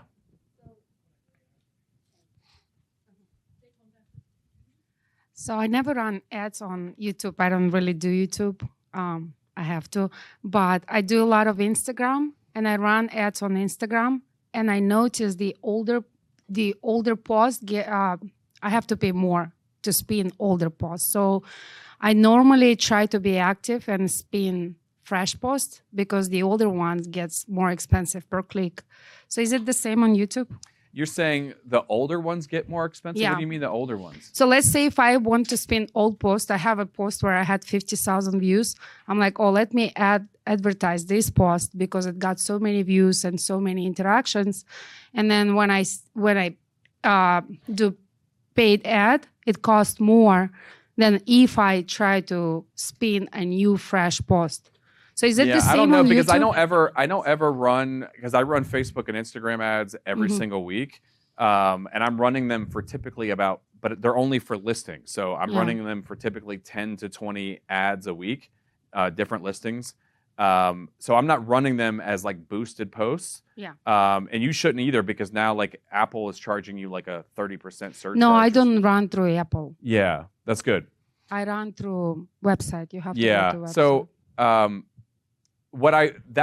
your question kind of, I'm sorry to get like, sidetracked. does your but old post, do you have to pay more? Let's say. No. It's not going to be, it's going to be the same, but I will tell you, you're going to see a wide variance of, because like when you look at the stats here, the big ones are, that I have up, you'll see average view time to 25%, 50%, 75%, 100%. How many clicks they have, what's the average cost per click. So the cost per click is the most important to me. I don't care how long you watch it, if you click it, that's the most important thing for me. I have not seen, if it's an older YouTube video, that I'm paying more, because I have YouTube videos that I've had up for 2 years that I'm still running ads on, that they're still effective. So that doesn't really matter. They only care that you're spending money. I will say, and you made me think of a point that I didn't get to earlier, is if you have an organic YouTube page, you should set up a separate, almost identical page. You can literally just call it like Ellis Properties, part 2 or something.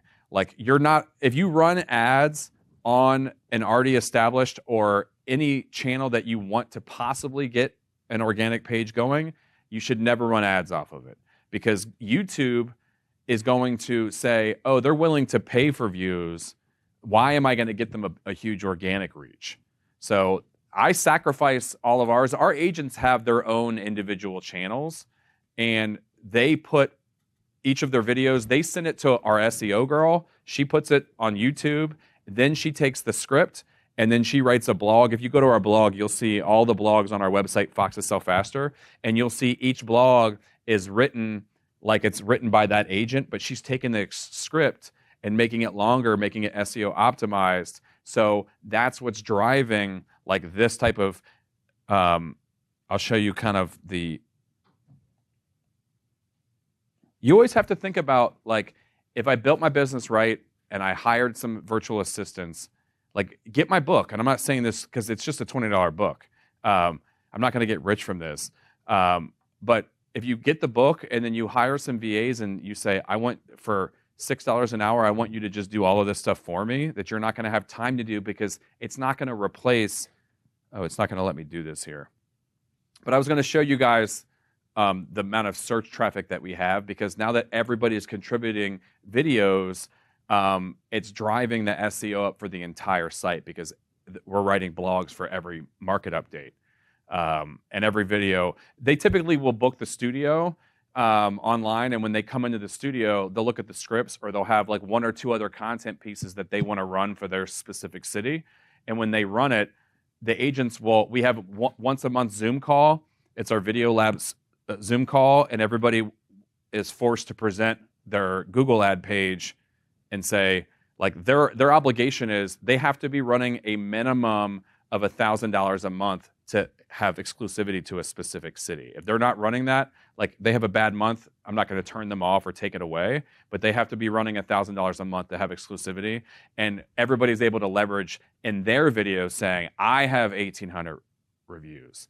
Each of their blogs, the Google review scheme is in here. This is what I was saying. If you Google an agent on our team, you'll see like it looks like she has 1,800 reviews.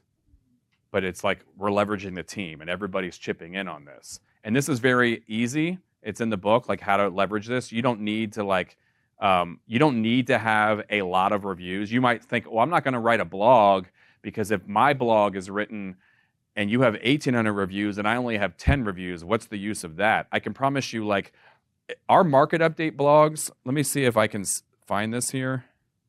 So if you Google like the market, you'll see our blog looks like it has 1,800 reviews, but nobody else. Like, if you're a consumer, what are you going to read? It's the same as when you're shopping on Amazon. And this is why we get so many come list me calls. We have 5 of our agents on our Google local service ad calls. And if you're paying for Google local service ads, you're like, I don't get anything, I get rentals. But the only way to be winning in that space is to be winning. You have to have the most reviews. It's no different than when you're shopping on Amazon. You have to have that. And you got to have people that buy in on the team concept, that are willing to sacrifice their own personal Google reviews and trust us that we're not going to take those and we're giving them up to the team. I'm kind of getting off sidetrack. I'm sorry. You said YouTube TV a couple times. Are you just on YouTube, or is it YouTube TV? Both. Yeah, I would say probably 60% of the views are YouTube TV, which I prefer. They have a much bigger impact because I can see in my analytics 60% of our views are TV views when I look at the device in the analytics. Are you just saying device, or like YouTube TV actual like product? It's YouTube TV. I mean, they could be watching YouTube, regular YouTube on their TV. Right. I don't really do that. I'm old-fashioned, or my wife would say stupid. I still pay for Fios and have YouTube TV because I want to see my own commercials. And there's things that you can do with YouTube TV. Like last year, I did a $500 budget, and I ran it. I picked a day only, and I chose device only on TV only. And I had people at Funland in Centerville, and people texted me, and they were like, "Holy shit, Fox, you had a Super Bowl commercial?" Like. And I'm like, yeah, man, you know. But I chose TV only, and you occasionally will see a local cable operator, like Kirk Cousins did that fireplace ad, and that was a local operator, and it's no different. Like, you can say, and I will do this sometimes where I'll just like, I'll be out with friends and we're going somewhere, and I know they have YouTube TV, and I'll just spend a little bit of money to give them a kick out of it. But and I have friends that I've done transactions with that left me video testimonials, and I'm just like carpet bombing them 1 mile from their house. And they're like, "You asshole, I knew if I did that for you at Cox Farms." And it's like, I'm spending $500 for a month, 1 mile from his home. He's like, "Dude, I hate this. Please stop." I was like, "Nope, you got your raffle ticket." That target frequency you just did, does that correlate to the YouTube TV, or is that a different Yeah, process? it's both. Okay. It's both. Yeah, you don't have to, and there's also Google TV, apparently, and it will do all three: YouTube, Google TV, and YouTube TV. I don't really try to differentiate there. I want it across all devices. That's why in the video we're like, no matter where you are, it's like me in my basement, Devin at the park, the iPad, because it really is everywhere. And that's what we hear from people when we're in the street. Like I can't get you guys off of my phone. We see you guys everywhere. And that's what really spurred us into doing more neighborhood events. We started doing the Breakfast with Santa and the Easter egg hunt at Sully Station because we're like, they're coming up to us and saying, oh my God, we love you guys. Thank you for doing this. We see your commercials all the time. It's just like an extra frequency. And now we're doing the monthly market thing. And it's just like, there's so much that we offer here and that can all be blended together that, if you're not taking action, you should. And like, this stuff is so much easier than you guys think. And I know when you first try it, you're going to get frustrated or overwhelmed. And maybe we do a class where, Devin and I are like, you guys have your laptops open and you're like, it's doing this for me. And we walk around and we show you how to do it. Because once you guys are doing it, you're going to see how quickly it's going to work. Yes. How do you combine your team's Google reviews again? So everybody's getting reviews on the team page. So whenever you think about a problem in your business, like I said with the video testimonials, I typically, whenever I have a problem in my business, it means that I'm not thinking deeply enough at incentives. Incentives rule everything. So whenever I'm looking at reviews, it's not only that I'm giving my team the ability to be, I have 5 people on our Google local service ad calls. We have 10 calls a week on average, sometimes a lot more. Out of those 10, 5 of them are contractors, or cleaners saying I want business, or renters. And then the other 5, it's like 2.5 buyers, 2.5 sellers. And I think about, okay, how can I incentivize my clients better to leave reviews? How can I incentivize my team to leave reviews? So the get on our calls, it's a combination of using preferred title, using preferred lending, and getting reviews. And we have a team player stat that shows how everybody's doing. And if you're helping the team, then that's your best ability to get on the call. And then we incentivize the agents with bonuses for leaving reviews. So because we understand they are sacrificing their own Google reviews, and that's a huge ask. I get it, because I wouldn't want to, it's like when you see people on teams and everything is going under the team leader's name, all the sales are going under their name. I'm like, what happens? Bands break up. What happens? Now you're going to go out, if you switch brokerages or something, you have nothing under their name. So everything is under their name sale-wise and on their sign. But I realized that I had a goal, kind of my big aha was, it was during COVID, and I got a St. Bernard puppy. And my dad came over to my house. This is when people weren't going into each other's houses. And he comes over and he's like, son, you got too many Amazon boxes. You got too many boxes. You're shopping too much. And I was like, Dad, this is literally how you're going to have to shop soon. You have no choice. He's like, I like to see and touch things. And then fast forward 6 months later, I bring my puppy to his house to see him, and I see a bunch of Amazon boxes. And I don't know why it took this aha for me to wake up. But I started razzing my dad. I was like, oh, look at you with these Amazon boxes. He's like, it's so much easier. I just see what has the most reviews, and I don't even have to think. I just click the button. And I was like, I'm like, so Devin and I had 100 reviews at the time. And I said, okay, I need to get and incentivize agents that we can come together as a team. And I said, this is what I'm going to do. Year 1 to year 3, it's an uphill sled, because I'm competing against, Debbie Dugrel, Sarah and Debbie Reynolds, Carrie Shaw, everybody that had 1,000 reviews. And I'm like, I told our team, we're going to come in this together. We're going to become number 1 in reviews in 1 to 3 years. And then we're going to leverage that social proof to become number 1 in sales years 4 to 6. And that's what we're doing. So if you put your thinking cap on and you're advising individual agents coming together to do something like that, do you think that could work? And how do you think it could work? Yeah, I mean, you know what I mean? I'm really lucky because I've seen a lot of teams not work out, and some of which are on our team that started their own team or were on other teams. And I'm very lucky that Devin and I are very different people. I'm really into marketing. She's really into operations. And we're not going anywhere. I trust her, with my life, and my children and everything else. But you can do the same thing, but it's the trust. Yeah, not just trust with the leader that you're partnering with, because if you've ever partnered with an agent on a listing, or it takes you back to when you did a group project in high school or college, and there's always one person doing a little bit more work, and over time some bitterness ensues, and that happens even with a husband and wife team.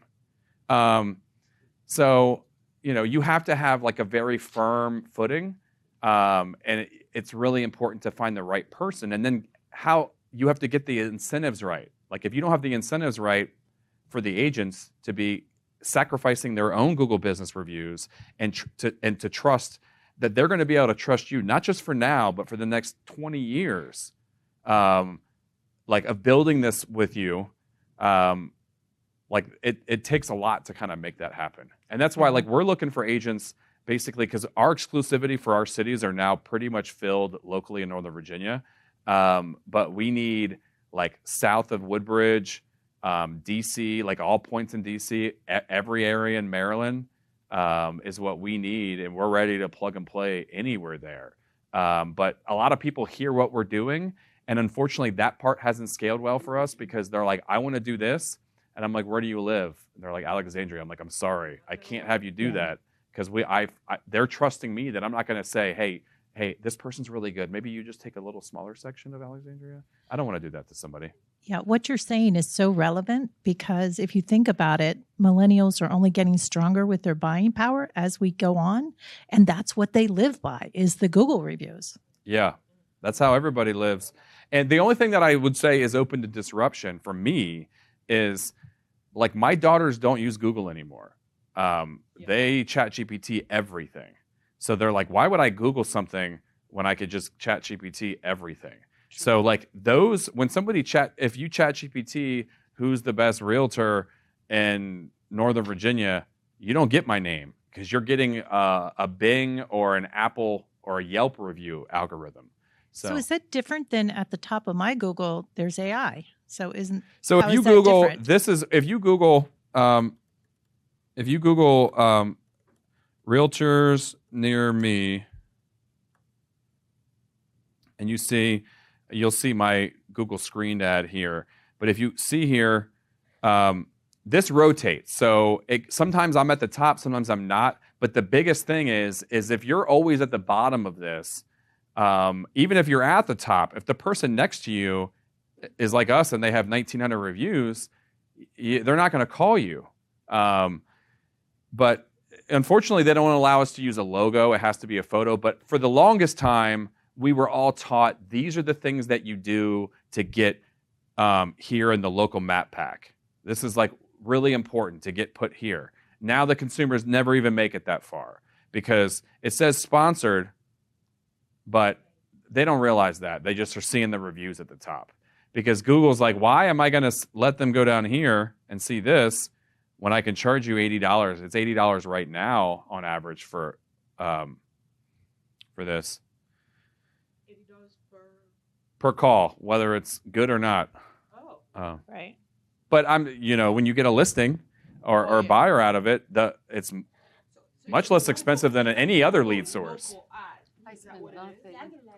Yeah, because it's using their phone. It's using their phone, and like when I think about what could be possible for my business in like 5 to 10 years from now, it's like, okay, me and Devin would have to, because we're the team leads, get licensed in Florida, get licensed in New York, start teams up there.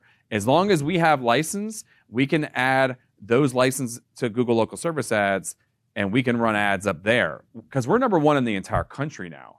So she's like, slow down. Can you relax for a minute? But I like to keep moving. Anything else, guys? Sorry, I'm going long. I know we're going long, but I have one quick question. Yeah. If you could, what is your method of ask for reviews when you're asking for them? And what is your timing on when that ask comes? So, they typically will bring it up to me in the listing presentation. I say, how did you hear about me? And they say either YouTube ads or we saw your reviews. And I said, yeah, obviously everything that we do we're by referral. So we want to do a good enough job that we're going to earn your review. For me, and the way I teach my team is, I know there's the agents out there that are like, I never gave a closing gift to my attorney. I'm not giving a closing, but I always went overboard with my closing gifts. If you read my book, I've given a puppy. I used to always wheel in big screen TVs into the title office because I'm a little bit extra. And I like a little bit of shock and awe. But you don't need to do all that. Even in like a $500 Amazon gift card or something, when they, at some point during the closing, when they're done signing, they are naturally, unless it was a terrible transaction and you're not going to ask them anyways, they're going to say, Bethany, thank you so much. Like, we wouldn't be able to do this without you. And that's your cue right then to say, oh, you know what? Thank you so much. As you guys know, like, if I could ask one small favor, reviews are obviously like a huge part of our business. So if you guys don't mind, I'm going to send you a link later on. If you guys, and I don't do any Real Satisfied or whatever, any third-party things. Like my review email, it's like, thank you so much. Congratulations on the closing of Worth Court. If you don't have your equity by Tuesday at 4 p.m., call me, not the title company, and I will follow up for you. Just to let them know, like, I'm still on it. And then I say, as you know, reviews are a huge part of my business. The script's in my book. Reviews are a huge part of my business. If you have time to leave me a review at one place, please let it be here on Google. If you have the time to leave me a review at these other 3 places, and the most important one, if you're not spending on Zillow, you probably don't even need it. I still get it because who the hell knows one day. But the most underrated one after Google is Nextdoor. So set up your Nextdoor page. I don't like getting on Nextdoor. I don't go on Nextdoor. I don't care that some kid has a hoodie on and is walking through the neighborhood. Like, I don't care. But those reviews that go there, everybody's seeing that. The Nextdoor people in your neighborhood, those are the people that are selling because they're 60 years old, they're retired, and they got nothing else to do but look at Nextdoor. Yeah. So, but even if it's not my area, when somebody leaves me a review, my area sees it, even if they didn't sell in my area. So I have leave me a review here, and if you're able to leave me a review at these 3 places, I'll give you a little bonus gift. They already have their gift. I'm not telling them, and I'm not asking them for 5 stars or saying I'm going to give them a gift card if they leave me 5 stars, because frankly, if I was worried about how they were going to review me, I'm not even going to ask them anyways. And I don't really have that problem. If you just, I got all of these ideas from being a district manager and store manager at Pottery Barn and Bed Bath & Beyond. And I always led, when you go to those stores and they circle the receipt and they say, if you can, I used to tell my associates, look at them dead in their eyes and circle the receipt and say, I have a personal goal today. I'm trying to get 5 stars with 5 clients. Would you be willing to help me reach my goal today? And they're like, oh, I don't feel comfortable doing that at all. And I'm like, I wouldn't either if I was giving service like your ass. But if you're giving good service on the floor, you're not going to feel bad for asking. And that's the way it is in real estate. If you're prompt and you're responsive and you're going the extra mile for your clients, they want to leave you a good review. So you're not going to feel bad for asking for a review. But you don't need to say, leave me a 5-star review. Don't say that because Google is cracking down. If anybody were to ever report you to Google and you were asking for a 5-star, it's going to shut your Google business page down. So don't do that. Anything else? I should have brought some, honestly. But it's 6 If you weeks leave to real him a estate 5-star success. review on Google, he will send you a book. No, don't leave me a review. I don't want any agents to leave me a review. But yeah, the book is 6 weeks to real estate success. It's on Amazon. The way that I wrote it was people need direction, and people, just like your clients, when they make a staging report, they need I'm going to do this week 1, this week 2. So the book is written in chronological order. It's do this week 1 training video, do this week 2 training video, and you just follow along. It's a little bit 6-minute abs. It obviously takes more than 6 weeks to be successful in real estate, but it was purposely written to be catchy like that. But thank you guys. Thank you. Well, thank you very much. Yeah. Yeah. Appreciate it. All your wisdom there. Yeah, no problem.